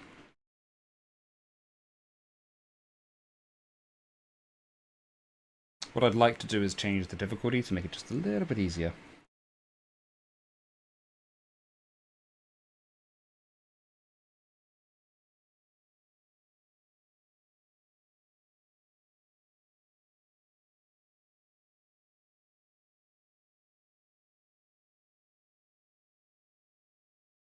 Let me just have a little check.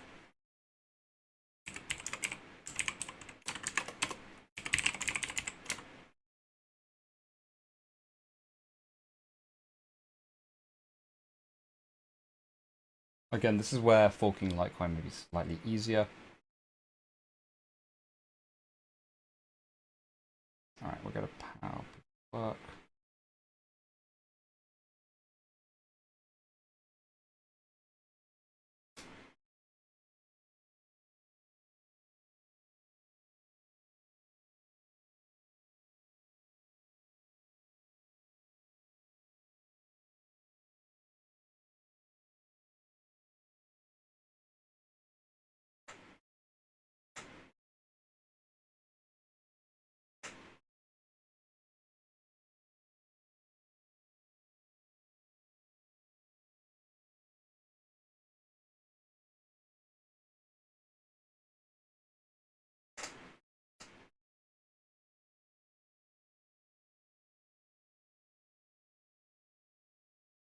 Alright, so Litecoin's just gotten some adjustments there for proof of work. Just let's have a look at the chain parameters. This is probably the best place to check.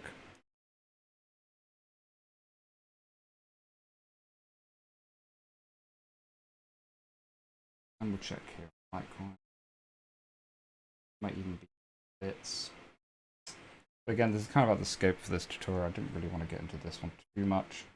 Just the issue can sometimes be when mining.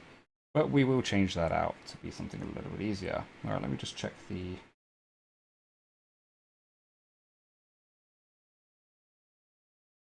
bits.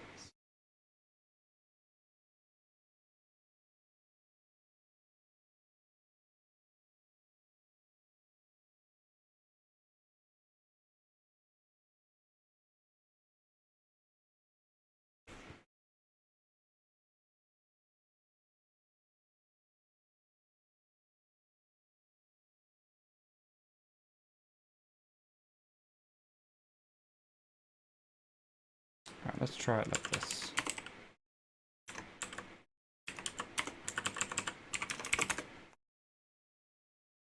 That may be slightly easier.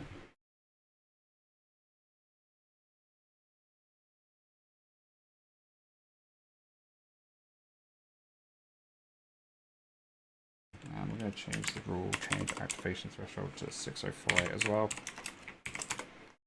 And minor confirmation window was going to change to 8. So 6.4.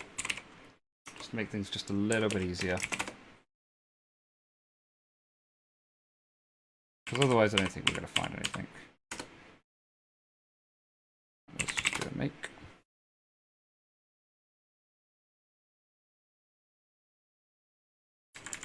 And we can increase the halving interval or decrease it, but we're just going to leave it for the moment. Okay. Now then, let's stop the mining, because I don't think we're going to find it. And let's put this down here as well.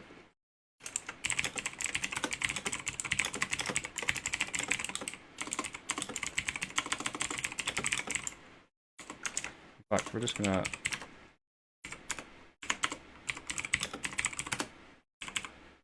yeah, so because we changed the bits, it changed our Genesis block, which was bound to happen, which is a bit of a shame, so we may have to retrain it anyway, and have a look.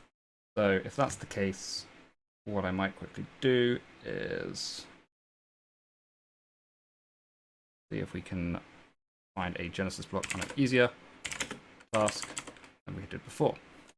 But we've changed the bits. I mean, I might just change them back, because if we're gonna be changing the algorithm anyway tomorrow, and you'll see that it makes things a little bit easier. But give it a go.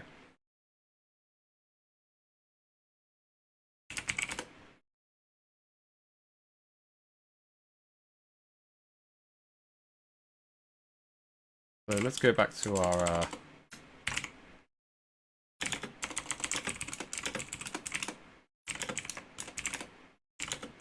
Genesis block here.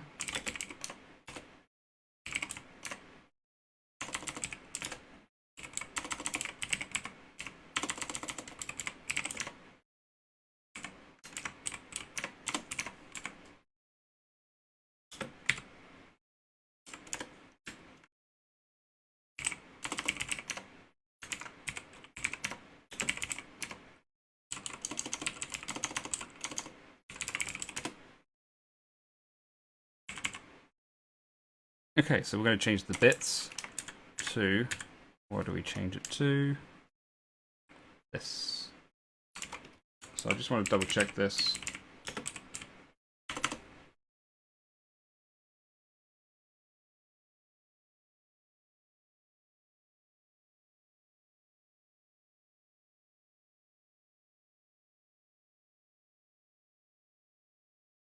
Oh, yep, that should work. Alright, so let's see if it finds one quicker. It looks like it's going to take the same amount of time.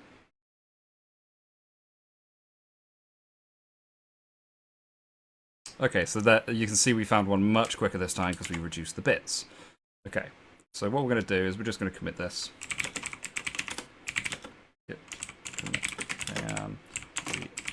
Actually, let's add our Genesis block. Sorry about that. So this is our Genesis block now, and you can see that that was much quicker. I'll make sure to commit this code as well. The Merkle hash is 0BDA. Yep, perfect. Okay.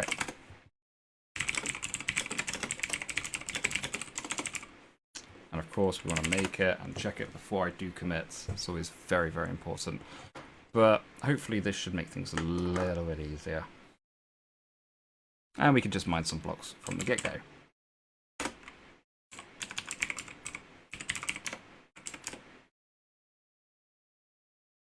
Okay, so I don't know why that is complaining.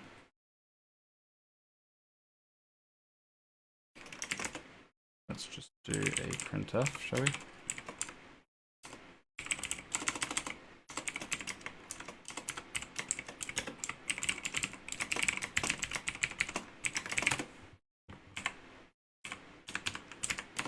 And it could easily be because the hash does not fit under...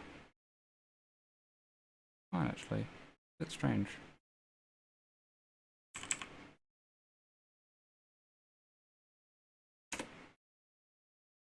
Oh, let's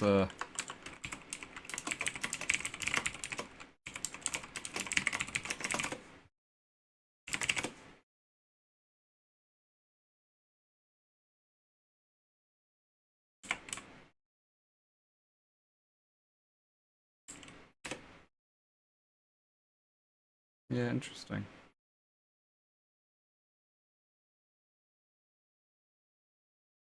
It looks like... I'm unsure. Could be something to do with the bits. Oh, it's because I've got the wrong nonce. Sorry, that's completely my mistake. So the nonce is, we had it as 30778. It's always good to double check these. So you see it was a lot easier to find it this time. Again, let's try again. Yeah. Sorry, my bad, everybody. And we're going to get the same issue we had before, where it's going to complain. So this is basically, as I said, we're going to do reset the chain. It's just in a bit of a janky way, so sorry about that. There we go.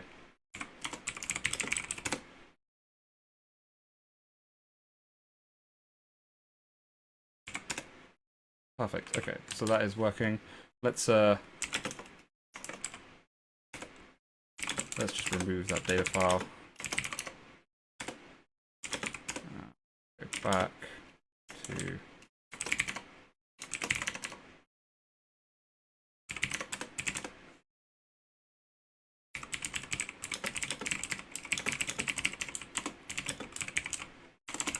okay, so we're remaking the Genesis block with a new difficulty. Let's just have a look and see if this works.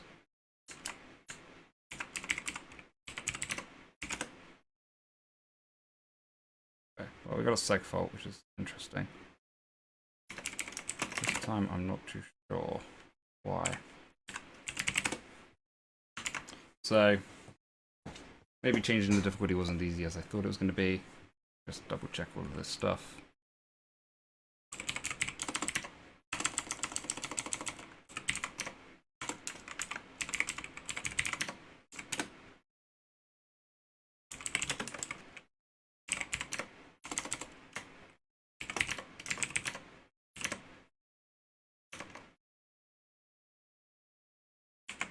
Maybe it's because this is...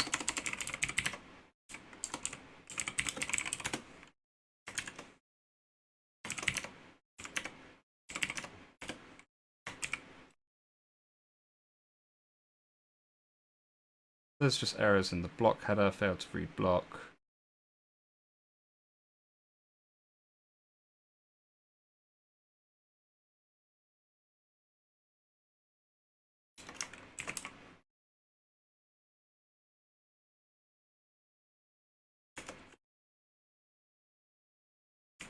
So I wonder what that could be. It could be a number of things.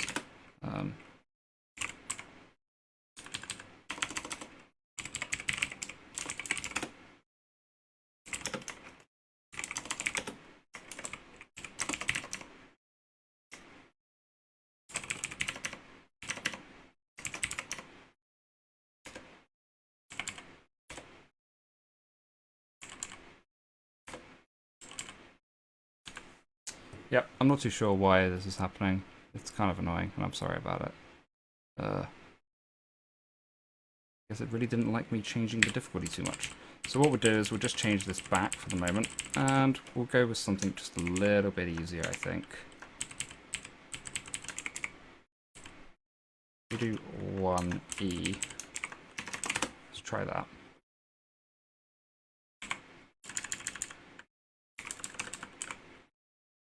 We'll see how long this one takes here to get this Genesis block. Alright, so that was a little bit easier. Let's try this one. I'm hoping that this is also fine. It may be that we need to change the difficulty throughout. In that case, I'll again have to sort of update us on that one. So we changed the difficulty to this, and this isn't such a big change as before. And this is the nonce. So you can see what a difference the difficulty makes.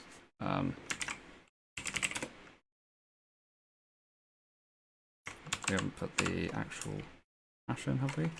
A1A. Yeah, we did. Perfect. That's CPD. Yep. So let's see if this one works.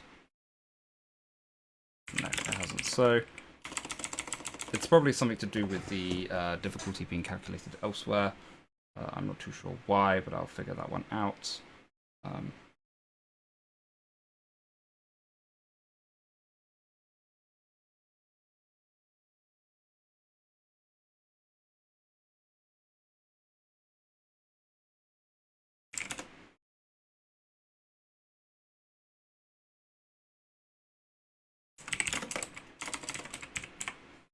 Let's just make sure that this script, everything is right. What we could do here is we can do value of this as well, just to make sure that this is also correct, because it could be that the value's changed or something like that. But no, it seems like everything's right. For some reason, it just seems like this is wrong, and most likely what that means is, well, we can have a look.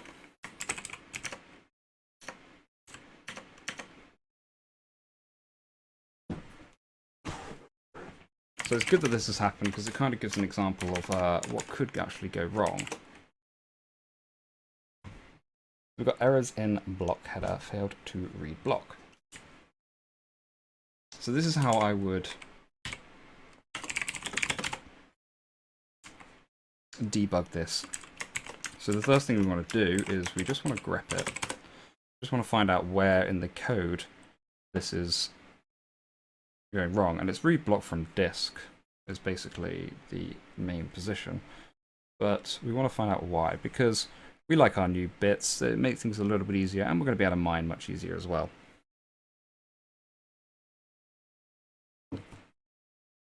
Okay, so we didn't get any indication there,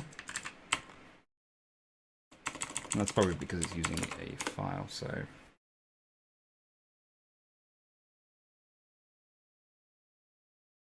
it could be invalidation.cpp, but we want to find out where the function is, read block from disk.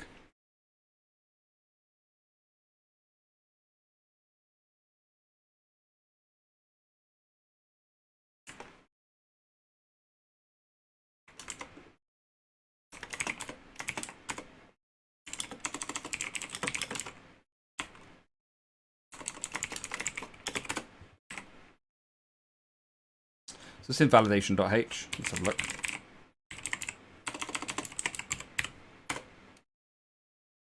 And CPP. So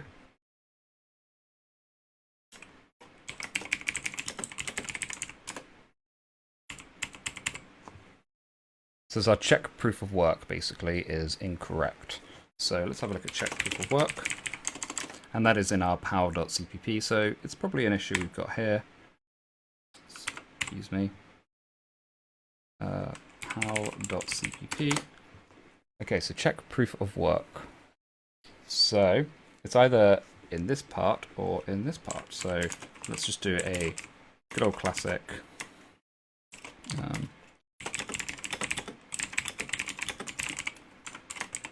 Let's see if this works.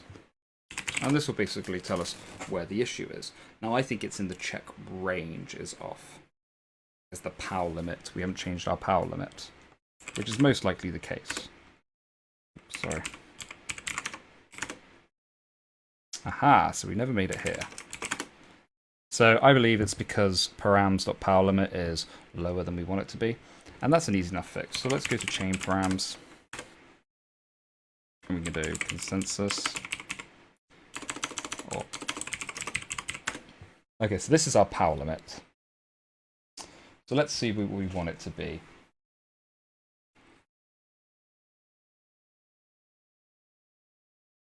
So we just need to get rid of a couple of these things.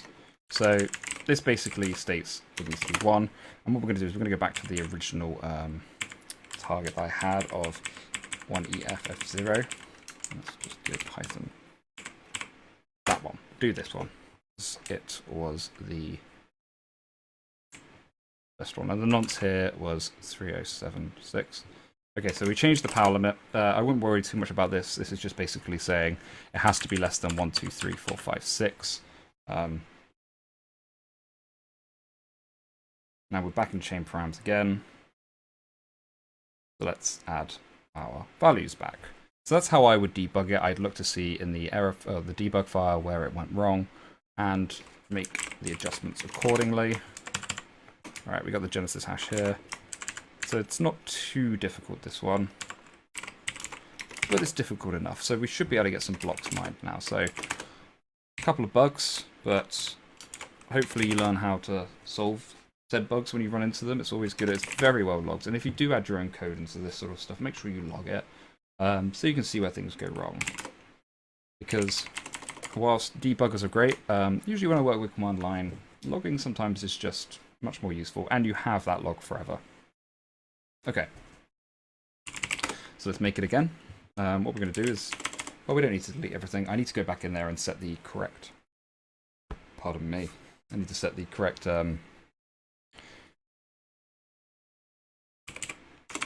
configuration, and I'll show you how to change everything without deleting that entire folder. Okay, so we got the Genesis blocks again because I didn't correctly update it. For some reason. I know what I did. I forgot to put the 0x. Let's try again. I'm getting excited. It's quite exciting to have a really low difficulty algorithm, because I just want to kind of show the different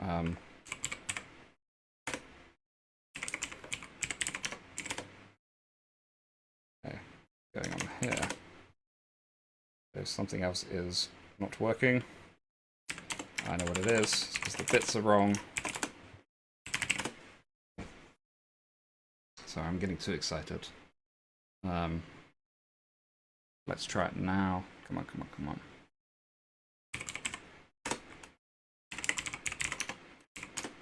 Yeah, perfect. Right, so let's commit this.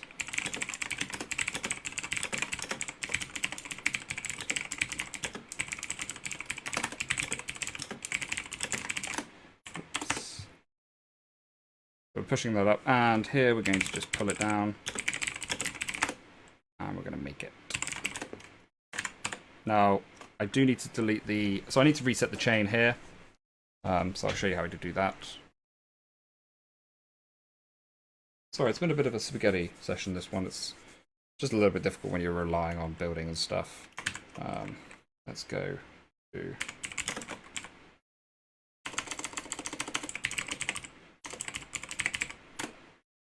undo add node equals 127.0.0.1 92.92.92 daemon equals 1, or daemon, not map daemon, server equals 1, daemon equals 1, server equals 1. Good, okay.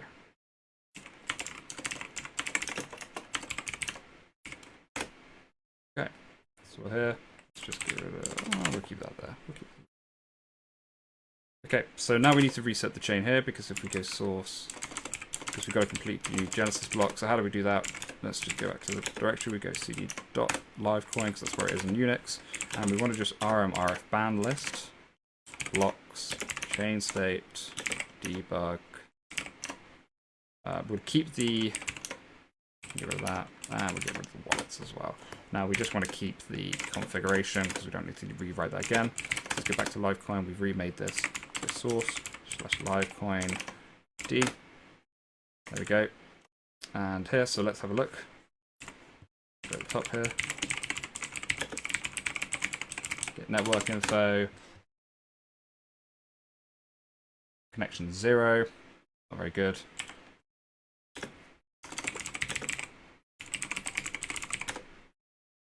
Connection 0. Okay, let's do this again. Sometimes it just happens, I guess.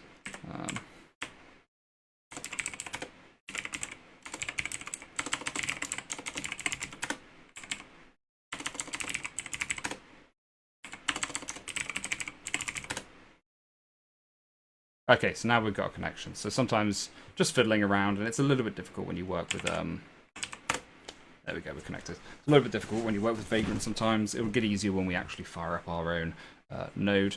But for the meantime, let's start mining again, shall we? So shmine.sh. And you see now we're already getting some blocks in.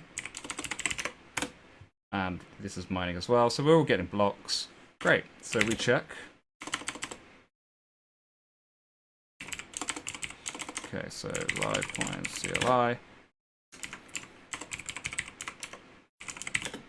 get wallet info, and you'll see we're mining blocks very, very quickly because of our difficulty, which doesn't adjust for like 3 point something days. You'll see it's slowly going to adjust, but normally like a lot of newer coins will adjust instantly to make up for this, but it's meant to be every 2.5 minutes. It's slightly off on that one. Hopefully it will adjust, but we'll see. But you'll see these are both mining now coins like crazy. It is getting slightly harder. When we go into like a new algorithm, we'll try and increase the time it takes. But if you have a look here, you'll see we've got a total of quite a few coins in there. Get blockchain info. You'll see we have mined a total of 177 blocks, so it's working very quickly. What's going to happen is it will mine the blocks, and this is very similar to how a pre-mine would work, but it's going to mine quite a lot of blocks until we get to the target time span of how many blocks it needs to be. And once we do reach those blocks, it will then adjust its difficulty, and it's going to be a lot harder to mine the blocks after this. So we'll leave that for a little bit of time. And what we do is afterwards we can just tear down the network. But this is just a good way to test it. You'll see the blocks of spacing hopefully getting further and further apart, even though a bunch of them just come in. And this is one of the issues with having a much simpler difficulty. You're just going to get loads of blocks, and it's not going to be the same with the network. So you can see where the 10 minutes really encourages the network to move a lot slower. But the difficulty should update. Let's just have a look and see what the difficulty currently is.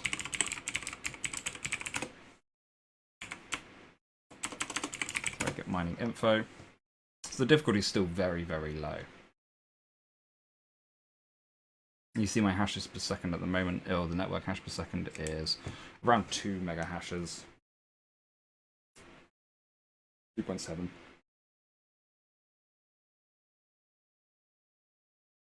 And the difficulty will adjust at some point.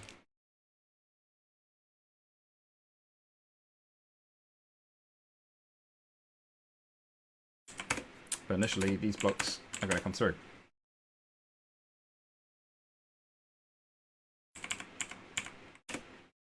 But when you just start out, it's really nice. You get a load of blocks because the difficulty is not yet adjusted. Some newer coins tend to adjust the difficulty every 1 block.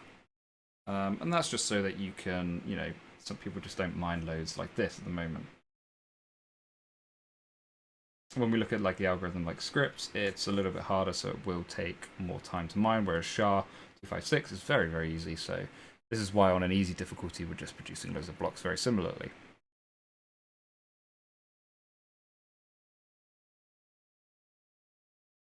Hopefully after some time this will catch up and start to slow down a bit.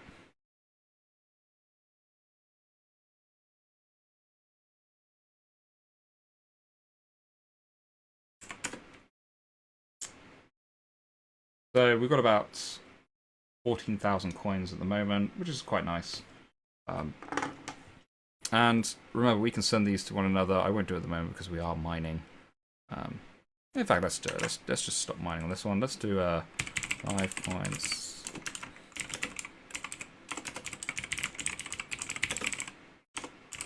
So we're just getting a new address. Okay. And let's get info as well. Wallet info. So we got a load of immature blocks. And as this mine throughs, they'll become mature. So this is just about the amount of time it takes for a block to become considered valid, which is usually 100 blocks. So basically, you know, in case anybody starts messing around with the blockchain or does a 51% attack, they could create blocks themselves, spend those blocks, and go back. This just prevents that from happening. Okay, so we got 14,950, I think is the total. I want it to go down to be fully confirmed balance so we can sort of see. So what's happening is because we're actually mining this very quickly, when we do hit that threshold of when we need to start checking what blocks we're going to be at, it's actually going to hit very, very slow. It's going to slow down massively. And that's as the network tries to figure itself out and the law of averages and stuff. But yeah, we've created a lot of blocks very quickly because the difficulty was set so low. So I wouldn't set this in a live network, but this is just a way of testing this to sort of show you guys how it works.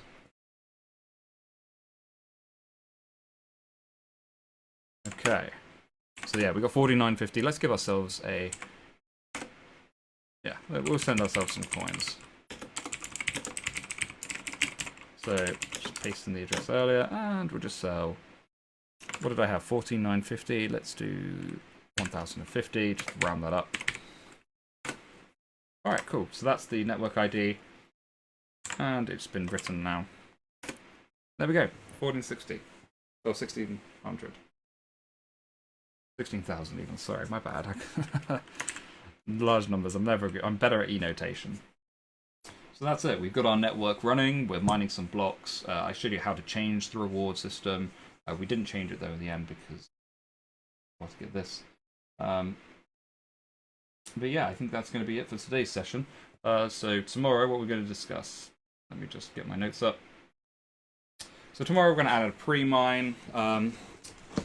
Very different from that, and we're going to also change the hashing algorithm. So it's going to be a very short session tomorrow. I wanted it to be a little bit longer, but we kind of touched a little bit on things that we're doing in today, such as changing pre-mine and also changing the difficulty and stuff. But we'll change the hashing algorithm and put in a new one in there. I think we'll use something like NeoScript, which kind of showcases how we're going to add code into the project and things like that. So it's going to be quite good. So it's a little bit more meaty on the coding tomorrow. We'll change the hashing algorithm, add in the pre-mine, although pre-mine is pretty easy. It's just the same as changing the reward structure, but we'll do that. And of course, we'll reset the chain as well. So thanks so much for watching, guys. For all your fathers out there, have a happy Father's Day. And I shall see you tomorrow. Of how to create a cryptocurrency proof of work. If you're new to the series, what we're doing is we're creating our own cryptocurrency. It's called Livecoin, named after LiveEDU. And in our first session, we basically got our project set up, renamed everything, and yeah, made sure everything was building and working correctly. But currently at the moment, it's just a wrapper or just a renamed version of Bitcoin. It's not really its own network. It still is very much the Bitcoin network. So what are we going to do today? Today, we're going to start rectifying that. So we're going to look at the chain parameters and the Genesis block. So I'll explain what both those are. We're going to start with the chain parameters because that's probably one of the easiest things to understand. And basically, it's what makes our network compared to things such as like Bitcoin, which has its own sort of chain parameters, and there are a few things unique to Bitcoin which makes it itself. We're going to be looking at creating Livecoin as its own coin. So the chain parameters is where this lives. So first of all, if we want to get started, you want to open up your project tree. How do I do that? I've changed my settings. So go into your source directory and then go to chain params. Let me just look for that chain params. So you see you've got a bunch of chain parameters here. These three folders. Well, these two are the main mostly the important ones: chainparams.h and chainparams.cpp. So we're going to go into the .cpp. There's no need for us to go to the header file. And there's a bunch of stuff in here you can probably see, and a lot of it looks like garbage or gobbledygook even, but it's all very important. So what you can see here is, first of all, if you're familiar with Bitcoin, this is the famous line here: the times 3rd of January 2009, chance on the brink of second bailout for banks. That's the timestamp incorporated into the Genesis block. We'll get onto the Genesis block in a bit, and we'll add our own timestamp in there, and we'll probably find something out. There has been a bit of news, actually, about the manipulation, so I think that's probably going to be what our Genesis block header is going to contain. But for the meantime, what we want is the C main params class. So this is where we're going to make our adjustments. You can see we've got a lot of things such as BIP, different BIP heights, various BIP heights. We don't really need these at the moment. We can probably just set them all to be 0. So as the first thing, let's just do that. Technically, we're going to have all these BIPs on first entry. Now, there is something which is a bit confusing, is this one. We do not have a hash for the first BIP 34, but we will find one. Okay, so there's some other chain parameters here, but we should probably start working on our first one, and this is the PCH message start. Now, what is this? You can see these are 4 bytes. The first byte being F9, second BE, third B4, and fifth D9. Now, these 4 bytes are basically the message header, so that's identifying which coin belongs to which protocol. Now, because we haven't changed these from Bitcoin, this now still acts on the Bitcoin protocol, and other Bitcoin nodes are talking to this. So we are going to change it ourselves. Let's see if we can do. Where's that? 1, 2, yes, E5. Okay. We need to change these to our own magic number, as it's called. So we can just choose 4 random bits. Whichever 4 random bits you want is going to be for yours. I like to use a random number or random hex generator. Let me just get that up so we can see that. Yeah, I like to use a random hex generator just because of human bias, there's always going to be issues. So we only need 8. So there we go. We got some random bytes there. If we generate again, just generate it a few times. There we go. Which one do we want? I like this. So we can just use this. So what we're going to do is just paste that there. And we can start CC. 5-4, 3-6, 6-4. So that is going to be our message start. Now, if we make this and run it, it will no longer work towards Bitcoin. Especially when considering we've got all the different BIP things that we changed, but this is enough to actually make that work. So we've changed the magic header. The next thing we want to do is we want to start doing something called prefixing. So I'll just make sure that this builds. It's going to go through and double check everything for me. See if we've got anybody in chat today. Got a couple of people in the room. Good to see you in here. Enjoying the course.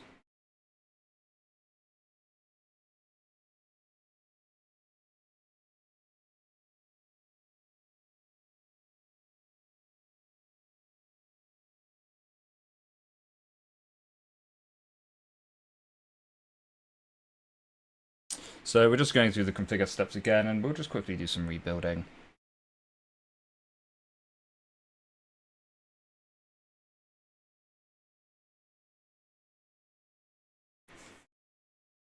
So after we've done the message header, again, we're not going to rebuild after every step because it takes quite a bit of time.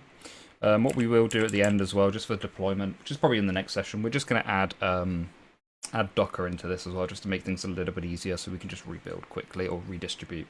Now, you don't have to use Docker, but it just makes a little bit of sense. In fact, I might not use Docker.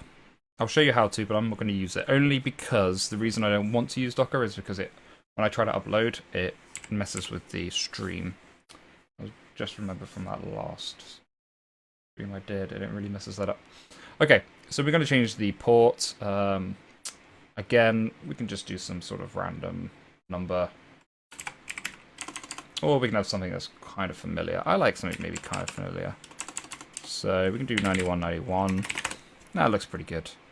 Now, let's make sure we changed that everywhere. So we're going to go into we're just going to go here and we're going to do find. No, we don't want to do rename, we want to do set. So we're just going to rename the instances of 8333 to 9191. And we're just going to do it here because there may be instances where it's elsewhere. So we're just renaming the port. Now, Bitcoin also has another port that we will want to rename. Let me just get off that. Okay. And that is the RPC port. See if I can remember where that is.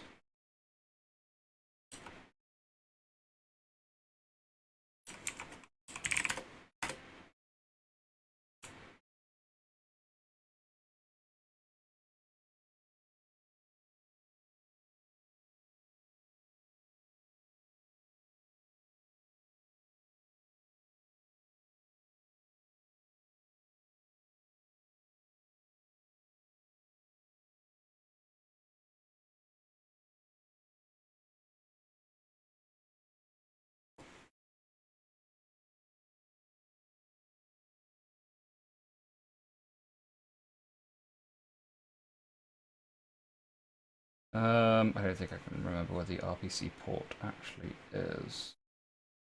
But it's not that big of an issue at the moment. This port is more important, so we'll just change that one to 9999.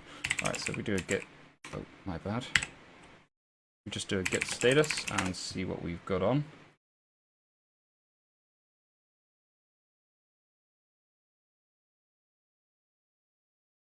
So do a git diff.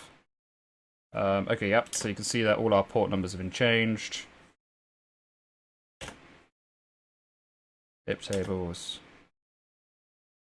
Okay, I think that is our RPC port, is now 19191, which is pretty easy to remember. Okay. Yep. So these are actually the C's. We don't care too much about them, but that's fine. So we're just going to commit this. Message header bits, or let's say change magic number, because that's what it's called, magic number bits and ports.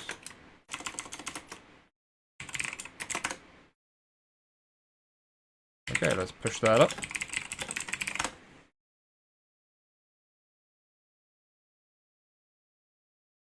So believe it or not, Bitcoin did release version 16.1 today, 0.16.1, which is kind of annoying because we were working on 0.16, but that's fine. If we'd waited a day, we would have got the latest and greatest, but I'm okay with that. It's only a minor version upgrade. Okay, so we've upgraded our ports, we've changed our message header. What next? So there's a few more things we definitely want to change in this file. Now you can see here, this stuff is called the Genesis blocks and some assertions there. We're not going to touch that just yet, but we will be touching it shortly. I just want to double check that something is here that I need for touching that.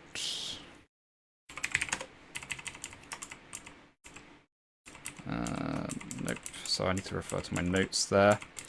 That is fine. Okay, so now what else do we want to change?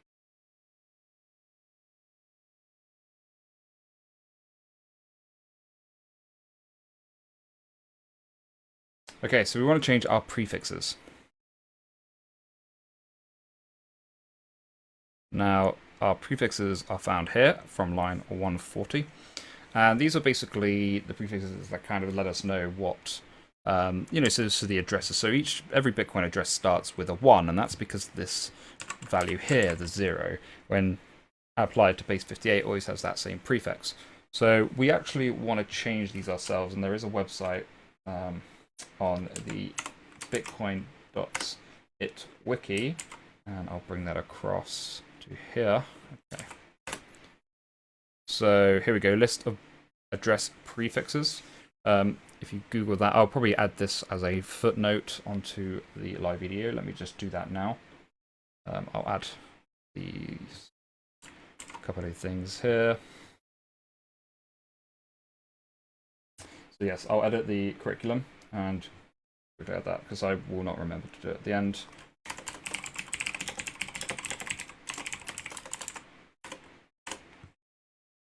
And this one. Oops. There we go. Yep, sorry about that. Okay, so that's added there. So these are the different prefixes. So you can see what they explain. This is a really good site to sort of read up on. But here we go. You've got the different decimal versions of the prefixes and what they will create. So you can see 0 creates a leading symbol of 1. Now, because we're Livecoin, we should probably have an L at the front. Now, because it's base 58, you do not have a capital L. You do not have a lowercase l or a capital I because they get confusing. So base 58, we'll have to use the 48, which is a uppercase L. That will be our prefix when we generate a new address. So we want to change this on public key. Now our secret key we should probably change as well. Let's do it as an E because we know secretly this is a live edu course. So we'll change that to 33. And that's here. And then our script address we can leave as 5. Personally, it doesn't hurt to change that as well. So we'll change it to be 80, I think, for a nice Z. Now, again, I wouldn't worry too much about this. These two values here are not used as much. So you're kind of okay. But it's worth changing them to be a bit more customized. And the final thing we want to change is the public key extensions and the secret key extensions. Again, you don't really need these to be anything different. I'm just going to change them to be 1E, sort of the live edu, and just make sure that they are the same. That's basically what you want to do at the minimum. You just want to change these. So that's it for the base 58 prefixes. Let's go ahead and build it again and commit that. We'll make sure that this works. So just a recap because it might be a little bit confusing. This is what the start of our address will look like. So every address we have now will start with a capital L. Script address I wouldn't worry too much about. It's decent to change it. And the secret key is what the private key is. So in our case, these are going to start as a capital E. And then you've got the extension private key and extension public key. You definitely just want to, at the minimum, change these. That's because these prefixes, you want to make sure they're a little bit unique.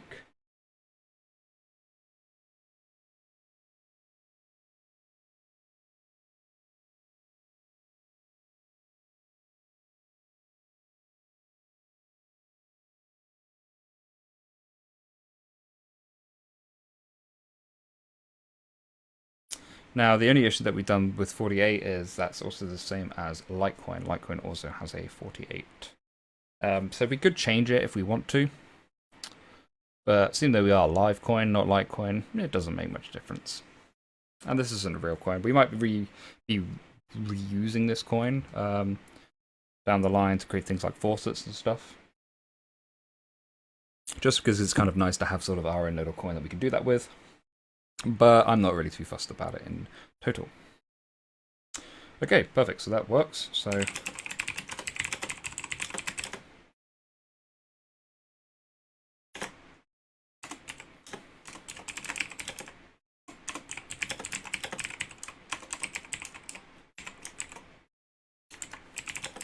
just have a little look what we got the diff from. Okay, so it's just indexing.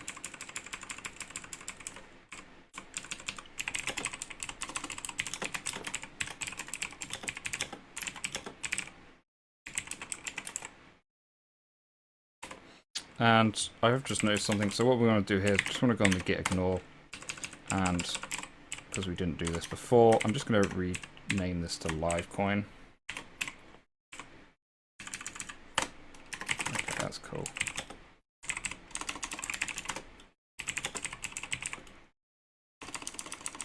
And then we're also going to just add these 3 in there as well.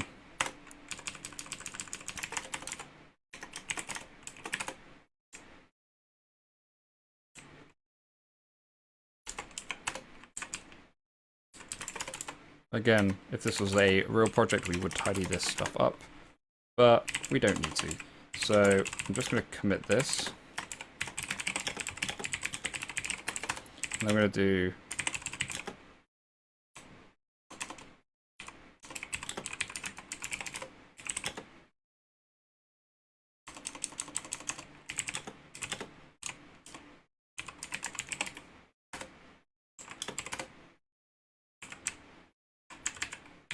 just remove everything from here, then we'll just add it all back, and this will just get rid of anything that we've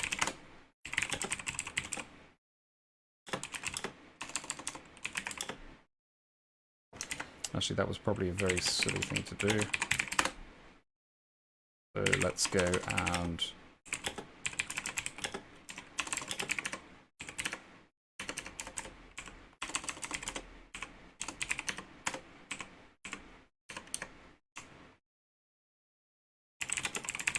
we can remove the rest of the bit. So normally we would have done this at the beginning, but everything took so long to build yesterday, it just got left by the wayside. But it's not a big deal. We can tidy it up as we go along. Okay, so the next thing we want to do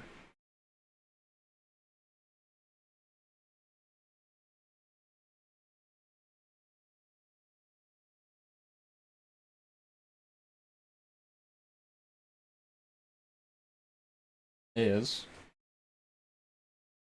we want to change some of these parameters up here. Now, there's a couple we kind of want to change. And these are the power target timestamp and the power target spacing. So what do we want to do here? Basically, these two are what kind of makes Bitcoin slow.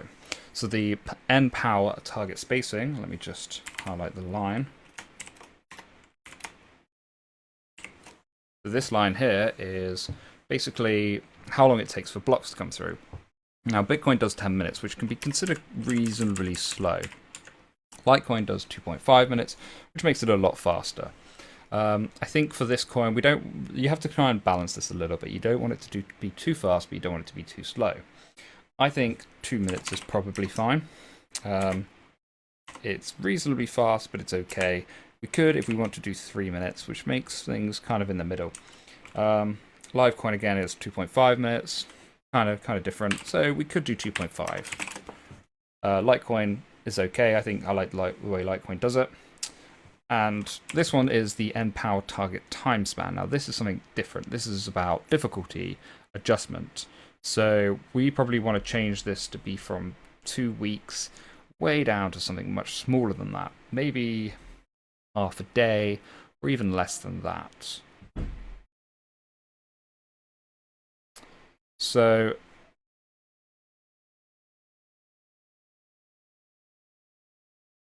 I reckon we should probably change it to... We could change it to every block, but that might be a little bit interesting.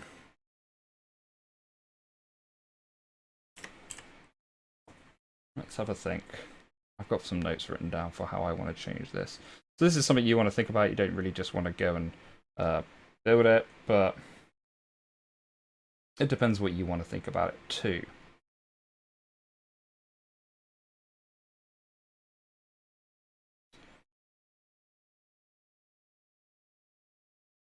Let's change it to 3.5 days. I think that's probably the right thing to do.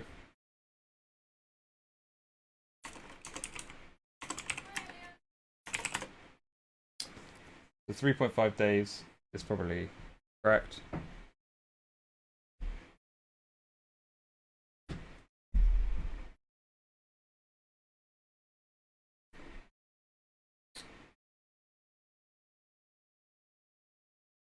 And in that case, we shall just make a quick calculation. I'll do it over here. So we need to then calculate the minor confirmation window and the rule change activation threshold, just to be sure that we are correct. But I think we are okay. The target time span is 3.5.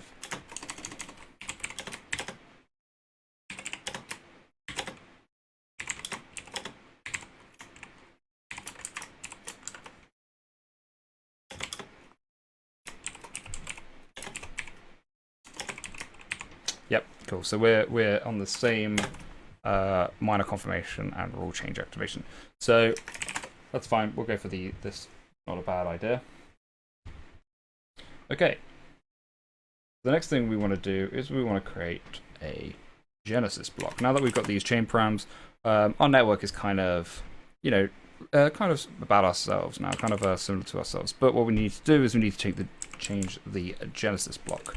So this is so we have a new starting history. So what is the Genesis block? So the Genesis block is the first block in a blockchain taken from the word Genesis, and block because the blockchain is composed of a long chain of blocks. So why do we need to generate it? Well, the Genesis block is always going to be static. It's never going to change. However, every block after that is, it's non-determined. It's indeterminate. So the Genesis block needs to be hard-coded into every blockchain in order for it to continue. So you'll see the hash of the Genesis block in Bitcoin is this below, this hash here, and you'll see the Merkle root is this as well.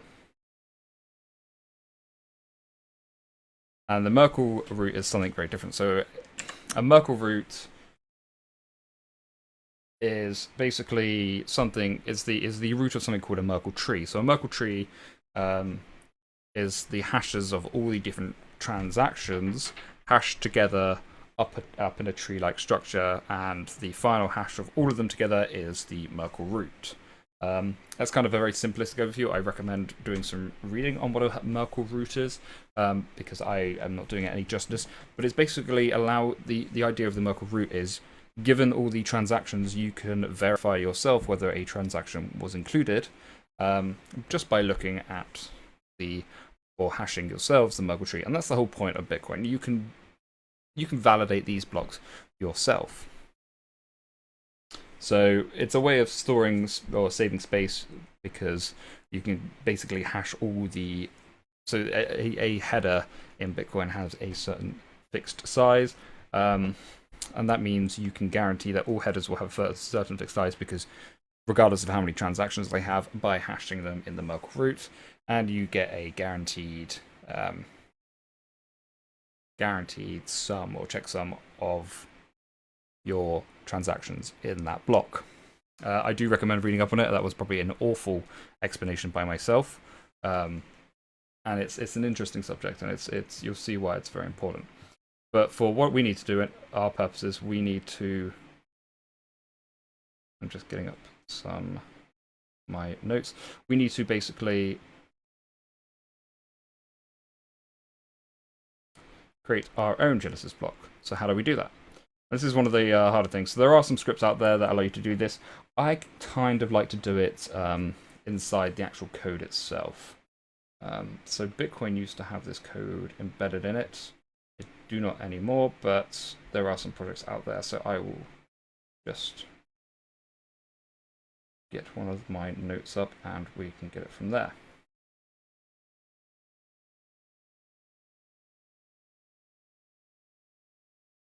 Okay. So we want to do it just before here.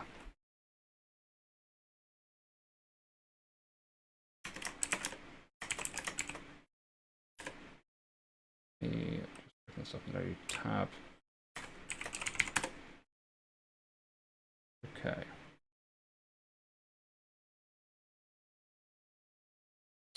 So we need to create our own new Genesis block. So we want to do it above the asserts. So we can do this basically for... Let me just assert the highlighting off.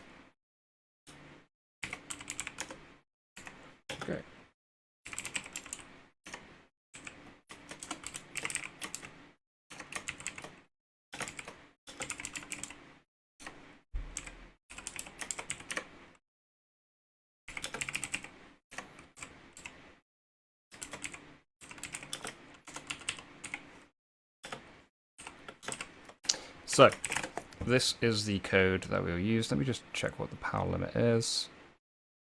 Okay, that's fine. So I'll explain a little bit what this does in a minute, but we basically want to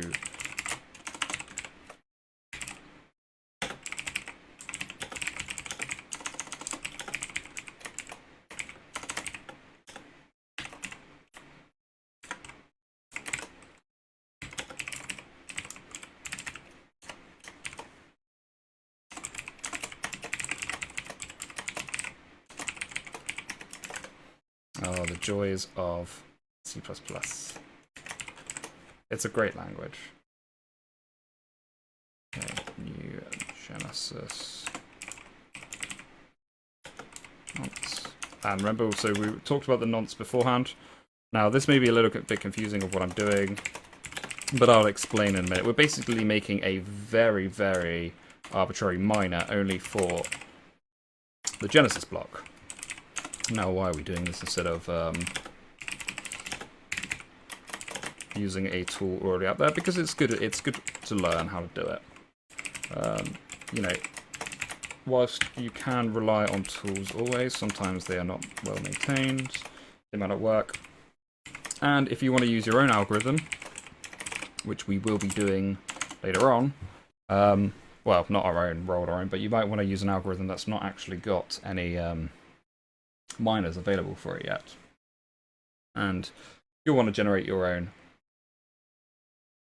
Genesis block, and this is the best way to do that. Okay, so this is how our miner will do it. Now, if we run this now, you will see that we actually will get these hashes here. So let's go ahead and do this. Now, this is one of the problems. It does take a little bit of time to actually build this, which is why some people...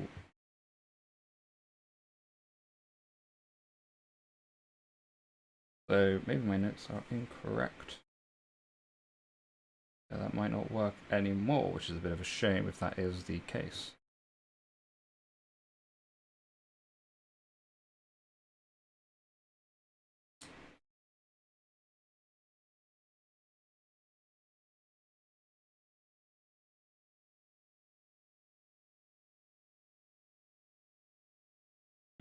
So that's kind of annoying. Let me see if we can fix this up.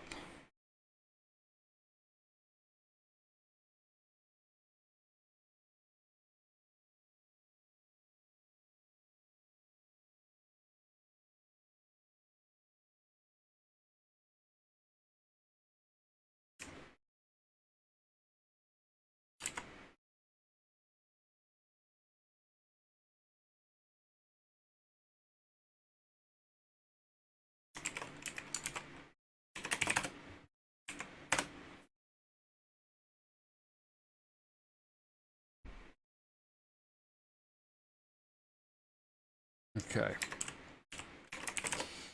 So let me just do a quick bit of Googling.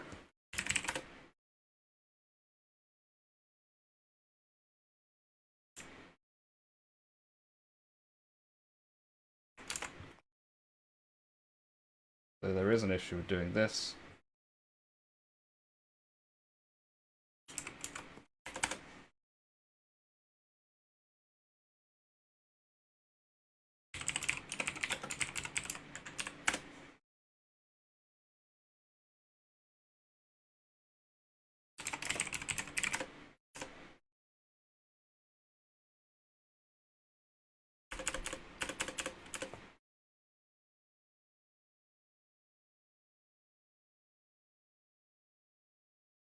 Okay, so we're probably going to need to do a little bit of a change on this one, which is fine.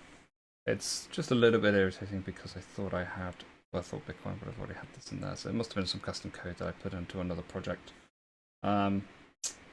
which is fine, so we can do that ourselves.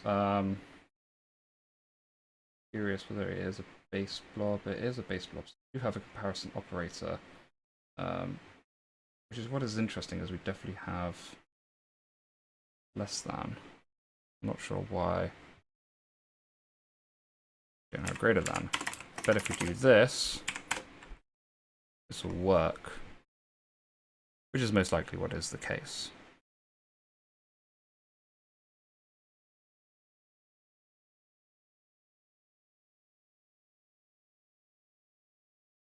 So okay, yeah, that is the issue. We have less than, not greater than, which is fine. So we can just do for.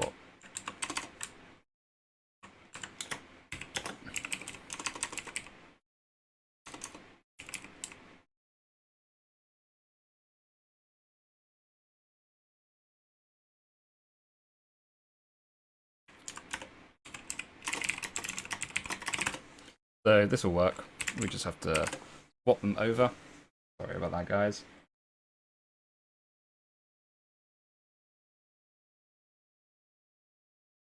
It's one of those things that happens sometimes.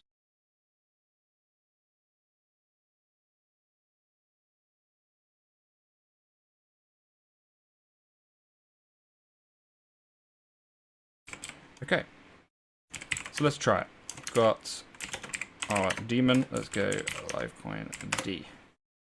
And there we go, we've already got a hash. Didn't actually do any more, we can just do here, return, or we can just do exit. Let's do that.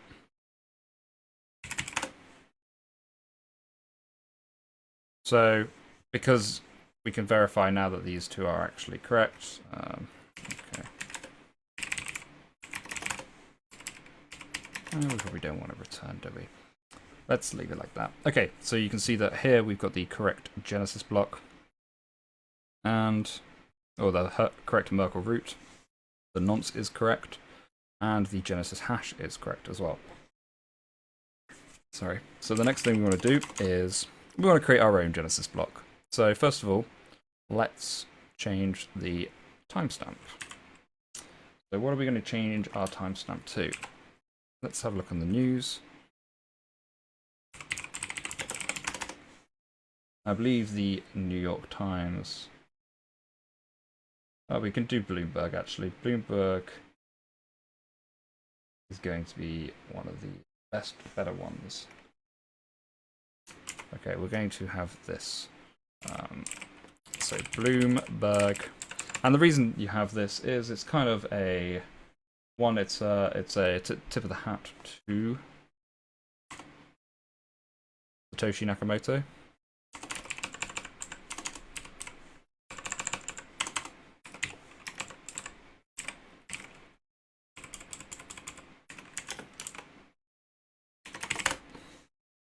Okay.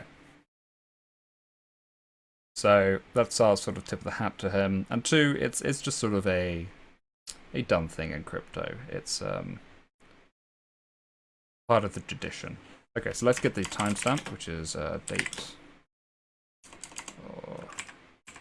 There we go, date in seconds. So we'll add our timestamp, which is, I believe the first one is the timestamp, this one. And then we'll just set the nonce to be 0. And we shall make it again, build it up again. This time we're going to build this up and we'll have another look.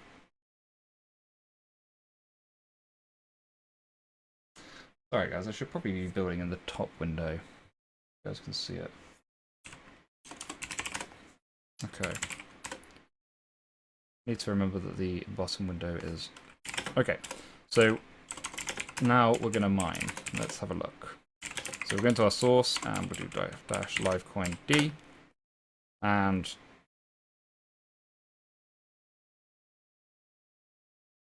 not 100% sure that that is correct. It isn't. So back to my notes again.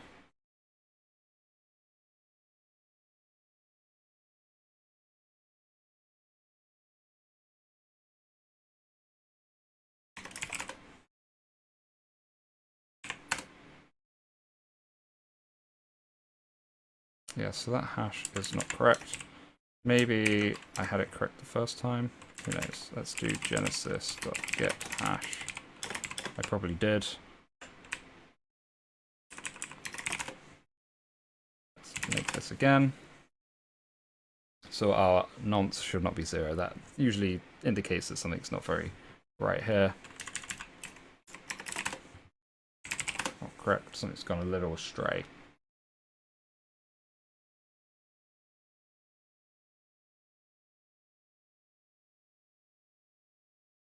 Let's try this. Okay, this looks a little bit better. So now you can see the CPU usage is going up ever so slightly, and basically we're mining to try and find a block. So this process can take some time, and the best thing to do is we just kind of want to sit and wait for it to happen. Now if I just check my notes, find out if I was incorrect.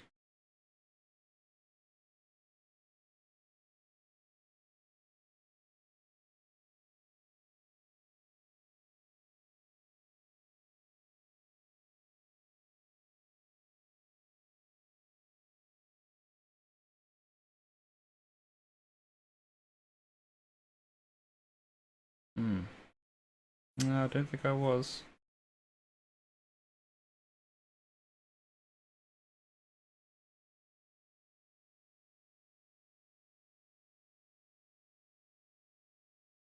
Interesting.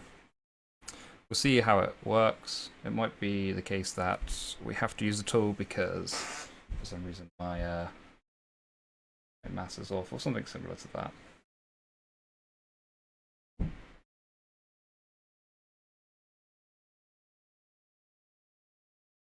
But in the meantime, we can have a look at how we can implement the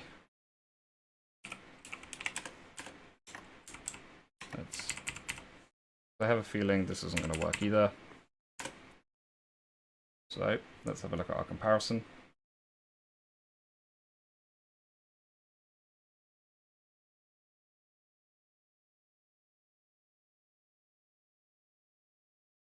Yeah. So what we can do is we can add our own comparison, because I think we should have probably found a nonce by now, but we'll leave that running just in case. I have a feeling it's not going to find because it should be greater than. So what we can do is we go to uint256h and we can just add the friend inline bool operator greater than const base lob and okay.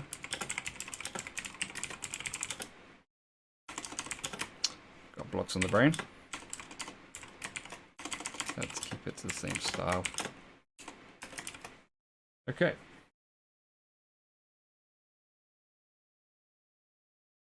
So we could just do a compare. Let's try.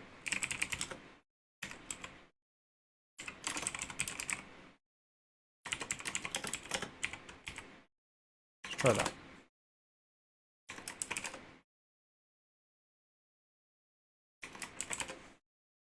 I have a feeling this isn't going to work, so we're just going to make this at the bottom one here. And oh, we don't need to make it just yet. So whilst that top one is running, I think it will run forever at this stage because it's going to be impossible. So whilst it's doing that, we shall go to our chain parameters and just change that to greater than, which I believe is what it should be.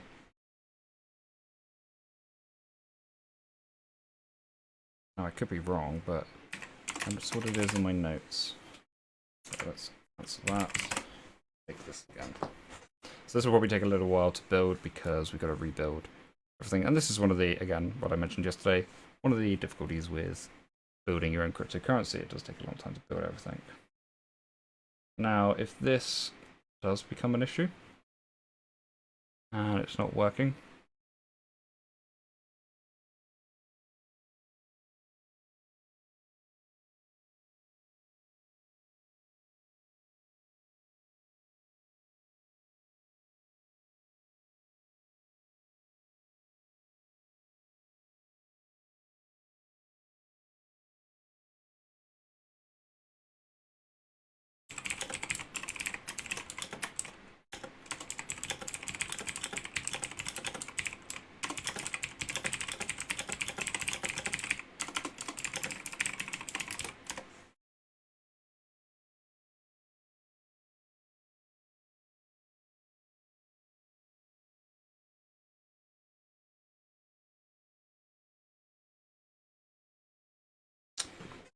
so yeah, it looks like we're not going to find it using less than.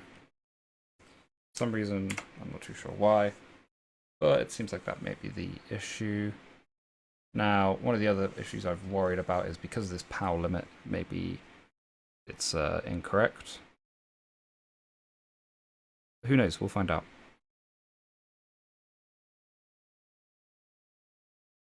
It should be fine, to be honest, but we shall find out. If it is an issue, I've got another implementation that I will use here,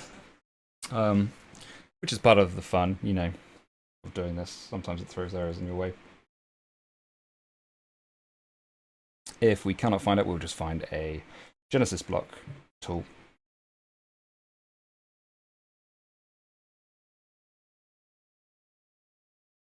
But this should be the way you would normally do it. I'll find a Genesis block tool just so we're ready.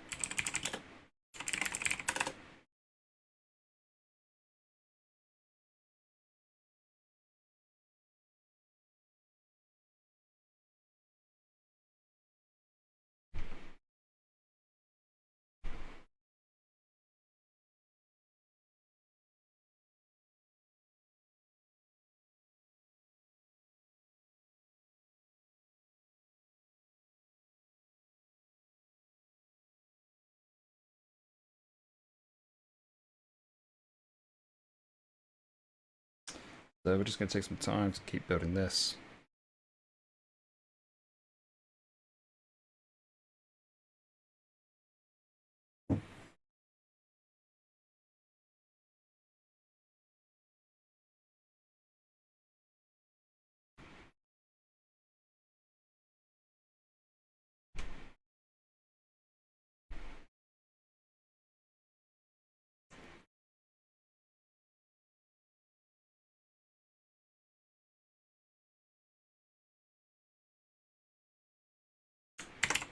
And in the meantime, whilst this tries to work, we're just going to download another one.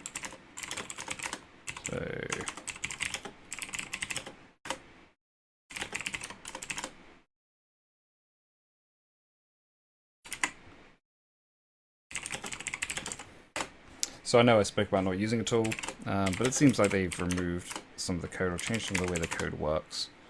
So we can't do it, which is fine. It's just not entirely what I wanted. Hopefully this new change will fix it. Let's see. Okay, so Livecoin D is ready, so let's give it a go. Okay, so again, for some reason it still thinks that this is going to be less than, so we're not going to use that. We could rewrite some of the comparison code, but I'm not sure if I want to do that. Yeah, I don't think it's going to be...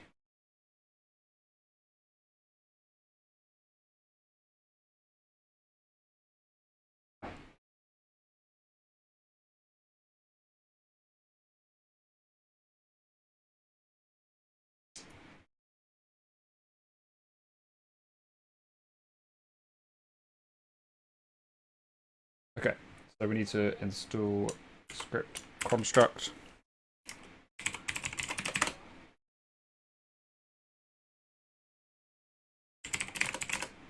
And let's give it a go. So if we try it on the standard Bitcoin one, it should work. And it does work. Perfect. So we can use this tool. I'll drop a link to it. So add it. Sorry about that. Notification came through. Not too sure where.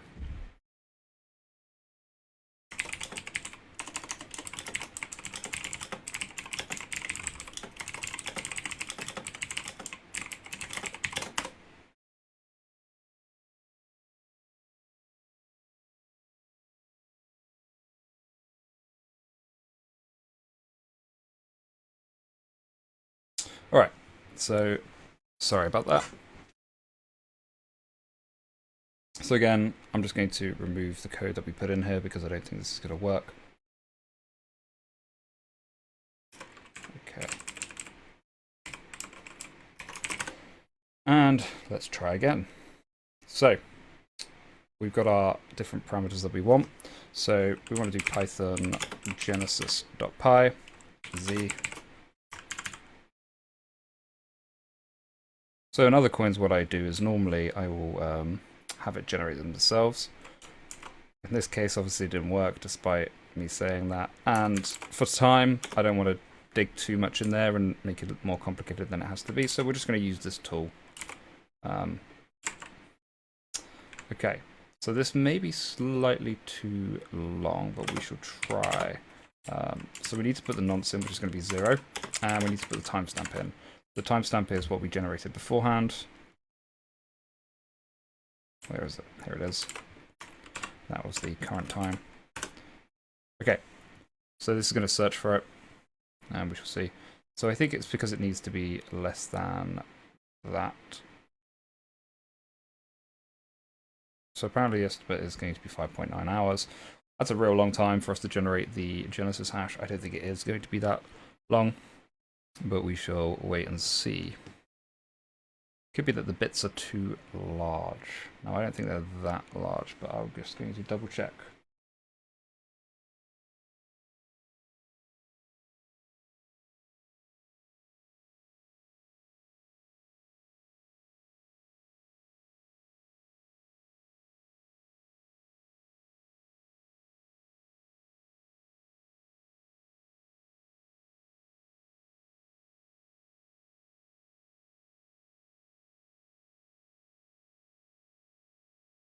So the what's it called task I had beforehand where it was doing less than might have actually been working.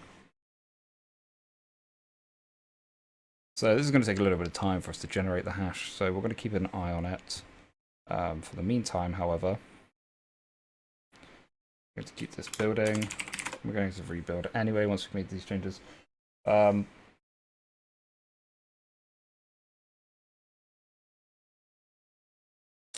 Yeah, there's going to be a bit of waiting around. And this is one of the things with crypto. A lot of it is waiting.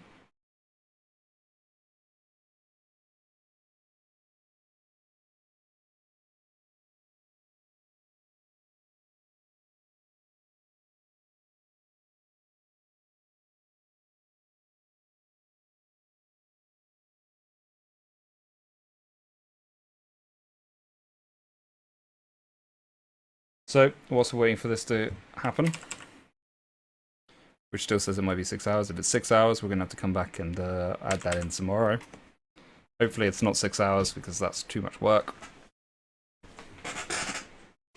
I think it should be done much quicker than that. But in the meantime, we're going to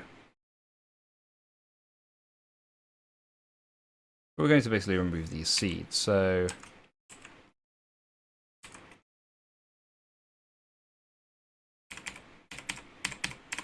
we're going to delete all of this.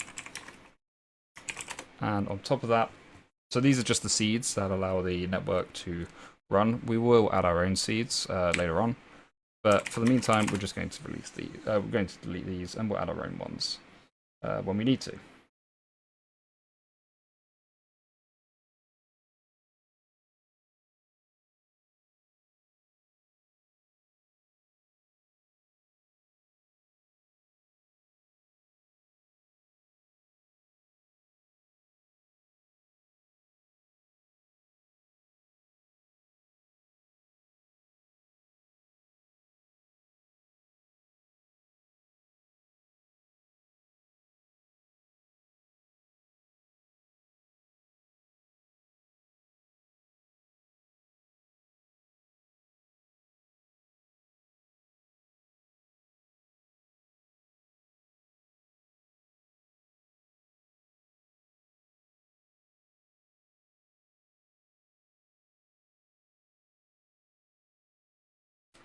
Let me just double check stuff.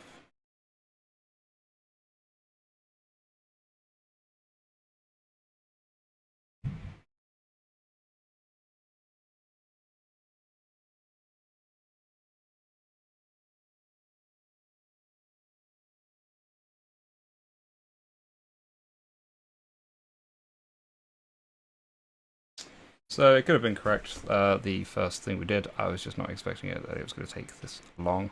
The estimate does say it's going to take 6 hours. Hopefully it doesn't take that long. That's quite a long estimate. But we shall find out.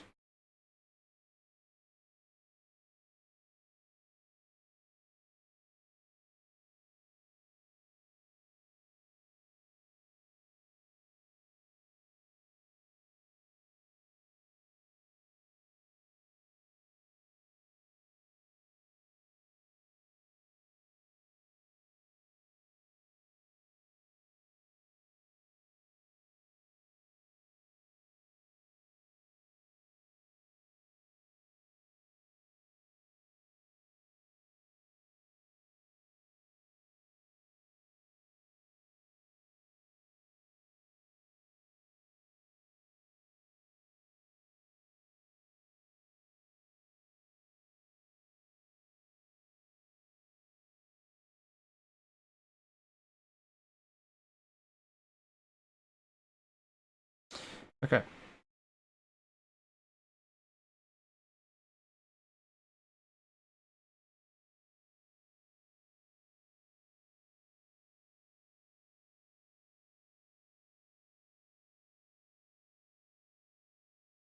So yeah, it's going to take a few hours to find this Genesis block. In the meantime, we're going to have to wait for that to occur. I probably should have done it before the stream, which is a bit annoying. I'm just trying to find if there's a quicker way to figure it out. Besides from firing up the miners behind me, we're just going to have to let that run. Okay, so in the meantime, what we can do is we can take down, I will just put a link to this Genesis block creator on the actual site. Let me do that now. So, yeah, sorry about that, guys. I wasn't, a couple of things go wrong, but what can you do?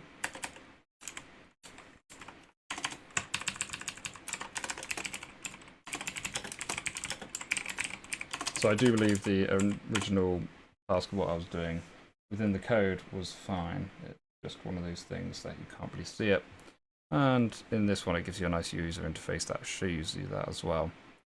But we're definitely going through a lot of hashes, and hopefully we will figure it out at some point. So in the meantime,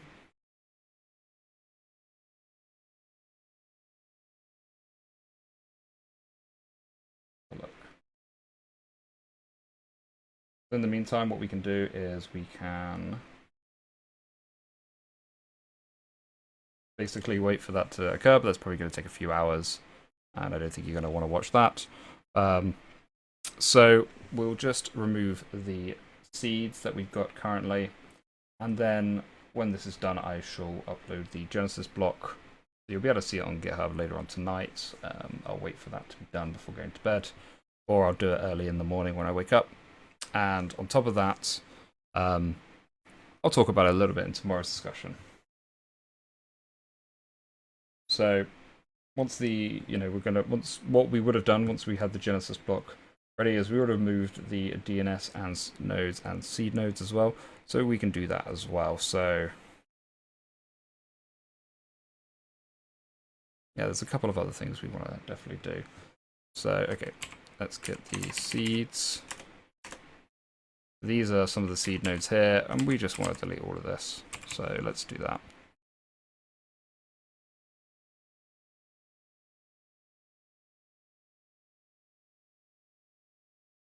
There's a load of different seeds in here that we do not want. And these are just, over time, contributors have added their seeds for nodes that they're keeping alive. Now, we don't have any seeds here.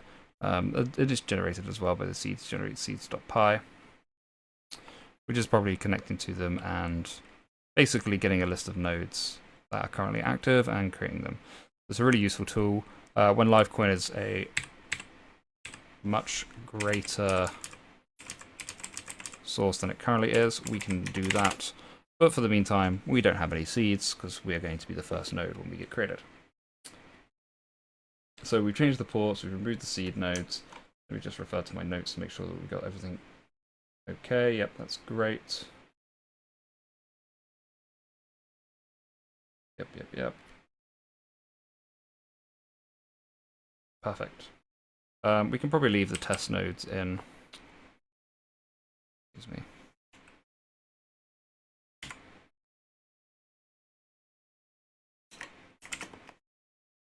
Let's move down here. Let's just undo these test nodes. And again, we'll remove the seed nodes. Okay, perfect.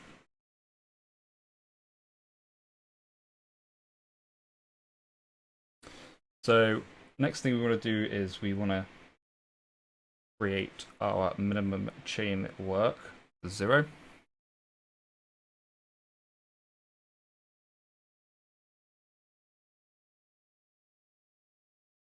Yeah, it's going to take a few hours to do this, unfortunately.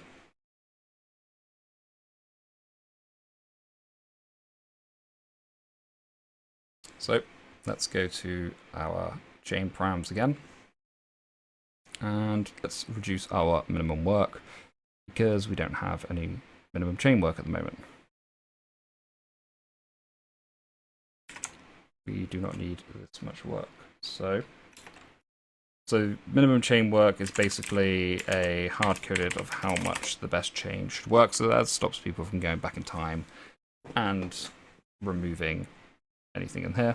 And we can assume valid. We can just do this as well. Oh, well, we'll just leave it for the moment. There is no valid ancestors. We'll put that in there when we get a little bit later. And so speaking of this, so this is what chain should have the most minimum amount of work applied to it. Next thing we are going to do is we're going to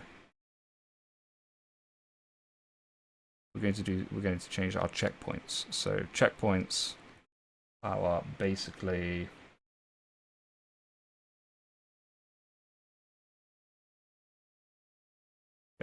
so checkpoints are sort of like a hard-coded value of what we're expecting to see at some certain point. You can see Bitcoin hasn't changed its checkpoints for a very long time. There we go. So, oh well, it's actually quite large. So these are the checkpoints. So the chain, or the main chain, sort of has these different checkpoints, which helps it sync a little bit better. Now, because we don't have any, we want to get rid of these. So let's do so. And let's again build.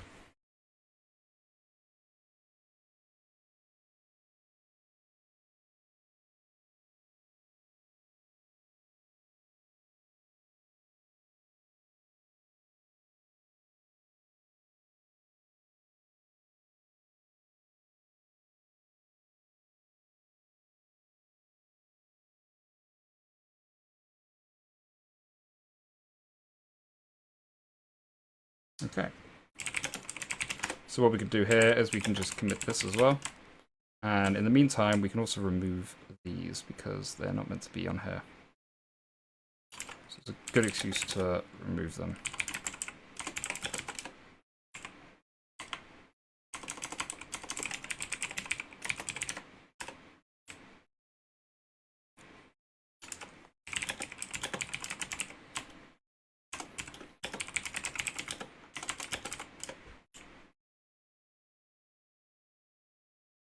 And also, while we're doing this, I may as well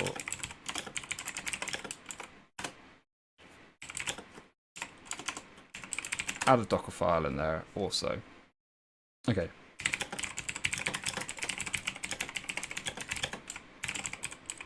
So we're removing the seeds and checkpoints. And the next thing we can do is we can just make our own Docker file.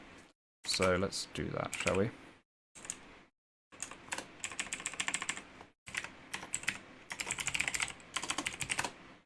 Okay, so we'll do it from Ubuntu 16, which is what I've been working on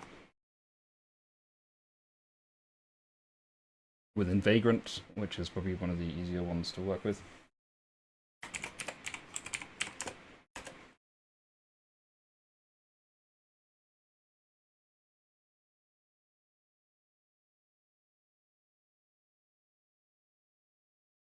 So we're going to want to copy the directory into Lifecoin. And we're going to set that as our work dir.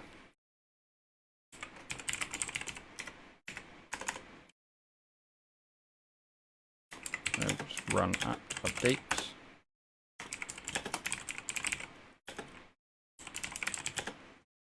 We want to install basically the dependencies. Let me just add these.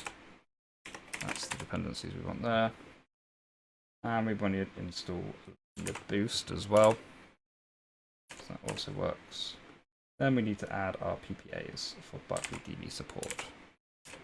So do that. And this is very similar to what we did in Vagrant, except for we're just using Docker to do that. Now, don't worry too much if you don't understand what's going on here, but we are basically just telling Docker to run these different commands. So we're adding mini UPnP support and libcmq. Now we need to build it, so these are actually the similar buildings things we had. So we want to do run autogen.sh. This is basically similar to how you would run a shell script to do with this, except for you don't need to put wait in between because Docker does wait for the last command to occur.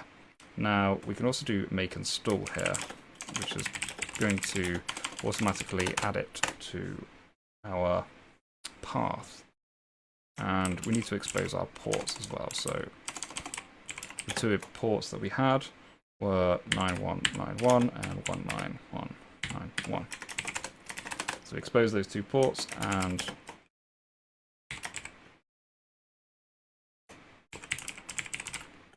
we can run Livecoin D. Now we probably want to print this actually. If we just check Livecoin D. Now the way that Docker works, this will just write. Sorry. So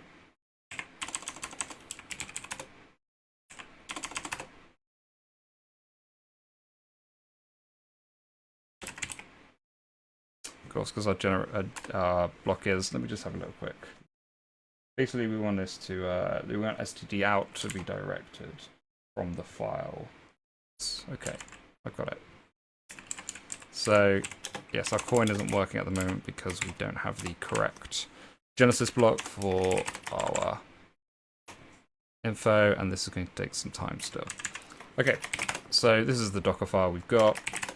We can just add that into our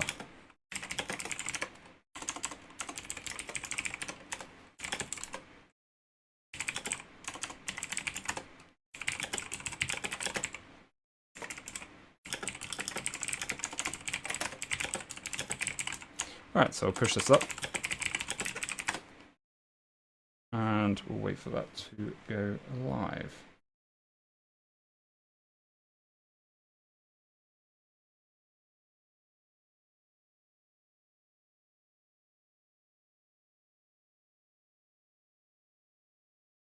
So, in the meantime, this is now going to have to run for just a few more hours, but once it's done, it will basically produce us our Merkle. I mean, we already get the Merkle hash already, so we can put this in there. But it'll give us our nonce and our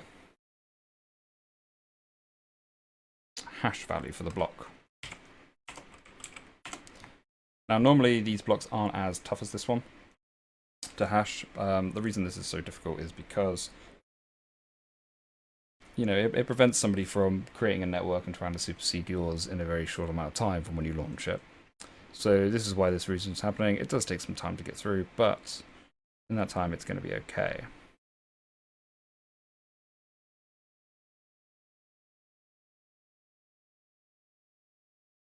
So let's go to chain params and fix that up.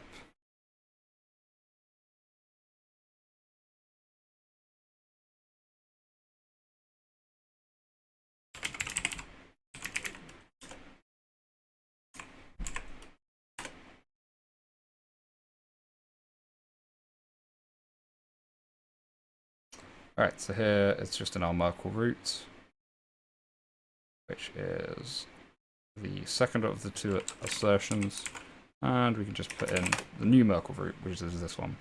So again, we got to wait for the Genesis hash. I do apologize for that. I thought it would be done much quicker, but it's just part and parcel of it. Once the Genesis hash is done, we can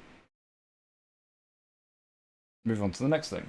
So I will keep an eye, obviously, on this Python script. Let's look here. On this one, when it gets done tonight, hopefully at a reasonable hour, I shall add it onto the code base and make sure the assertion is fine. And then I'll also change the nonce values, and I'll add a commit to that, and I'll make sure that I go through that next time on the next session, which will be on Sunday, not tomorrow, because I'm going to be busy. So plenty of time for that Genesis block to be found. But this is basically the process of mining. You can see that my CPU usage is around 40-42%, and it's in the yellow stage, so it's definitely using some CPU power to compute this. When it's done, we shall, as I said, make the changes and let you guys know. So yeah, the next session is basically we're going to get it launched live, and we're going to get it communicating with each other and eventually mining some blocks as well. We're also going to the reward structure. We kind of had a look about how we can change things in other structures of the coin. Next time we'll look at the reward structure and changing those rewards from being output, and maybe adding a pre-mine, I guess, in the session after that. But it's all about going to be about running live. We kind of touched a little bit on the Docker file, and that's going to come into play as well if you want to do it. So maybe I will upload the Docker image itself before the course. Okay, so thanks very much for watching, guys. Yeah, join in on Sunday for the next session. Hi, everybody. So welcome to a re-recording of how to create your own cryptocurrency session 2. So for some reason the upload got corrupted, so I'm basically going to redo it. So bear with me, this may seem a little bit fragmented, but I'll try and cover most of the bases.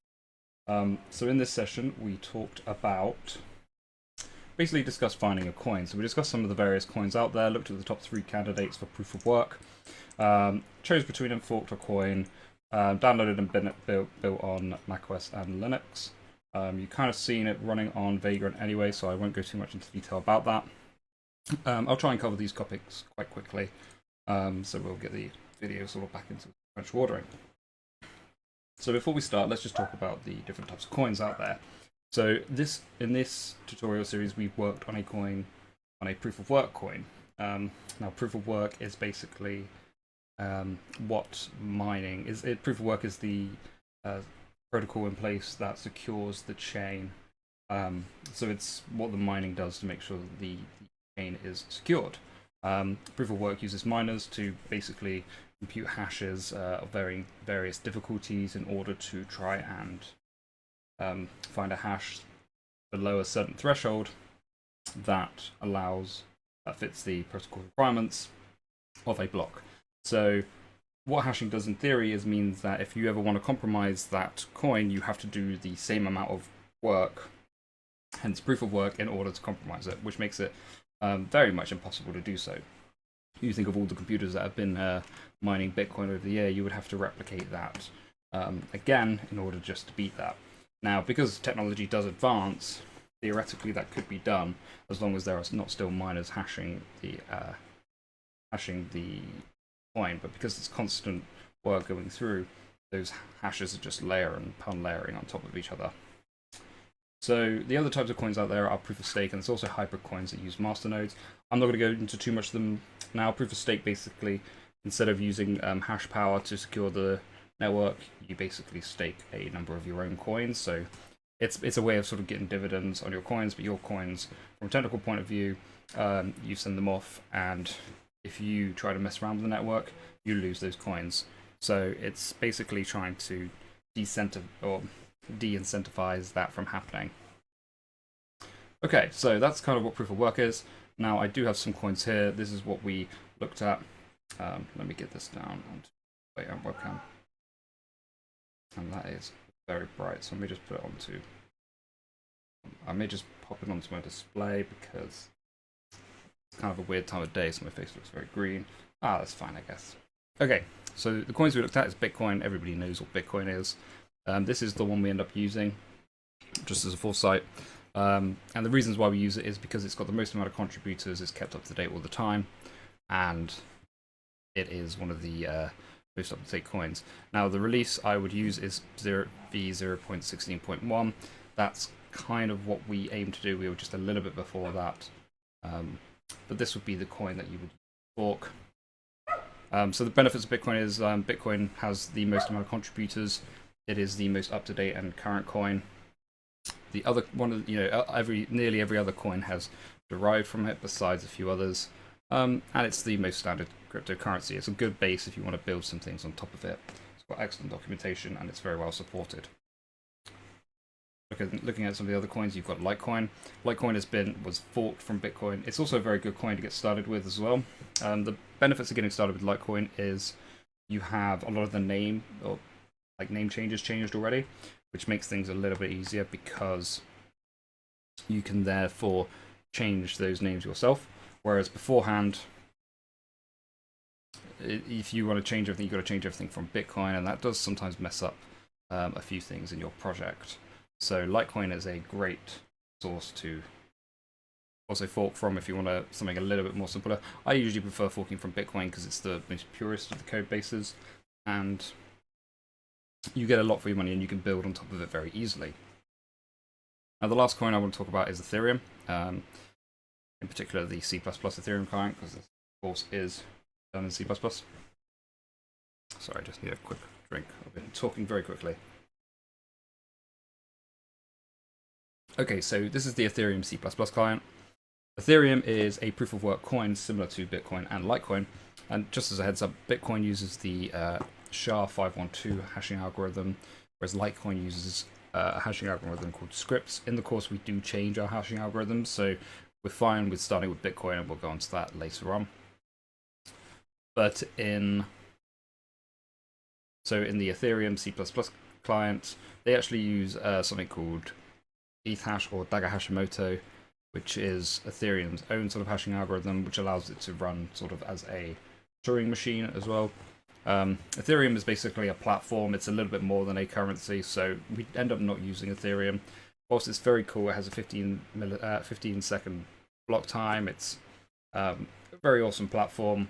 It's not going to suit our needs though, because we don't need all the additional features that Ethereum has on top of it. It's a bit too heavyweight for us. So we end up forking from Bitcoin. So how did we fork it? So we fork it in the most traditional way, which is, hold on a second, let me just close down my Windows. Logged into my wrong GitHub account. Fix that.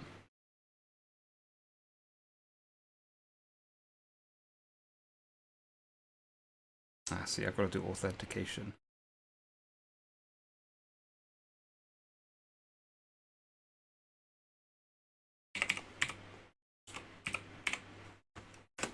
Okay. Okay, we're back.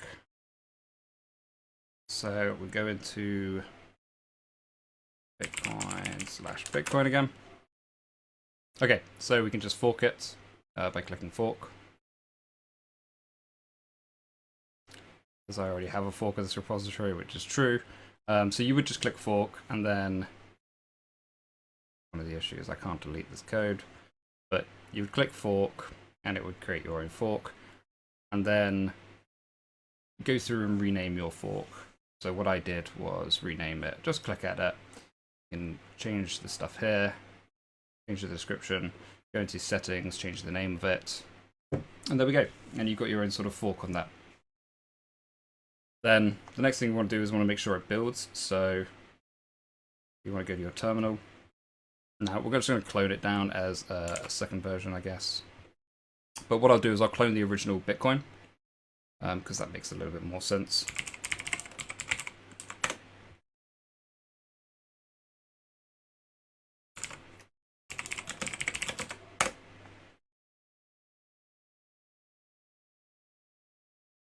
So we'll clone down our Bitcoin. Or whatever coin this would be for you. But we just want to make sure it builds properly. Now what I would do is probably check out a tag and work from that tag instead of working from master root.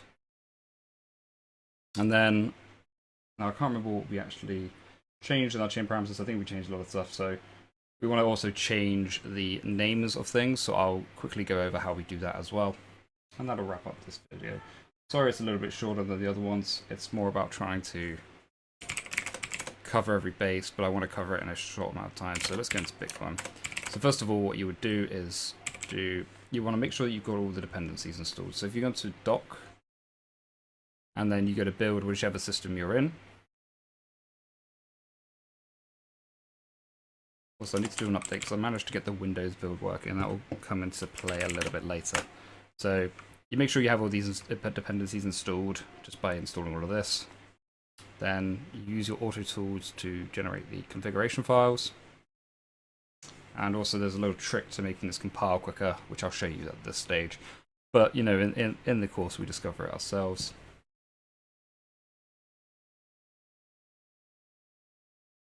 Then what we want to do is we want to also let's do it on Vagrant as well.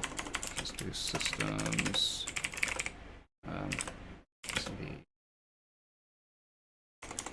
So okay, what we do, we probably want to use Ubuntu 18 on this one.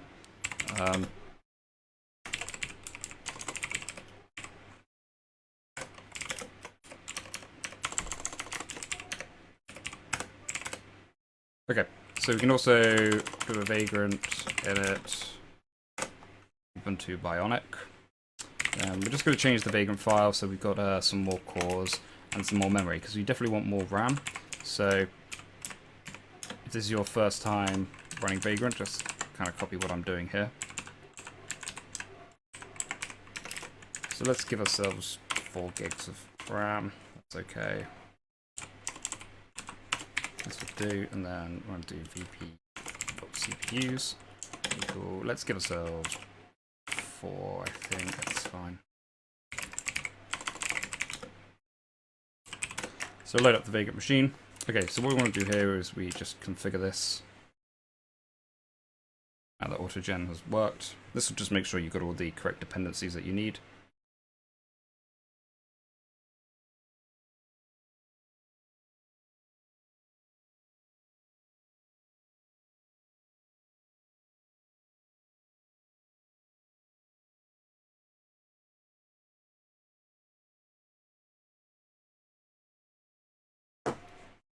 Okay, so once this configuration is all done, you'll see it's using up quite a bit of CPU here, which is fine. It's going to. And let's also do make. So if you use the JFrag, it tells you how many simultaneous jobs to do. We'll do 6 for this. I do have 8 cores on this machine. Well, hyper-threaded, so not really. But yeah, we'll just do 6 simultaneous jobs because I want to leave some CPU usage for getting Vagrant up and running.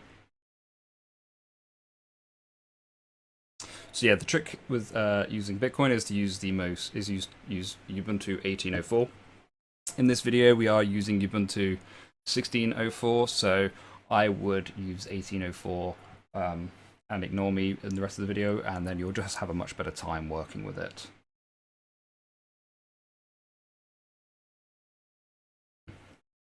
.1804 is the new LTS. Okay, so let's SSH into Vagrant. And we can go through the process again of cloning.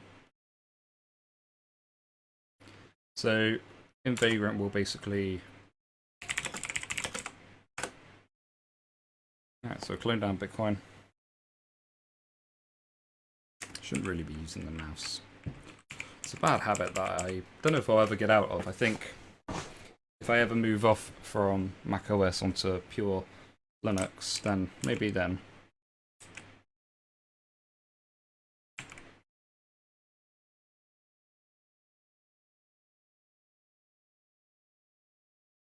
I need to get out of Apple's ecosystem though if I ever want to do that, and I do like Apple.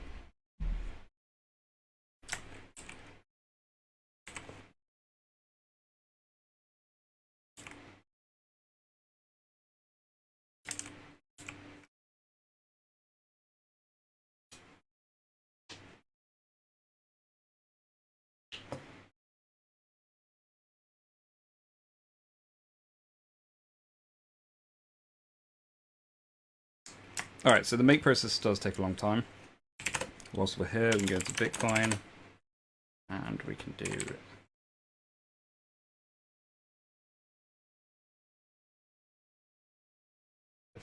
fine. Yep. /autogen. Oh. So yeah, okay, we need to install everything. So what we'll do is we're going to doc. Now this should be in your forked repository, just remember. And this one is slightly different because we've already forked it, so we're in a bit of a pickle with this one. But you want to just make sure you install everything.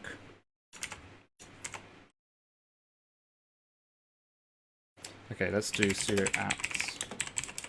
Let's make sure we update our apt.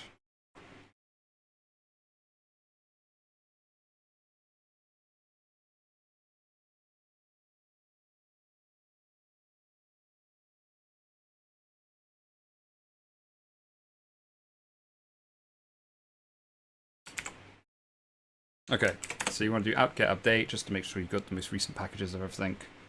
And yeah. So macOS is still building. It's building a bunch of C stuff at the moment.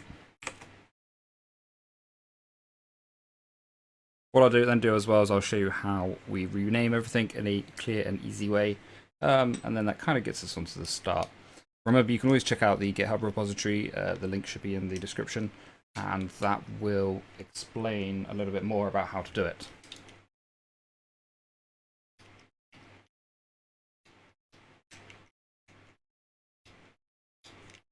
I think in future, to prevent that from happening again, I'll start to potentially record my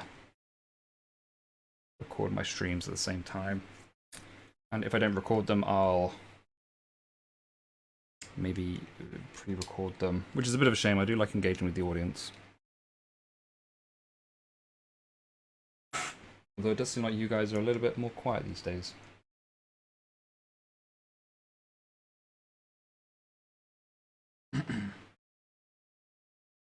Okay, so that's the dependencies. We also want to just go through this as well.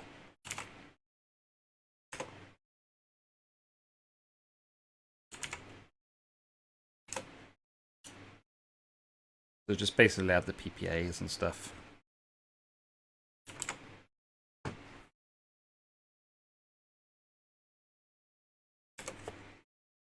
And we'll just install the dependencies. We also probably want to install UPnP, Qt, and stuff like that as well. I'll go through that. We might not have time to build it all and everything because I also want to do a quick follow-up video. But yeah, what you'll see is in the last video, I have trouble installing the Windows. Or trouble building Windows. And the solution is to use the correct Ubuntu.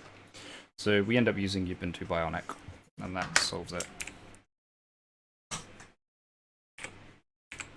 Alright, so as you can see here, Bitcoin has been built correctly. You go into source. We have the Bitcoin CLI, TX, and D being the daemon, the command line interface. And in the video, we just run it briefly. So if we go source/Bitcoin D, you can see that it is working. Whenever we use source/Bitcoin CLI get info, we're just verifying the blocks.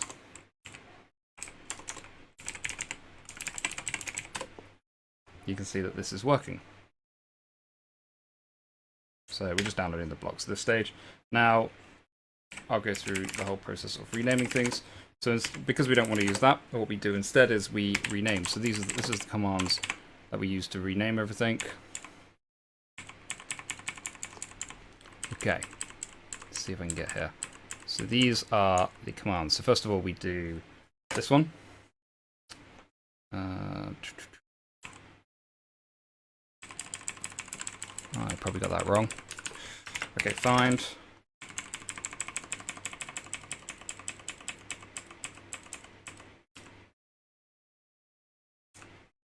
So let's do this in source first of all. So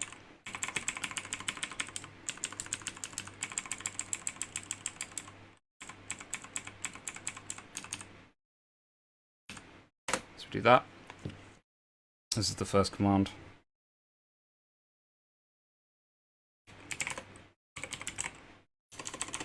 Okay, and we also want to install all the Qt dependencies as well, and libqr code, just to make sure we've got everything working correctly.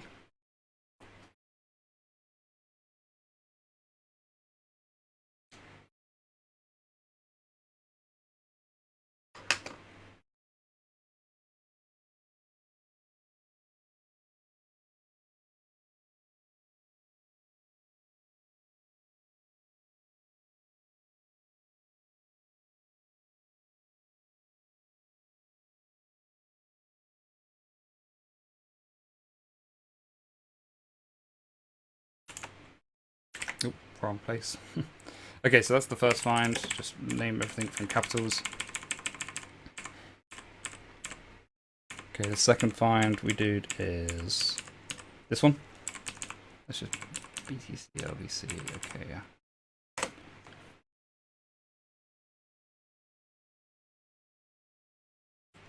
if I can get some notes up about this.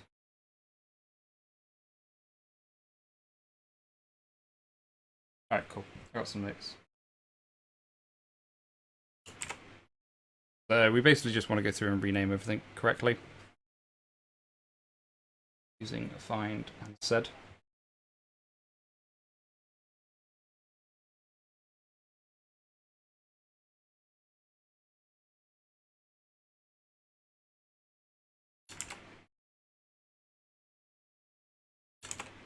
Okay, so we're going to install libqr as well. Then we can do .-autogen. And we basically do the same thing as we did before for building. Next thing we want to do is we want to replace /btc with, I think it was LVC we did. Yeah, that was it. So we just go through, rename all of these again. And we'll make sure it builds before we call it a day.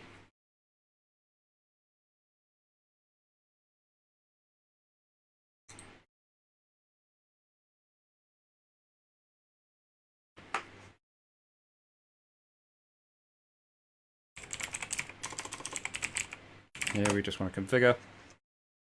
So this is kind of two things going on in parallel here. On the second screen we are building the Linux version just to show you how that would work from scratch. And on this one we're renaming our files.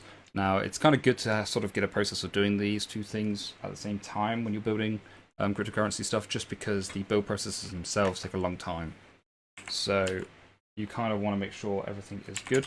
All right, next thing we want to do is lowercase. So we'll do Bitcoin, Litecoin.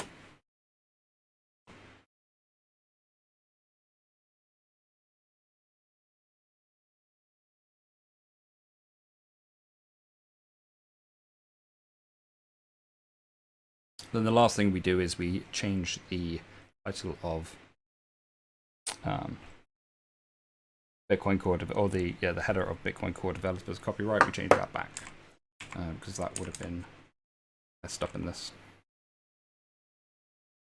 Okay, so we're good here. Let's do make J4. Yeah. So we just want to go through and make everything here.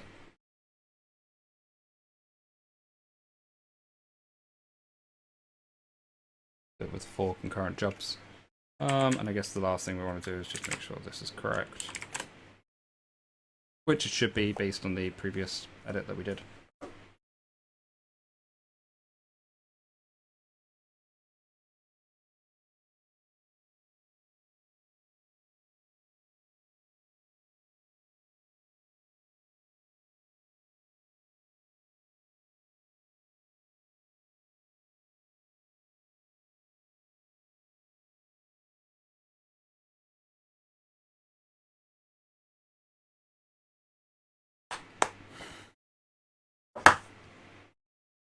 So yeah, it takes just a little bit of time to build.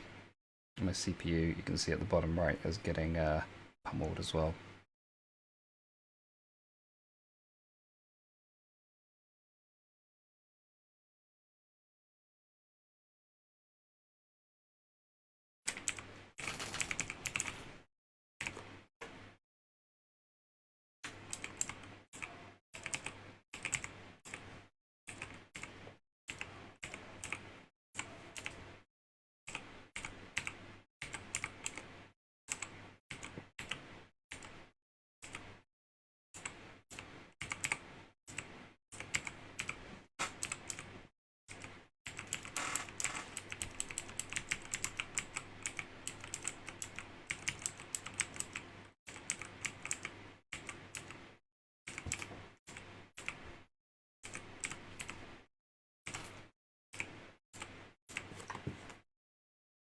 Okay, so we got that done. Let's just see if we can make this now. We might have some issues. Yeah, we definitely do. Let's just do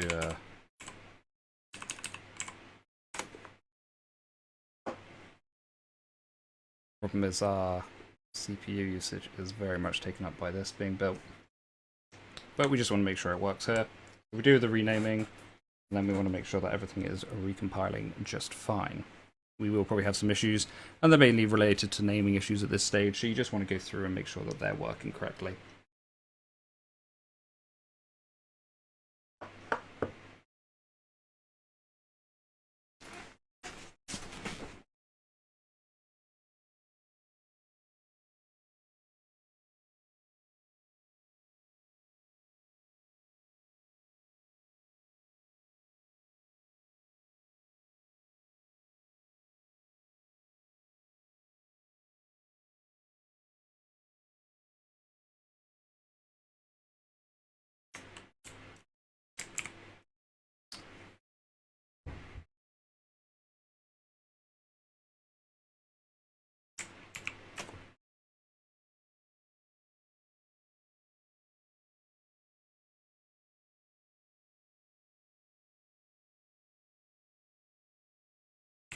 Let's just do it with a standard single job, I think, for the moment.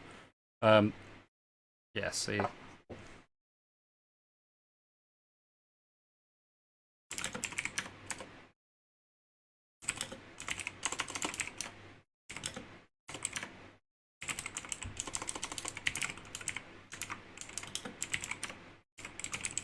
So yeah, we've got a few things that we need to rename. If you look at the Git, it will tell you that.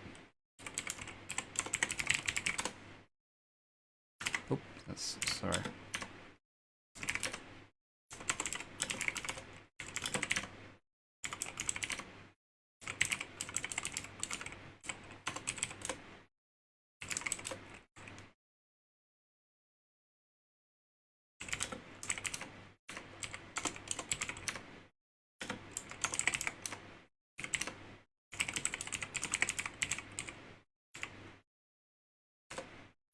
So yeah, a bunch of renaming things you have to do. I probably won't go through them all properly. I did a much better job on the first run of this video. So I recommend checking that out, or checking out the commit on repository. Just because it will kind of explain things a little bit better, but hopefully this will work. You can see we're now building the liblivcoin stuff instead of Bitcoin. We're probably going to run into a couple of issues along the way, but that's fine.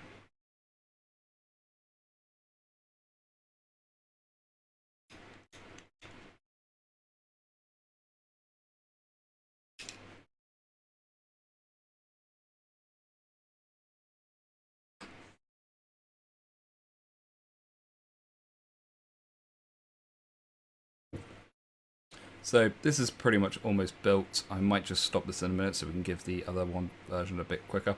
But it's basically building the Qt wallet and everything like that. It's also building all the tests, which are also very important. But for the sake of time, I'm just going to build this a little bit faster. Remove source.com.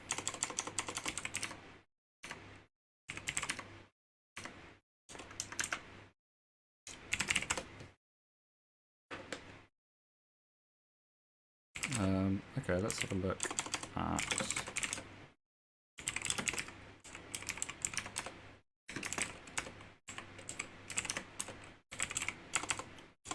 So yeah, there's some other stuff we wanted to rename.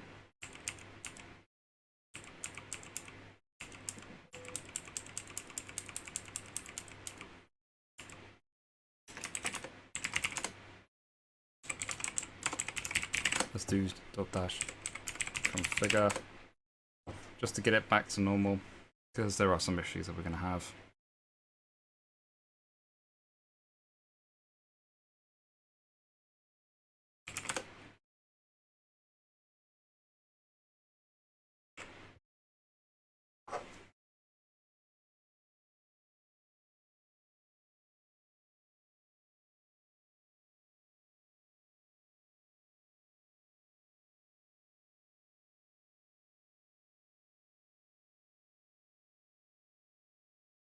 Okay.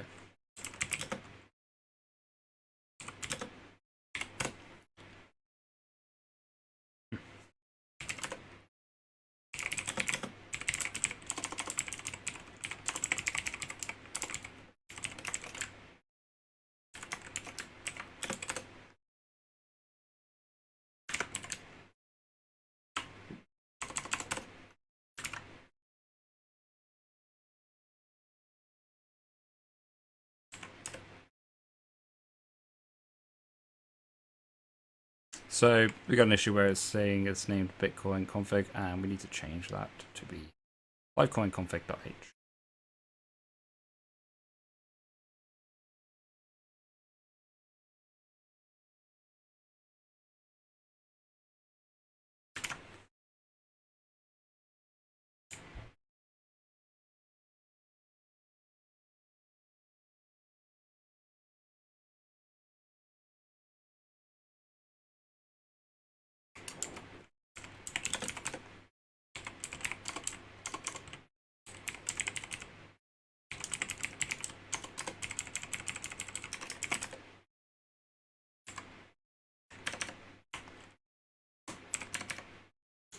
Alright, so we're just going to move it.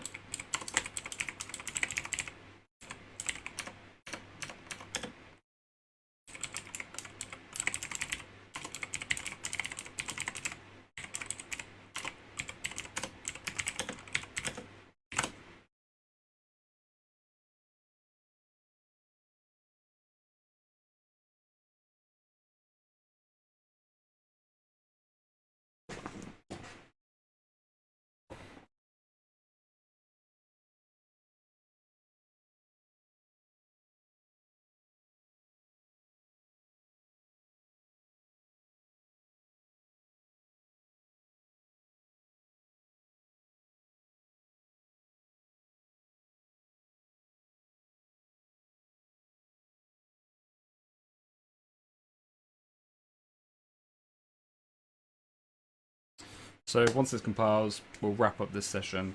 It gives you a bit of an overview about everything we needed to do, just about a lot of renaming stuff and things like that. We chose the project while we chose it, Bitcoin, because it's one, the most actively developed, two, it is the most reliant code out there because it has been attacked many a time, so you can guarantee that it's going to be very safe for your project. A lot of people contribute it to being old tech or out of date, or blockchain version 1.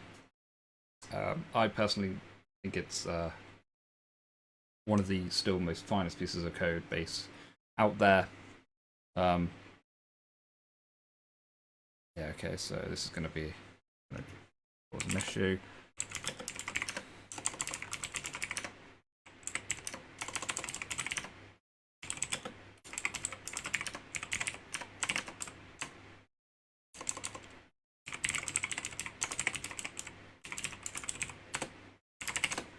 So we could just rename everything, and we could have gone sort of scorched earth on this, which probably isn't the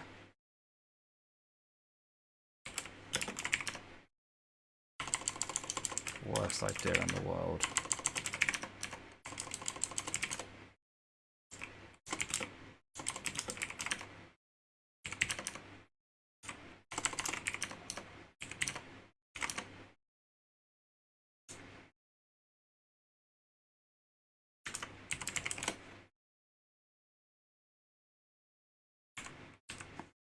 So I don't know what I've got wrong here. Ah, okay.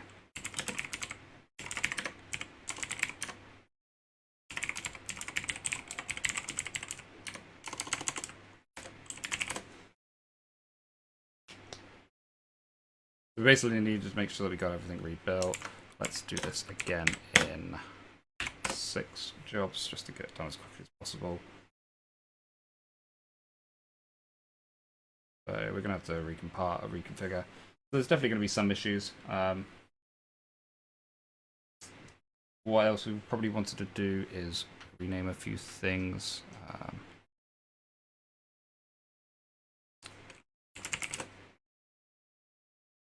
sure what we got the issues here being. Make clean. So I think some of the issues we've got.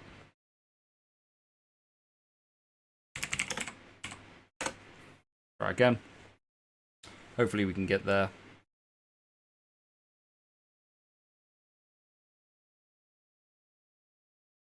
So we need to basically go to the source. Let's scorch earth it, I think. So we can do find and we can do a rename.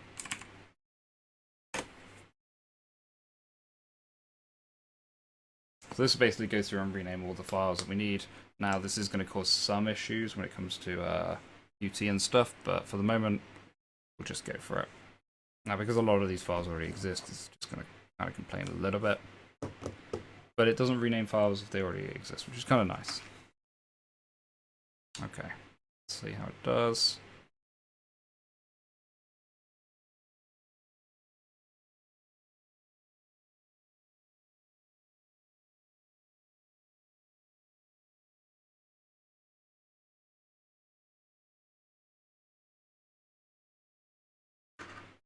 The renaming part is probably the hardest part, because in reality, you should just rename everything.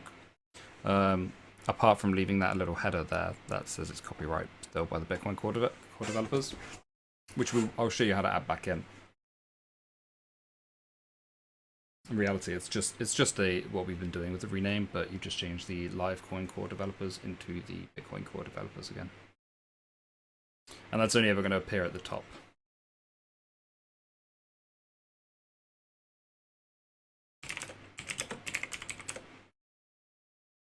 Okay, yeah. So we've got our 3 outputs: Livecoin CLI, Livecoin transaction, and Livecoin D for Livecoin daemon.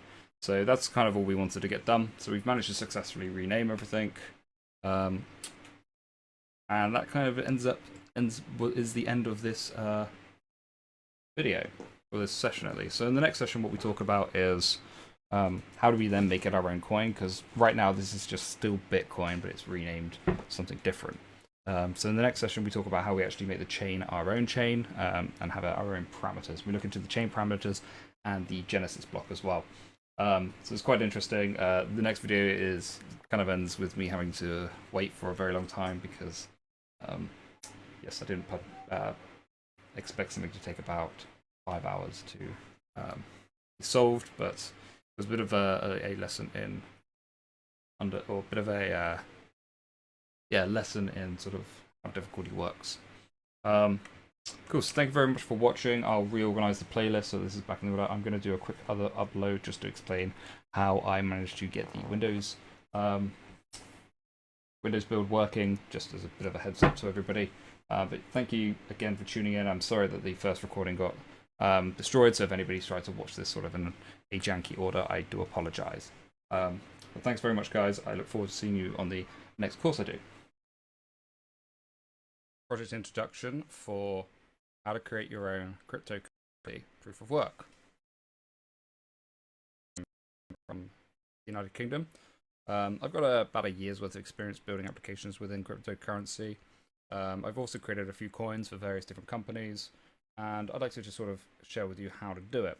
I've mainly worked in C++ in this, but I've also created some wallets and light nodes in things like Swift and JavaScript as well. So in this project, what we're going to do is we're going to build our own cryptocurrencies, and it is going to be in C++. It's going to be a fun project. It's going to be very interesting if you're interested within the cryptocurrency space. You're going to sort of learn how it works and learn various things such as Genesis blocks, how mining works, and things like that. So this is a really good course to try and get an understanding of cryptocurrencies and the technical aspects involved. So what are we going to do? Let me just get the project page up and running.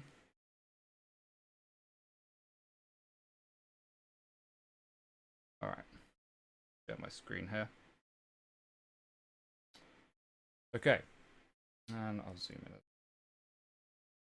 little bit bigger. All right, perfect. So this is the project overview. So we're going to be basically what I discussed earlier, building our own cryptocurrency. This cryptocurrency is going to be focused on proof of work.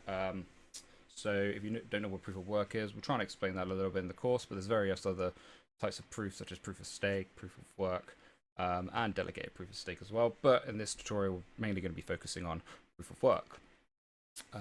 So in this, we're going to be looking at things such as the Genesis block, how to create a pre-mine, and looking at the different wallets that we have as well. So the requirements for this, they're not specific ones. As long as you sort of know how to program, that's fine. But we're going to be doing a lot of stuff in C++, so this will help you have an understanding if you don't have one already. I'll be working in Linux and Mac OS, so it's good if you have one of those two platforms. I know within Windows you can use their Ubuntu built-in, so that will work as well. And you'll learn about GCC or Clang, or CLang, sorry, depending on what platform you're on. Yeah, so let's go into the curriculum. So number one, in session one, we're going to be doing more of a theory. So we're going to be talking about the different coins out there, having a look at some of the best ones that we got. And I won't try to spoil what they are, but there's 3 I've got in mind that we'll have a look at and see what the different differences between the 2 code bases are. Then we'll choose one between them and we'll fork it. And that will just fork it basically on GitHub. Then we'll download it and build it, make sure that everything works. So that'll be session 1. Session 2, we're going to start looking at the chain parameters and the Genesis block. So I'll go into detail about what these 2 are, but the chain parameters is basically the parameters that make our chain unique. So we'll be looking at them. Trying to basically, there's a few things in there, but basically stuff like magic numbers, various other things. It's kind of hard to explain, but we'll explain more in the actual detail. There's a bunch of things we need to change to make our own coin. And we'll have a look at things such as like block spacing and go into details about what those are and address prefixes as well. And then we'll talk more about what a Genesis block is. Now, Genesis block may seem kind of scary for people that don't know what it is, but it's very simple, and we'll go about creating our own one, which is very important for creating our own blockchain. And then in session 3, we'll start testing the network. So we'll run the network locally. We'll be using Vagrant for this, so if you have any idea what Vagrant is or want to learn about Vagrant, this is a good session to look into. So we'll run up a Vagrant machine, and we'll run up just with our local machine as well, and we'll get the 2 talking to each other, so we can start with the basically communicating with the network, and then within that we can start mining some initial blocks. And we'll have a look at then changing the reward structure and how we would restart the chain. Say if we're developing this actively, we need to reset the chain every time we do some sort of hard breaking change. Then in session 4, we're going to have a look at the reward structure. So we'll add in a pre-mine. We've already changed the reward structure and restarted the chain, but this one we'll just add in a pre-mine, so that's kind of a little bit more different. And we'll change the hashing algorithm as well. So if you don't know the hashing algorithm, say in Bitcoin is SHA-256, and we'll basically change that to something else so that we get different hashing algorithms, which will again require us to restart the chain. So it's good practice for, when you want to build your own chain, that you know how to reset it and restart it. And then at number 5, or session number 5 even, we'll launch the network. So we'll fire up a VPS, probably with DigitalOcean or something similar. We'll add in our network seeds to the actual code. So these are hard-coded values, which allow us to, anybody who uses or downloads the cryptocurrency can upload the seeds themselves. We'll launch the network and build the final wallets, and then basically anybody will be able to download them and participate in the network. If a lot of people are interested, we can do some sort of airdrop and share out any pre-mine that goes on. So yeah, that's basically going to be the entire curriculum. I'm going to be streaming this quite quickly and quite often, so it's going to be Thursday, Friday, Sunday, Monday, Tuesday, all at 5 p.m. New York time, which is a little bit later for me here, but that's probably the best time for me to do it. So I'll try and, make sure we get this done in a week. It's going to be quite an intensive course, but it's going to give you a good understanding of how cryptocurrencies work. So I highly recommend. It's going to be very, very fun. Yeah, I look forward to seeing you all there. We'll get started tomorrow. Thanks for tuning in.